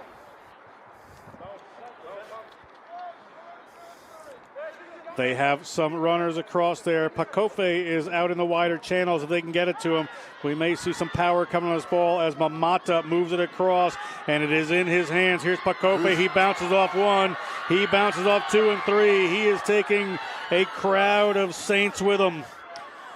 Off, they come to Mamata. Vatuve takes a big hit there from Thomas More. That may have saved a try. They have an advantage. Dewan Veal gets it up. Good work by the Thomas More Saints to turn this one over. Weir gets it back to Karamoudi. Karamoudi hauls it up in the air. That advantage is over, but it sails into touch over the head of Jared Welch. Great work by Thomas More, shutting down the attack started by Pakofe. A little excitement there from the Bulldogs as they get it all the way out here to the outside, and Carlos Quintero gets so low, down at the knees, ball pops out, scoops it up, tackle and turnover. Coaches talk about tackle selection sometimes right there, and that was the opportunity for an absolute banger of a tackle that's going to take the ball and dislodge it, and that's exactly what they needed for Thomas More.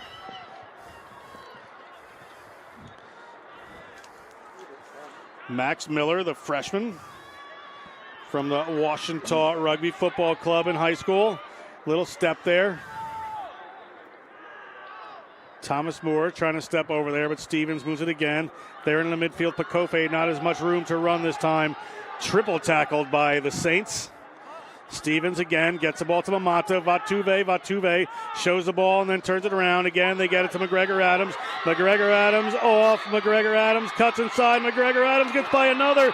He just seems to be wrapped in Vaseline. He slips through every tackle that's out there. Try McGregor Adams. Man, even had the fullback to beat there, able to cut inside and then blaze it down again. Just deja vu like we had on Friday. This guy is so much danger out there on the near side of the pitch here. And he just looks so calm. Yep. He gets down, he just gets up, takes the tee. Very calm player, very smart. Doing a great job out on the wing there is McGregor Adams. So Adams again at the 22, splits one a second, gets his legs dived at, but too easy there for Adams as he gets the Bulldogs on the board. So he said he played soccer at Adrian before switching over here.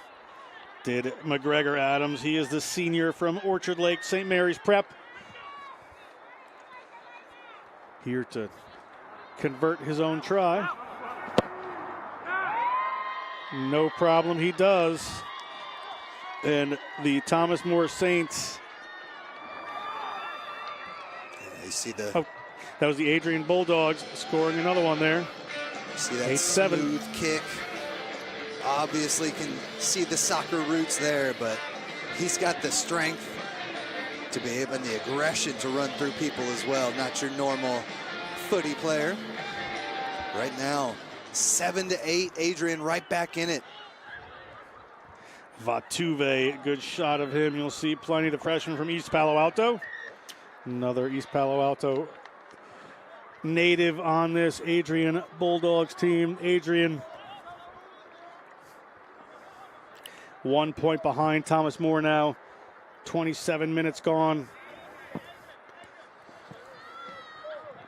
Again, they already played down a man there for 10 minutes. Able to survive that without too much damage being done by the Saints. Now back to full strength and just got one. See if they can march back down.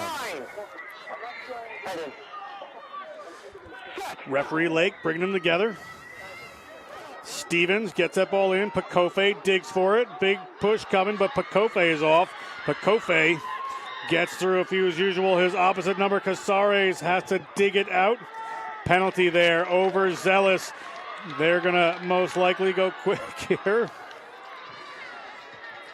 Andy Arena calms them down there. Nick Andy Arena, the captain.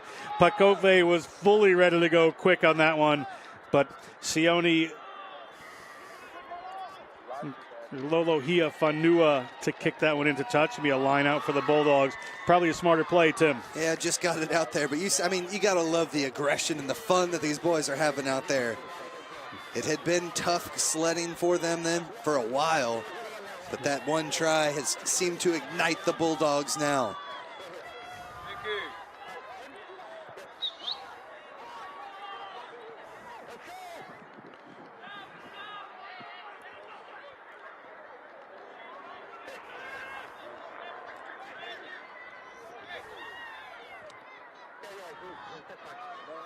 Ball coming in. They go up to the middle and well taken. Good hands there by Henry Green. Ball at the back in Max Miller's hands. Max Miller's going to run off on his own. Beautiful locks of blonde mullet flying in the wind, but he was too alone. And ball turned over there by Casares. Great play to shut them down. Tomas Casares. Yeah, the junior, so smart around those rucks. He was able to slide in there right as the tackle happened.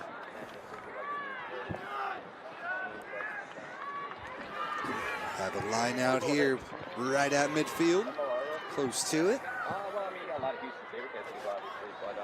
Good distance on that kick from Karamuti, so they will have the line out just inside halfway as we're just under 30 minutes gone in this Division II championship here at the National Collegiate Rugby Championship weekend. Last game, John Broker with Tim Wilkes bringing this exciting action. Little slip there from the captain. Ball went forward, uncharacteristic error. Hudson Montgomery, the psychology major. Yeah, he'd been running with a lot of aggression back on Friday, but just a little bit lackadaisical there. Left that one behind and ended up bouncing forward. Good shot of Coach Benny Mattiolona there for Adrian. New program. Great coach, long history in rugby. Good choice to get this program started, and that's obvious with them in a national championship right away. Ball to Bakofe's feet. He has to go back for it. Can't quite get momentum going as he turns around. Attempted a poach there from Thomas Moore, but penalty for holding in. And more good work there from Casares. He comes up ball in hand. He's starting to grow into this game. It's going to be important for Casares to step it up in the second half if Thomas Moore wants to take home the championship cup. Karamuti launches another one down the Aveva Stadium sidelines. Yeah, on Friday, the big 8-man Casares was so important with the offloads, linking up with his big flanker, Bautista St. Bonnet. But really haven't called them as much here this afternoon. That could change here in the last 10 minutes of the half. Okay? Referee Lake sorting out the numbers here at the lineout. Everything's good. He's happy. Ball is in the hands of St. Thomas More. They fake to the front, go to the middle, but it sails over the top. It is taken down by Casares in the cleanup roll there. Casares gets it back. Weir, haven't seen a lot of offense so much from this Thomas More team in a bit. That's Lorenzo Lelli. Lorenzo Lelli from Buenos Aires.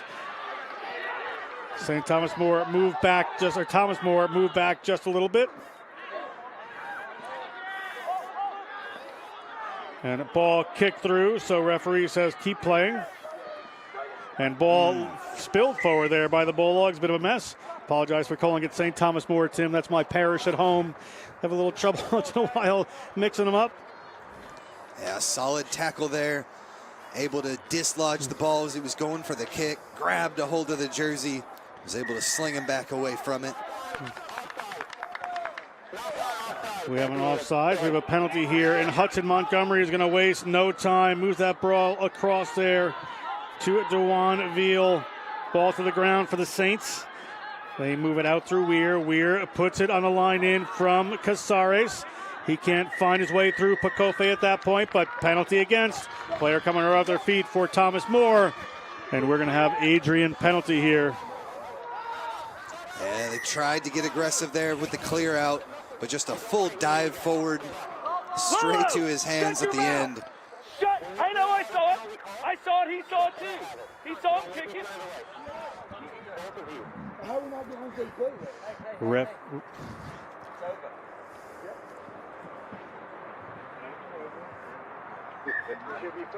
Penalty here for Adrian, diving over, as the referee said. And you heard the referee there. Just too many voices chipping away at him there. Everybody second guessing, third guessing, getting their voices heard. He wants them to just listen to him and play. And ball taken down by Thomas Moore. Weir to Casares, but it gets knocked on right there by the number 8. Ball squirts out the side. We're going to come back for a penalty against Thomas Moore. Thought it was a knock on initially, but I'm not sure what happened. If it's there had to be a penalty there in addition to that knock on, because we are kicking the ball downfield here from Funua. Weir got dinged with that one. We'll take another look, see if we can spot it here. It's into contact, good hard running all the way through. Taken back, and that gets stripped away. There's the knock. Max Miller, high school scrum half, hooker in college. Ball's a knock-on advantage.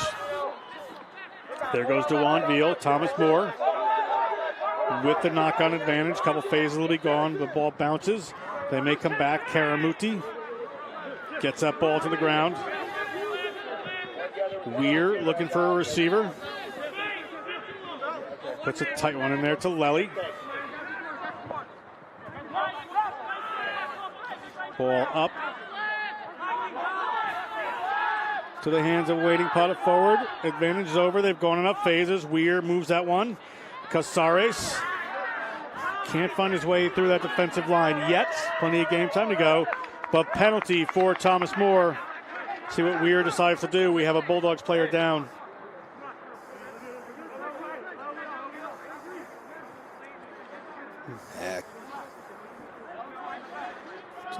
Hard collision there. We'll hope this player is okay.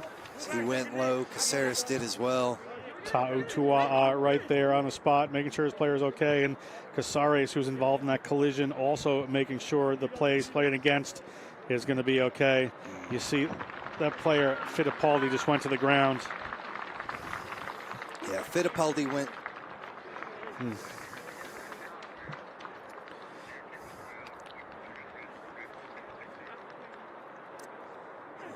Guido Fittipaldi tried to go low there, but ended up taking an inadvertent knee from Thomas Casares.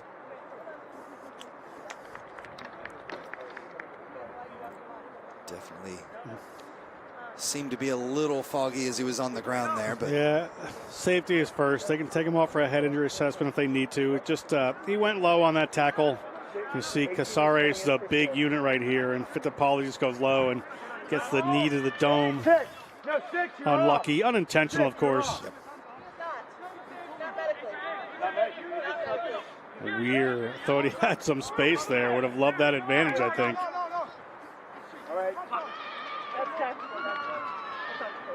Fittipaldi judged okay to continue on. It's a tough guy. Another Argentinian on this team. From Escuela del Mirador. He's a freshman. Mostly freshmen and sophomores on this team. Adrian College. Keep an eye on this program. Ball sails into the front row. Going to be a Thomas Moore lineout. Yeah. After the match yesterday, McGregor Adams talked a bit about what this coaching staff has done, bringing in all these recruits from all over the place, and just the atmosphere that they have built. Will it be a championship one? Ball up, well taken there by Bautista St. Bonnet, but the ball gets going, so he has to run. Penalty. Penalty for leaving the line out. Here comes Casares. Referee says he did not go from the mark.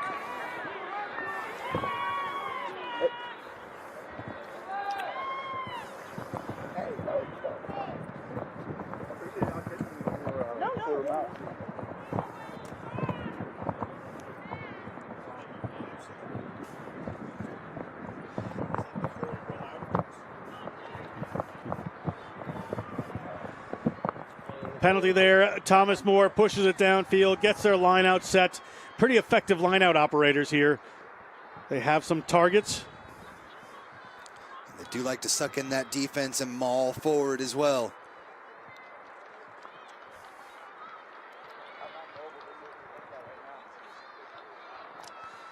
Ball up in the middle. Bautista St. Bonnet has it, and they were just sitting off there, were the Adrian Bulldogs, so they just piled into him to create the contact, create the offsides line. There goes DeJuan Veal.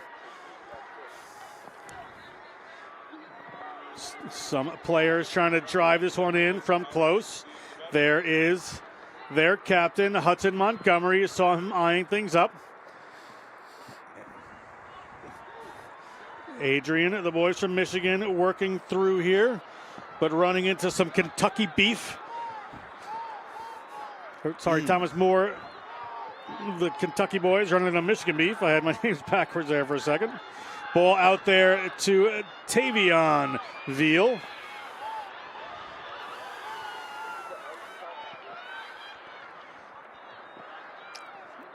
Ball slowed down there. Karen Moody puts it up.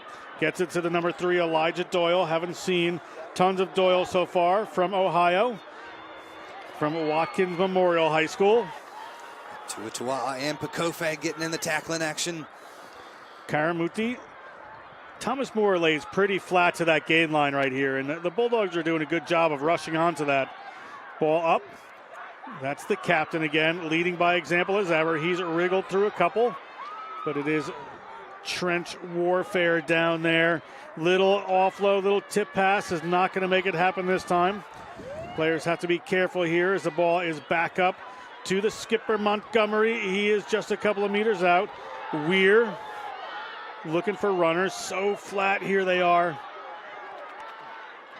See if they look for another option or trying to draw the penalty. Thomas More up by a point right now.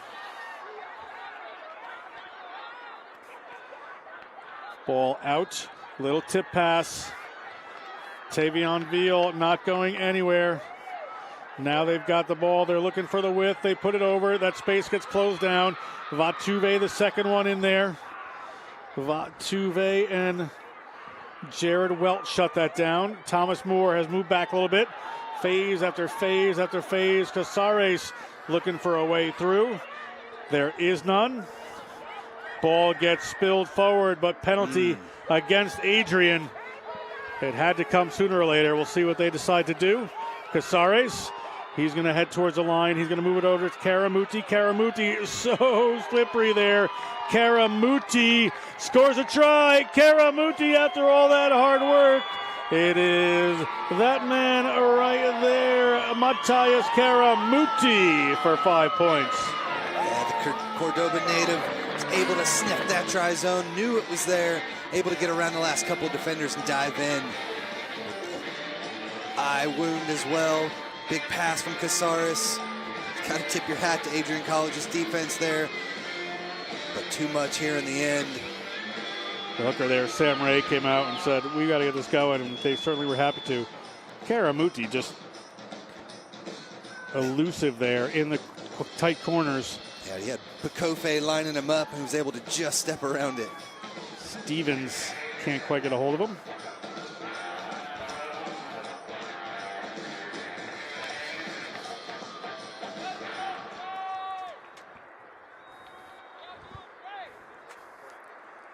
We're at 40 minutes on the game clock here. Referee may have some referee's time, or this may be the end of our half. Ball up there. That is good. A little more of a lead for Thomas More. And that's the end of the first half, where Thomas More, the Saints, lead the Bulldogs of Adrian. Before we go to halftime, we're going to throw it down to Tyler Doidge with some of the Adrian fans. I'm here in the Adrian College fan section. I couldn't help but notice the Tongan flag, and here you guys going crazy.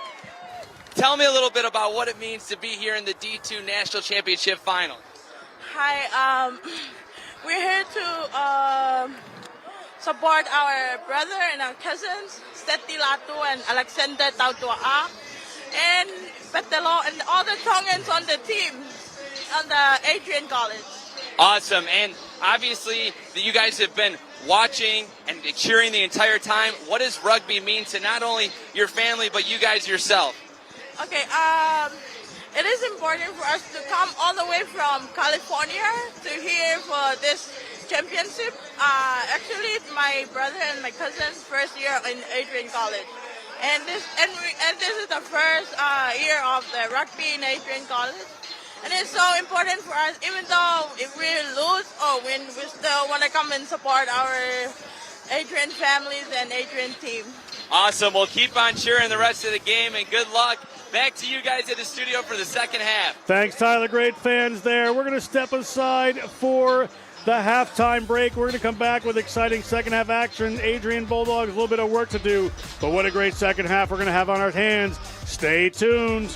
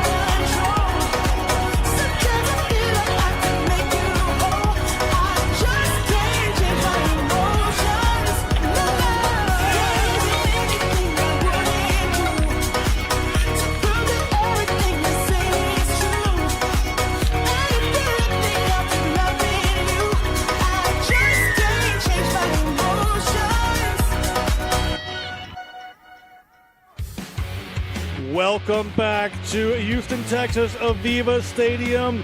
It is the Division II finals here for NCR, National Collegiate Rugby. The last 40 minutes of rugby for the weekend. ADRIAN Bulldogs in black, Thomas More Saints in the silver and blue.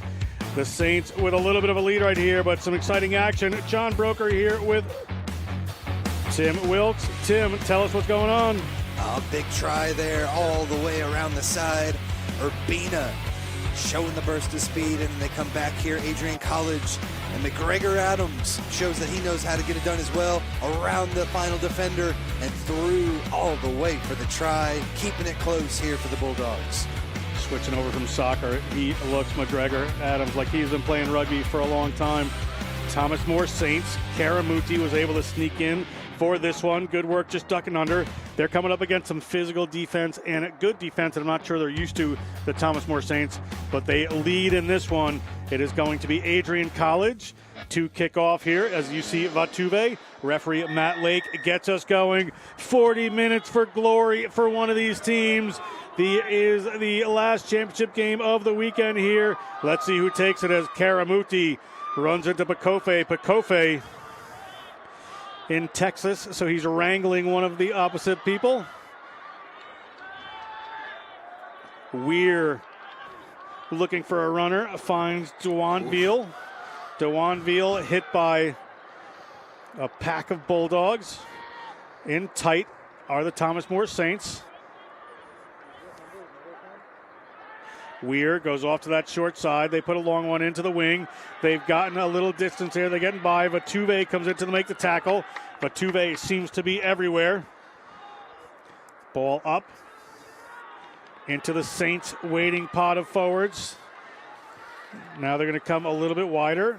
Casares going to have people diving at him. He's got his skipper outside of him. Hudson Montgomery. Montgomery fighting his way around. Montgomery going to be able to recycle that one.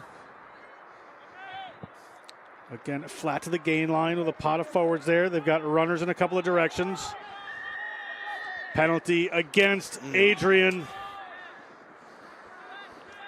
Yeah, some solid tackles, but not rolling away the penalty. It'll allow Thomas More to clear here. Karamuti with that great boot.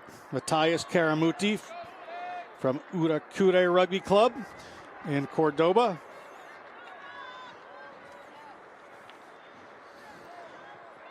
See some of the Norwich players up there watching their opponent from a few days ago. What a game they played, Norwich University. Yeah, McGregor Adams said they were definitely hurting from that. A lot of huge hits. They're able to shake it off and right in contention here for the championship. Another physical game here. Ball went up early there, but it's going to come down to Dewanville. He takes it down. Karamuti has to drop to take that one. A little loaf of bread throw there from Montgomery. That ball spills forward. They're going to keep playing up. There's the whistle. Pakofe trying to rip that one out of his hands. Yep. Pass just off the mark there. Ended up squirting forwards. Going to come back here for a scrum for the Bulldogs. 2 minutes into the second half, Division II championship here in Houston. Try to regroup there. Jack Stevens barking out orders to the back line. Good shot at Pakofe. He's had a good weekend so far. Scrum halves having a little joke in there. That's Jack Stevens and Dylan Weir.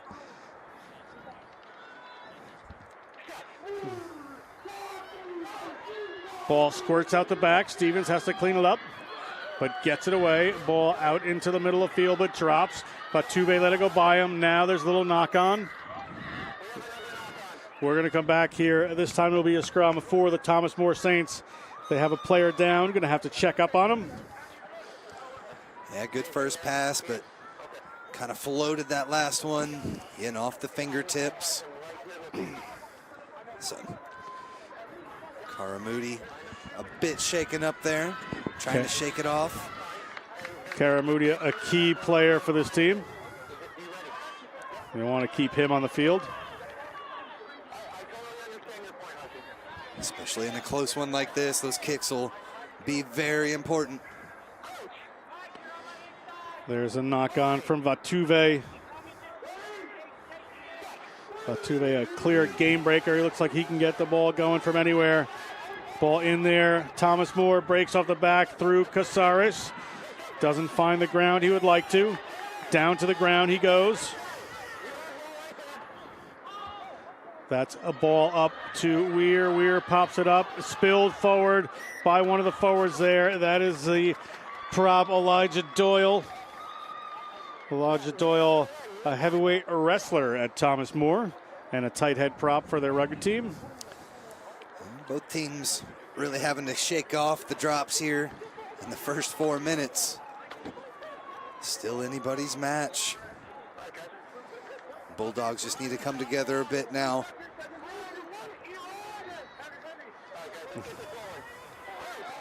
Another scrum here inside the half of the Adrian Bulldogs. Be there, put in here. Jack Stevens to put it in. Scrum just being brought back up by Matt Lake. Reset them here. Make sure that that right distance apart plays a huge role in how safe that scrum ends up.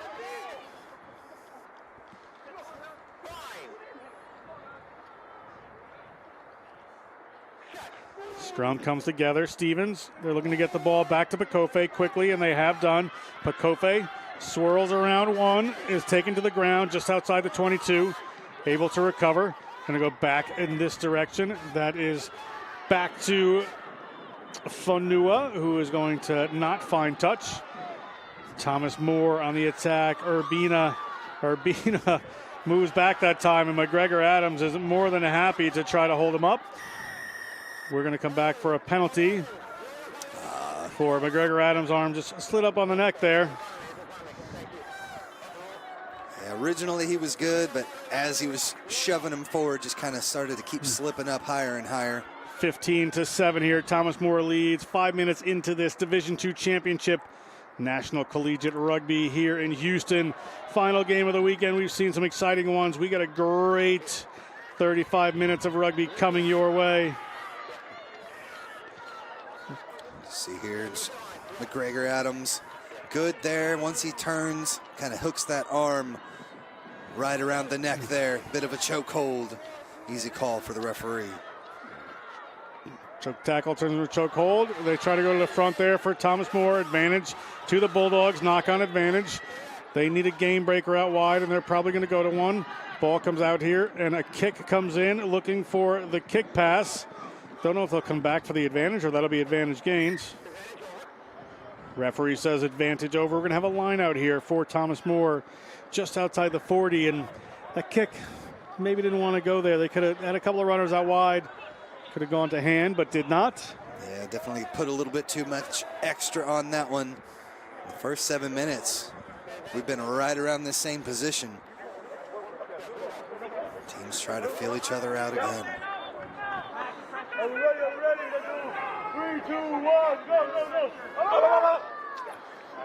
Ball up to the middle of the line out there. Weir moves it to Karamuti. Karamuti on the wraparound. Not able to get that pass away. Vatuve puts in the big hit. That forces the ball backwards.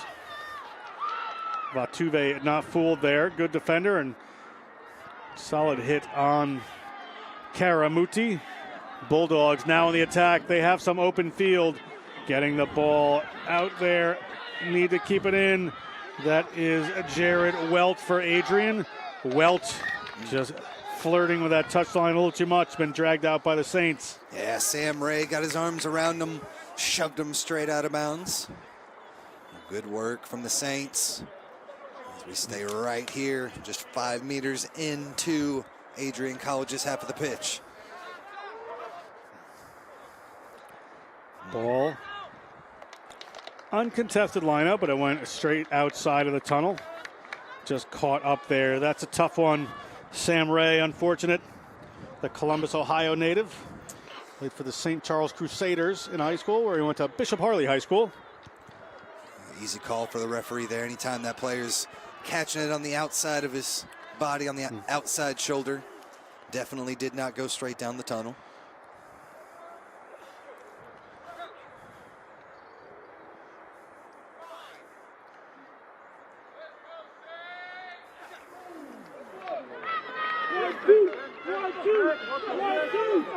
Ball out here from the Bulldogs. Bulldogs get the ball to Mamata. Mamata moves it across. Vatuve gets around one, showing the ball. Puts in a pass there. The ball is in the hands of McGregor Adams. McGregor Adams again. So hard to stop. McGregor Adams in for a try. McGregor Adams. If they can find Adams, they can find the try line. What work. A great pass to open it up from Vatuve. Truly was. Vatuve, it looked like he was going to make that pass early, was able to step around the defender and get to the outside as we see the fans having fun. But then at the last second, nice pop pass to McGregor Adams on that wing position. Just been destroying the Saints. Ball out there. Look at that. Right around. It comes Vatuve. Holds the ball long enough to release Adams. And Adams just somehow gets by people. Nasty jab step, made that defender come back inside. Look at that, around the corner, enough speed to finish it off for the Bulldog try. Good work, McGregor Adams, deserved try for the Bulldogs there. Game continues to be an interesting battle back and forth as we're at 15-12. Kick here would bring it down to 1 point. McGregor Adams to convert his own try again.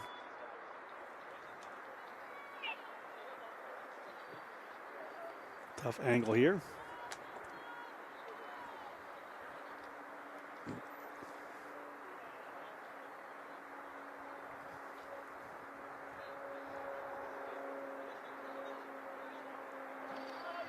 McGregor Adams has the distance, but he is going to fall off in front of the post there. So we're going to remain at 15-12, 3-point game. 30 minutes to go in this Division II National Championship contest.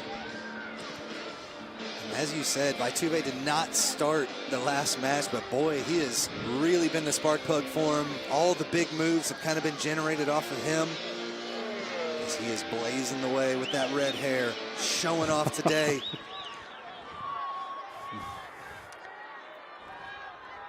Karamuti, nice high hanging kick.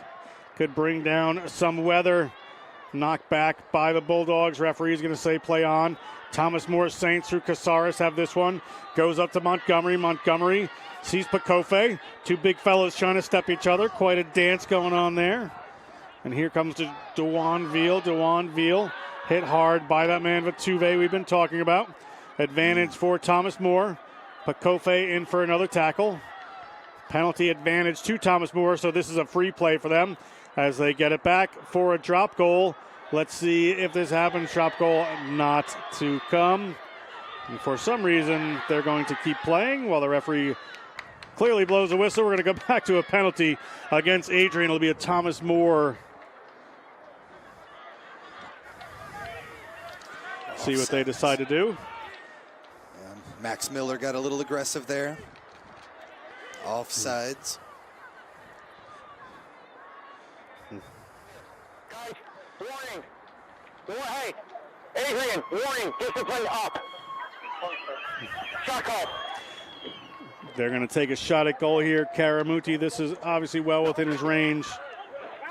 To see Miller here. And the attempt at the drop goal here. Miller was just in shot. Nothing happening there for Jared Welt. As we have a penalty opportunity for 3 points, extend their lead a little bit.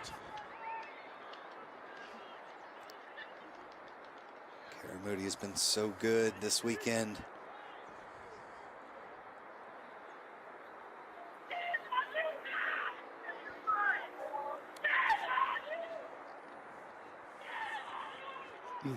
Karamuti lines it up.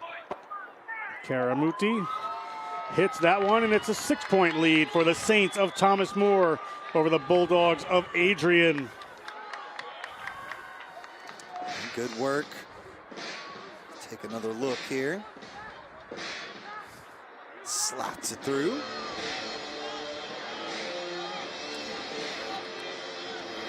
Still a long ways to go, but always good to keep that lead, and the Saints feeling good right now. Adrian, though, can strike from anywhere. We've already seen. Both of these teams just have deadly weapons out there. Both of them just break it open at any moment. So a lot to be played here still as we're at the 54-minute mark. Vatuve to put this one out. Vatuve, referee Lake says, you take it when you want. We're all good. Don't have to tell you. Ball comes down to Thomas Moore. Bautista St. Bonnet.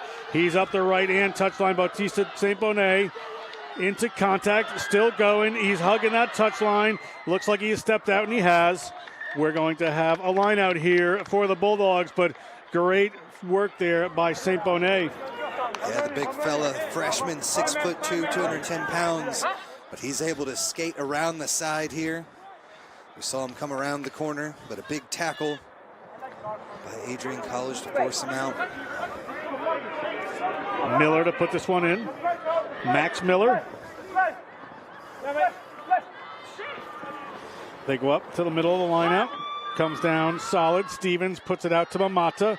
Mamata puts it out to Pakofe. Pakofe unloads it. Ball now from Fanua to Vatuve. Looks for McGregor Adams. Ball goes back there and rolls in a touch. Good tackle by Thomas Moore to shut that down. They're pumping up the crowd now. It was that man right there that got to shut it down. Bowen Brown, the junior from Cleveland, Ohio. Played football at Thomas More as well.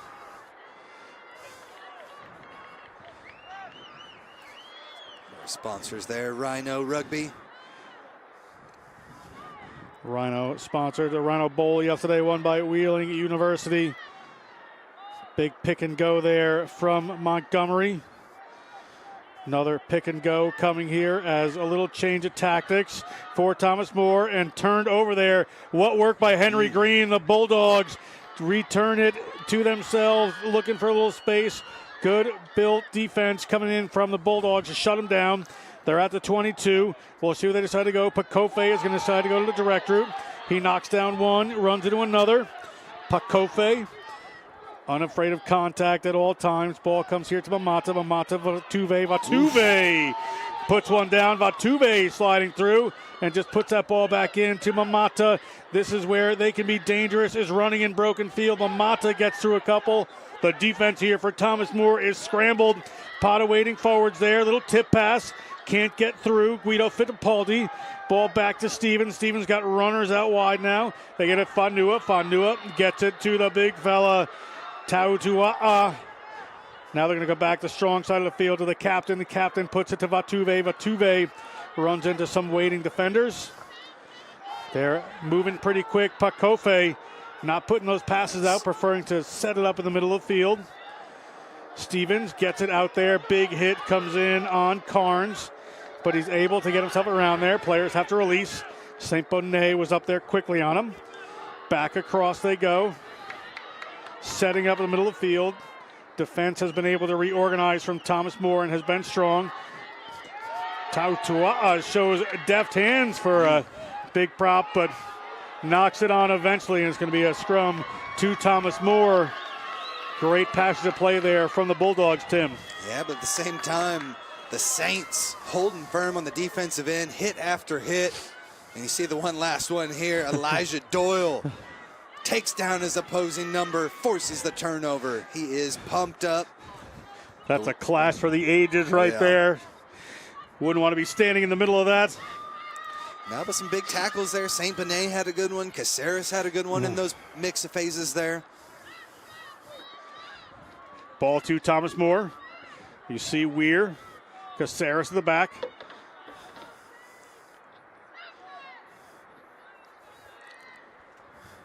Referee Lake is going to bring it up. So let me communicate this now. Get it figured out. Let's go. Yeah. Failure to communicate. Bringing a little popular culture into this is the referee. Paul Newman not on the field, however. We're going to bring this in through Weir. Thomas More has it. Caceres goes the other way this time. Able to sneak through a couple. Pakofe and one of the other forwards gets him to the ground eventually. That was Fittipaldi. They're going to stay on this weak side. Steps coming here from Karamuti. He's looking to get his hands free. They've held him up, bringing him towards the touchline. Able to hold it in. They are. There is Lely. Lorenzo Lely gets the ball to the ground. Weir now has Casares running that inside line that he likes so much. Ball comes out, a little bounce pass there, not exactly what they wanted. Coming around, gets the ball away to Bautista St. Bonnet. Ball out to Tavion Veal. Tavion Veal gets the ball ripped away by Mamata. Mamata, intelligent move there just to bide his times in the physical contact and turn that over. Powerful hit.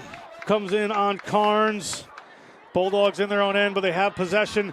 They're going to keep running there, sliding through as Welch. Welch gets that ball away to Vatuve. Vatuve is alone, but reinforcements appear. Here they come, going up to the side of the field.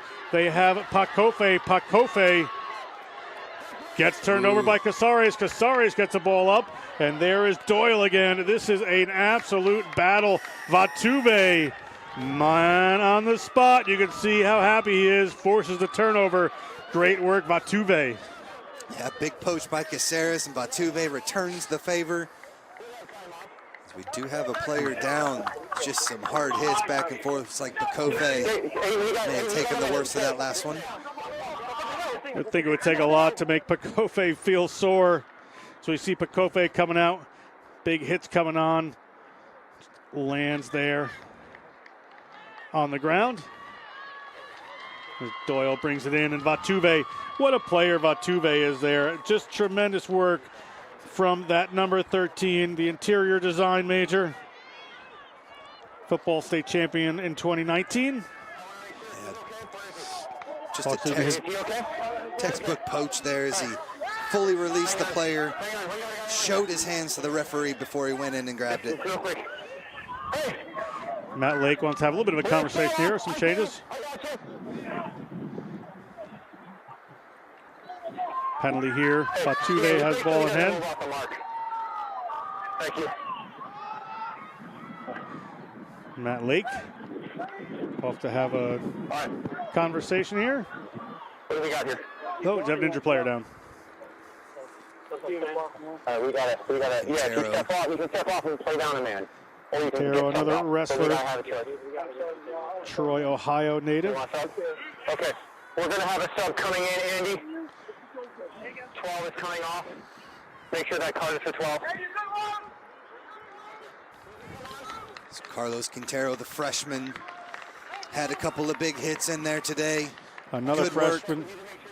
Another freshman, Jerron Grant, takes the field. 6 foot 180 from Cincinnati. Played for the Withrow Tigers.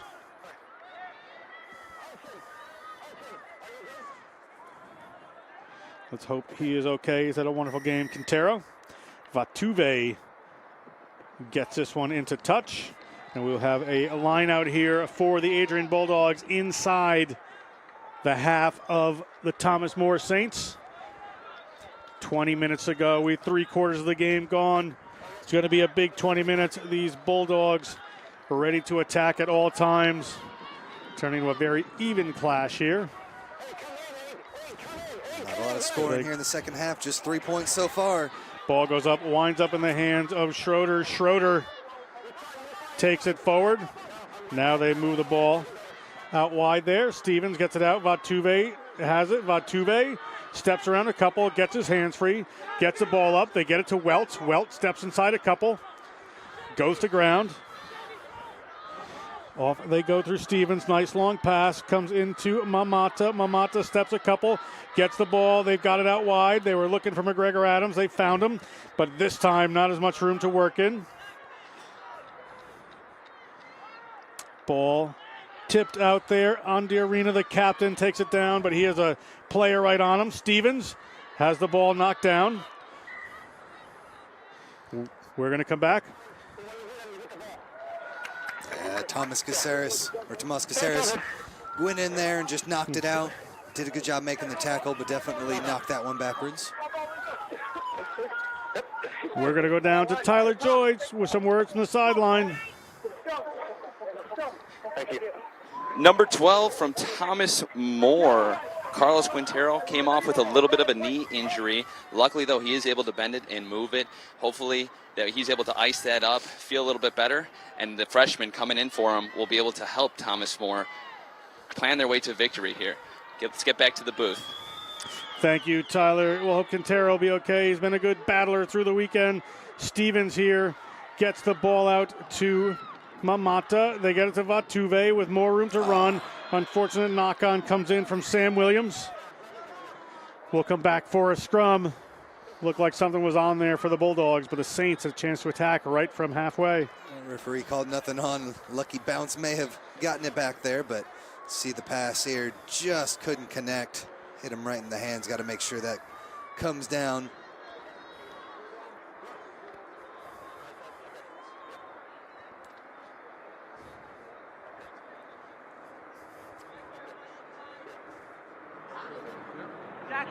Some words to the referee there. Let's take a look at Karamuti. Karamuti always eyeing up the field, seeing what's on.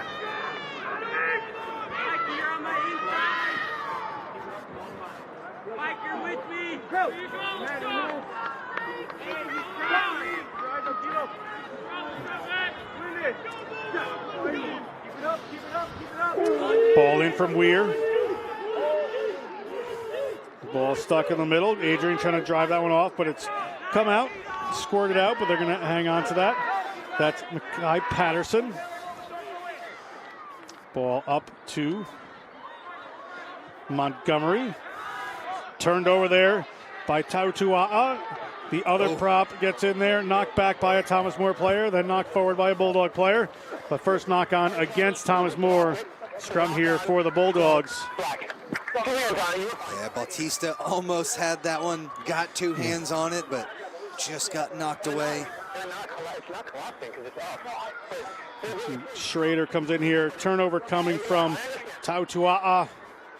Picks it up, moves it across, and that pass, yeah, you're right, Bautista St. Bonnet was nearly away with that. Nicholas Andiarina, captain, that made the initial hit. Opened things up for Tuatawa'a to poach it away.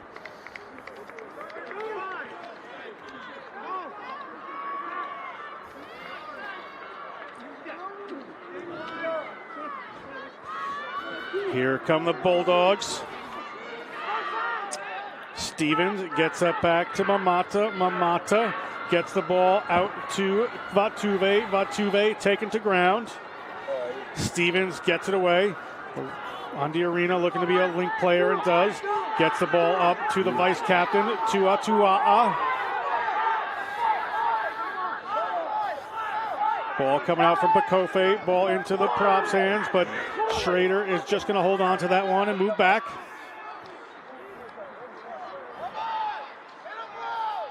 Across field they come. Putting the phases together are the Bulldogs. Sione Mamata. Vatuve looking for some space for himself. Gets a big hit instead. Stevens. St. Bonnet looked like he was creeping up there. That is Funua. Ball coming across. They've got some runners. Pakofe is going to drag in a couple as he goes, trying to get his hands free, and does. Can they get towards the line? They're working their way there. Big power coming by any means necessary. These Bulldogs will be happy. Ball out to the big man, Tautua'a. Ball across from Stevens, looking for some space. Need to get some players in to clean that up, and they have done. Sione Mamata spots a gap. Sione Mamata has some outside runners. Sione Mamata is going to head towards the line. And Sione Mamata, the freshman from North Salt Lake, Utah, touches down. Mamata trusted the speed, able to get all the way to the outside. And just a huge timely try for the Bulldogs. Referee with a bit of conversation, but we're good to go as a huge momentum swing now for the Bulldogs. Bulldogs just all effort here. Mamata just holding that ball. Defenders didn't quite know what he's going to do. Vatuve lurking outside. You have to pay attention to him, and he's going to come around here. The Utah native touches down, and the Bulldogs here 1 point behind. Sometimes that delayed run is the perfect recipe to get past that rush defense. Let that player drift out towards the next receiver. You can find that gap. And Mamata had enough speed and strength to go home for the try.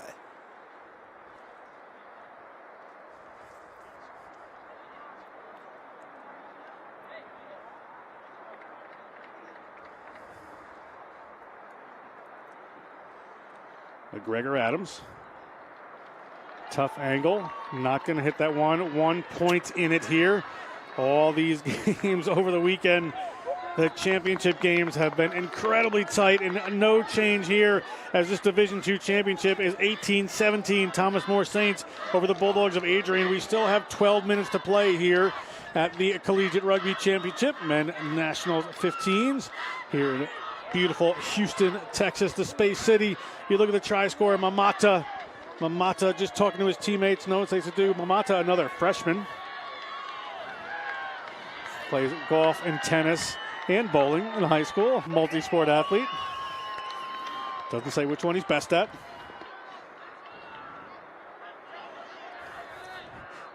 Little confusion in the sun there from the Bulldogs. I don't think it touched anybody. It's probably going to be a Bulldog ball. Gamesmanship from Lely there, trying to talk the referee into giving it to Thomas More. But Miller comes across, and it'll be a line out here for this Bulldogs team. Just incredible to see just how close these two teams are. They've been blowing out people along the way to get here, but it's a championship bout. Thomas More takes that one away. Good work. Nice line out work by this team. Little pick and go coming from Lely. Another pick and go coming here from the Saints. Just working their way forward a little bit. That is one of their reserves, Christopher Phillips. Phillips gets to the ground. Another pick and go off to that side. That's Sam Ray. Ray. Penalty here against the Bulldogs. Max Miller off his feet. Lely's going to go quick. He has Casares outside him, but he's just going to take that one in. Casares cleans it up. The captain, Montgomery, pick and go, makes valuable meters. They're going to keep this tight for a little bit here. Miller, another tackle. Another pick here. Working their way towards the line against this Adrian Bulldogs defense. Lely doesn't gain too much on that one, but they recycle. Montgomery.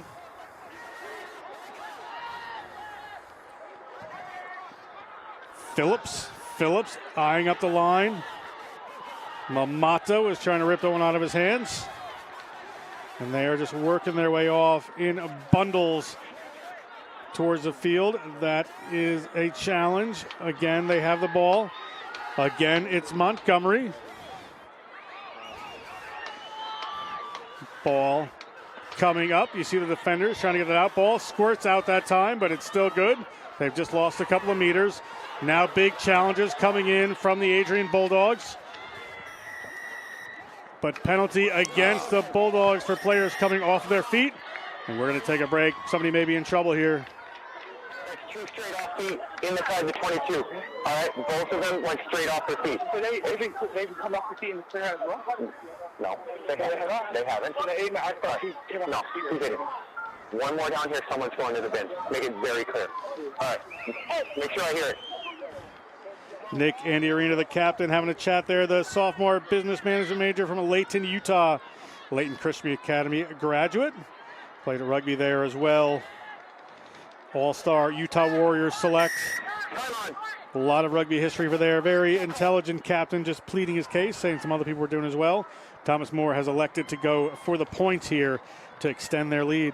And if you're Thomas More, I think the pick and go strategy was the right way to go there, because if this ever happened, as soon as you get that penalty, you've got Casares in your back pocket, or excuse me, Karamoudi in your back pocket to slot that through and extend the lead. Now they made it a little easier for him right inside the 22. They'll take their time for sure. Would put it to a 4-point game. Try would still win it then for the Adrian Bulldogs. We do have 9 minutes to play.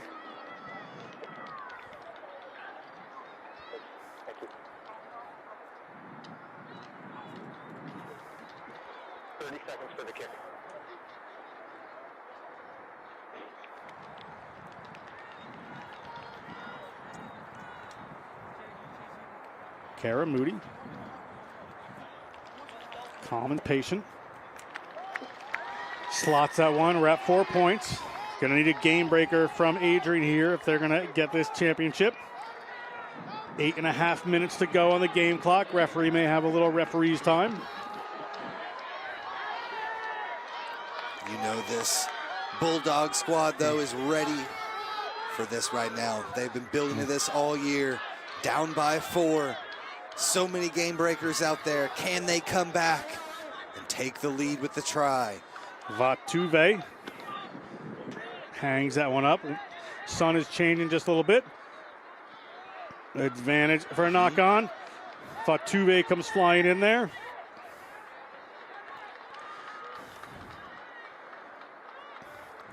Knock on scrum here to the ADRIAN Bulldogs. See where they decide to go with this one. Good opportunity for them, getting some of those defenders in the set scrum for Thomas More. Should give them some opportunities. Yeah, we've seen Pakofe coming off that 8-man take all day long. But I'll tell you what, Tomas Caceres has been more than game back there. His opposition has had a fantastic match as well.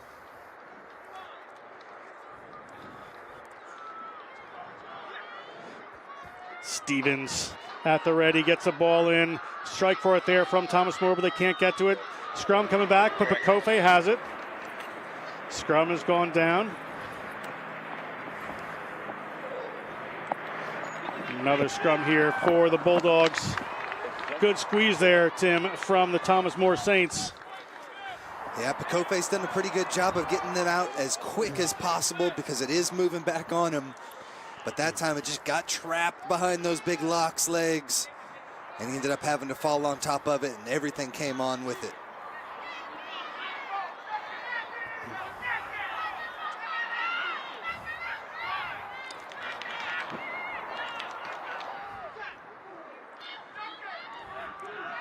Pakofe this time, more sure about it. Pakofe breaks off. Bautista St. Bonnet gets a big handoff from Pakofe. Pakofe to ground. Going to come back the other way into the hands of a waiting forward. They get it wide. A looping pass there to Welt. Welt looking for somebody to offload to. Gets it up, but have they held on to it? They've turned it on. Knock on advantage. It did not need to do that. Could have just held on to it with 6 minutes to go. Hudson Montgomery ever eager to carry the ball. Weir looking for another pick and go from his charges. Gets it there from Foy. Now that ball slips, but we're not going to have an advantage there, so we will come back for the scrum to Thomas More. ADRIAN College with the pace here on the near side, but tried to make that one extra pass. Not going to change now. These boys like to have fun. They like the flair. Schrader, the number 1, and Tautua'a, the vice captain, the number 3. The big man is off. We have Ian Sexton coming on, and Sione Fotu Jr., as well as Farid Maidana. We're going to throw this down to Tyler George. Tyler, what do you got for us? Well, the number one thing ADRIAN College said that before going into this match was they had to keep their discipline in the set pieces here and also on penalties. Now, if Thomas More take the advantage inside of the breakdown, it could be a very, very close game and maybe end up in sudden death. I guess we'll find out. Back to the booth, guys. Thanks, Tyler. We're back here as we look at players, making sure they're okay. That's Henry Green. He has been outstanding doing the hard work, but he is going to be replaced by someone with a little more health. You see coaches and all the love and respect that this ADRIAN College team is building with their program. Been a fun weekend watching that guy, Tim. Boy, the passion in those eyes from Tautua'a. You could tell how badly he wanted it. Can only look on now as his brothers battle down by 4.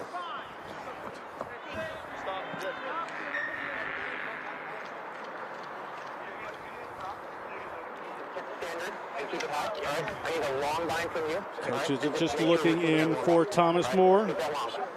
Eager. Just over 5 minutes to go in this contest. Less than a converted try in it for Thomas More. Knock on from the Bulldogs created this. Weir gets it in. Casares has it at his feet. They're trying to draw a penalty here against this scrum, and they have. Thomas Moore, forwards, set about this and did very well. Man, they held strong there, but then the flanker just left the bind a little bit early. They were stopped. It was ready to go, but just a little bit too aggressive on the part of the Bulldogs. The referee confirms the time. A little over 4 minutes to go. Karamuti is going to hoof this one downfield.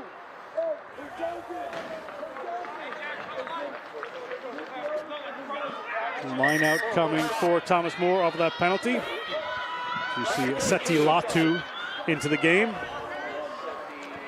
Seti Latu. Few minutes for him on the field to try to work some magic.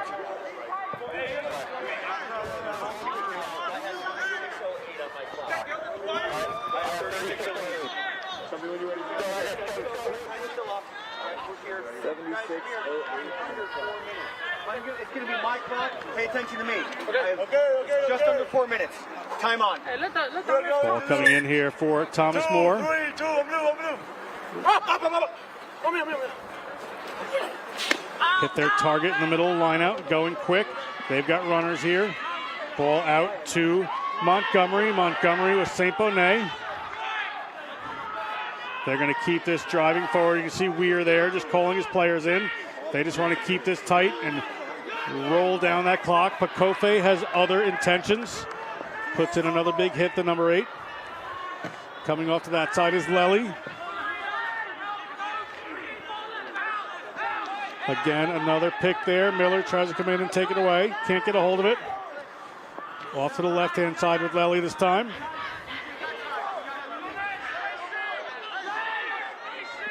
Montgomery takes it to the ground. Good job getting low. Big hits coming in. Turnover needed from Adrian. This is hard to sustain even for just a couple of minutes for some of these teams. Got to make sure you have enough runners with you. Need the support players. They've got them right here. They're just queuing up. That's the one just going a little too far. It's been turned over. That's the danger with those tight plays. You might run out of people eventually. They're coming across field from Amata. Ball out there into the waiting hands, but in behind. It's in the hands of Sam Williams. He kicks it downfield. Not sure if that was the best play there. We're going to see what happens as Seti Latu comes across. Seti Latu gets him to the ground. Can they force a turnover here? Have not done. We're under 2 minutes to go. Made good 30 meters off of that last turnover. Just need one more. They have to force one here.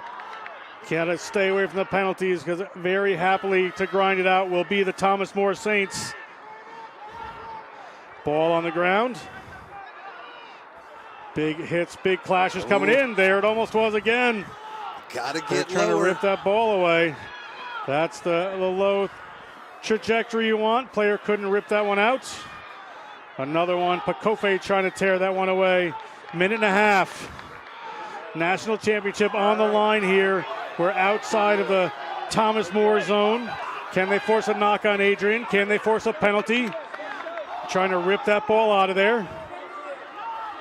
Adrian just looking for the moment here. Thomas Moore happy to just take that in. Tavion Veal. Ball is held up. Ball is held. Referee saying it's a tackle, so they have to release it. Adrian trying for the choke tackle to hold that one up. Another pick and go. We're under a minute. Adrian needs to make something happen here.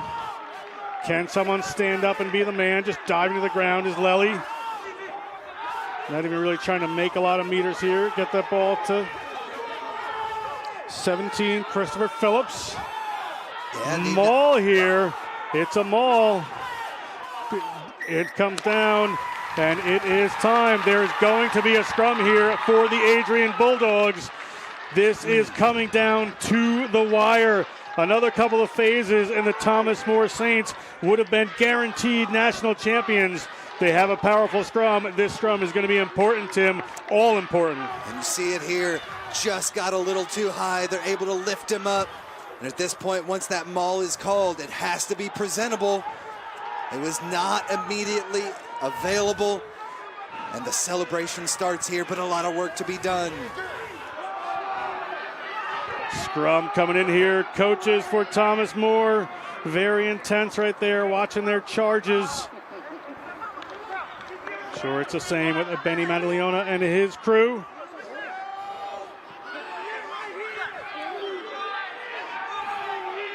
Ball in there from Stevens. Big drive coming from Thomas More. Thomas More takes the penalty. Thomas More, huge moment there. Player from Thomas More just in the faces of Adrian, just getting in their faces. Thomas More players goading a little bit here. Unnecessary. Good restraint there from Sione Fotu. But it's a penalty, and this should be game here, barring something very strange. What a drive from the Saints. The tap, the kick. And referee Lake whistles us to the end of the match, and your champions are the Saints of St. Thomas More. St. Thomas More, tremendous effort here. Thomas More, I keep saying Saint, from Thomas More, from Crestview Hills, Kentucky. That's the excitement that's getting me there. Thomas More College, Crestview Hills, Kentucky, takes home a national championship over the Bulldogs of Adrian. Great work there, Division II champions. Wonderful work by Thomas More College. Tim, thoughts? See the coach celebrating with his captain. So much hard work, such a long season, and they have finished it off to perfection with the big boys in the pack. If you're in one of those top 8 players, or first 8 numbers, I mean, nothing feels better than being able to shove it over for a championship victory. What a championship for this team. What an exciting game. What a great weekend of games. I think a couple of years have come off my life with the tension that's been going on. NCR championship weekend almost to a close. We have an MVP to award, and we have a championship trophy to give away. Amazing as you take a look at Bautista St. Bonnet. He's happy. Dewan Veal equally happy. This is excitement all around. Casares, such a big part of this Thomas More College program. And that man right there saying a little prayer, Alexander Safita Tautua'a. Look for him a lot.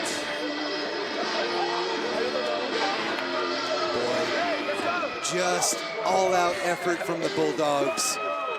We knew they were going to come in and play an exciting, fun brand of rugby, and man, did they almost get it done all the way to the end. What is this win? We're going to throw down to Tyler Deutsch. I'm here with some of the Thomas More players after a stunning win. How does it feel? Feels amazing. We worked for this so hard. It feels like the best. We worked our ass off for this. It feels amazing. Come on, let's go. Passion from Thomas More College. Tyler taking us in.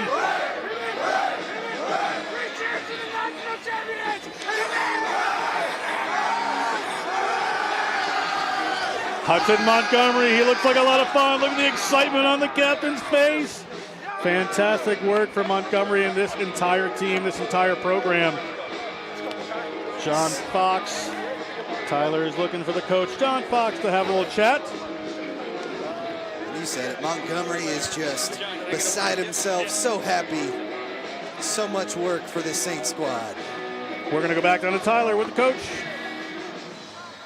John, we had a word before the game, and you said this was going to be a slobber knocker. You knew it was going to be a tough match. How does it feel? How do you feel about the performance of your team? We did it. I mean, we did it. We pulled it off. They did things today that showed how hard they've worked all season. And one of the big things is I want to congratulate Benny and his program. It's a first-year program, and he did an awesome job. And it just shows just how far rugby's come in the last 10 years. And I got to thank NCR for everything that they've done, because we wouldn't be here without them. Now, having National Collegiate Rugby, having a national championship program, what do you think that's not only going to do for Thomas More, but for the rest of the teams in the National Collegiate Rugby? It's just going to legitimize it. I mean, we're varsity programs. We're going to have more varsity programs. More small schools need to look to have varsity rugby. The more we do, the more legitimate this becomes, and this thing will grow. We're the fastest growing team sport in the United States as it is with youth rugby. This is just the first step. Well, John, it's people like you who make that possible, and congratulations on being national champions. Have a great one. Thanks, Back Tyler. Great words from Aveva Stadium. John Fox there, national champion coach for the Saints. As you look at the regathering ADRIAN Bulldogs there. As Coach Fox said, this is the first year ADRIAN College is a rugby program, and look what they have done. Look at the players they have, all freshmen and sophomores, save a couple. It is going to be a bright future for the Bulldogs. Keep an eye on them, and he is absolutely right. Benny Mattialona building a great program up there in the Maple City. We're going to go back down to Tyler for another conversation. Excitement. I'm here with one of the most electric players on the ADRIAN team. I mean, you guys just had a all-out performance. Unfortunately, you didn't come away with the win. How do you feel after your first year in the league? Man, it feels awesome. The boys put in hard work, dedication, passionate about the game, you know. Just trying to build rugby to a higher level here in the States. I feel proud. I'm proud. Never had this before out here. Sabercats field. It's awesome. It's awesome to see rugby growing all over. And obviously you guys had a ton of supporters in the stands. What does that mean to you, not only you guys, but the rest of your team being a first-year program? Hey, it means a lot. The fans, sorry we let you guys down, but that's just the best of our abilities. We fought to the last whistle. It was awesome. Thank you guys for coming out, watching game. It was fantastic. Well, we hope to see you back here next year. Congratulations on an amazing season. Go back home with the boys, okay? Yeah, thank you very much. Have a good one. Back to the boys in the booth.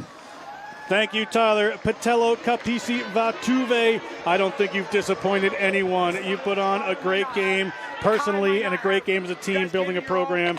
As we take a look at the victorious Thomas More Saints, Hudson Montgomery having chop. Thank you. This morning, we talked about a moment in time, yeah? Well, this is that moment in time. Sure. Breathe it in, brother. Hey, do you guys believe this? Yes. Yeah, we worked for these. This was ours, bro. This was ours from the first time we stepped out. First day when we beat Cincinnati, University of Cincinnati, 55-0. This was our destiny. We earned this. Our legacy. This was our legacy. Listen up. Hey, sorry, coach. Yeah. Hey, Alejandro Torres. Yes. He's here. He is. With us. Right here. That's hard. His Fuego. His Fuego. That fire kept burning all year. And without Ali, we wouldn't be here. Yeah, sir. Ali Remember, was our guy. He was our Pied Piper. He made us where we are. He got us to where we needed to be. He gave us our all, and we're going to cheer him on for the Jackals. Remember this going forward. Today, boys, we've been calling it all season. This was the testicular fortitude that we needed. Destiny. This was our destiny. This was our legacy. We made a difference today. This is just we're going to make guys. a difference, and this is just the beginning. Yeah. We go to D1 AA next year, and we're going to do this again next year. Back to back. Back to back. Let me cheer for the Saints. Hip hip. Hip hip. Hip hip. Hey, we're gonna go one more call on us, and then we're gonna do some pictures. Hey, you wanna go to the parents first? We wanna get on. Okay. They were excited there to have a conversation, but NCR wants to do the trophy presentation and crown them official national champions. As they head towards the line, you see the Argentinian flag in the hand of that player, one of many proud Argentinians on this Thomas More College team, the Saints. A 21-17 victory for this club. Just the tenacity, had to hold off the Bulldogs for a good 10 minutes there, and that is not an easy thing to do. They did not give up much in the second half. That defense and that scrum earned them the championship. what a great game of rugby. I'm still buzzing, and I'm in the booth up here. Just so exciting to watch, so exciting to see fans on hand getting an absolute pleasure of a rugby game in Houston at Aveva Stadium. Hear the words from the coaches, the excitement. They got the hats. NCR's Brad Dufek with the MVP trophy.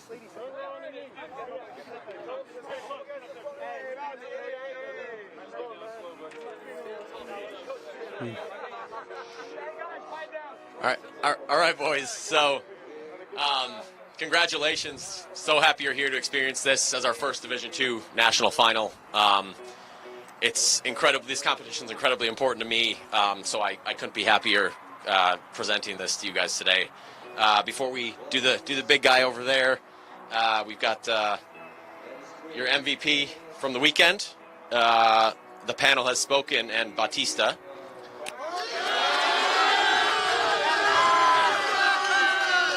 Cheers, buddy. Congratulations, buddy.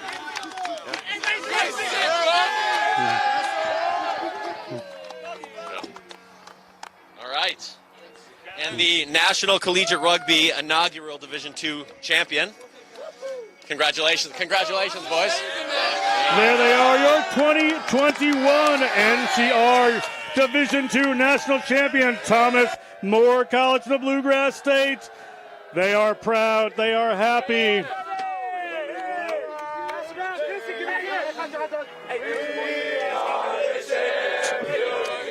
Excitement there. Before we leave you, we want to say some thank yous. National Collegiate Rugby, Steve the Creator Cohen making this all happen, Jeremy Treese, Steve Hyatt, David Haynes, Brad, wherever rugby is played, Dufek tournament organizer this week, Lucy Zuckschwert and Wade Smith. For Next Level Rugby, our cameraman, Brandon, Vin, Austin, John, and Greg, our on-site producer, Nikki. In the technical area, Adam, Oscar, and Dustin. And the man with the plan, Ryan Ginty, the godfather of Next Level Rugby. Our broadcasting team for Tyler Doige, Matt McCarthy, Mark Strabina, Tim Wilkes. I am John Broker, and we will see you at the next rugby game.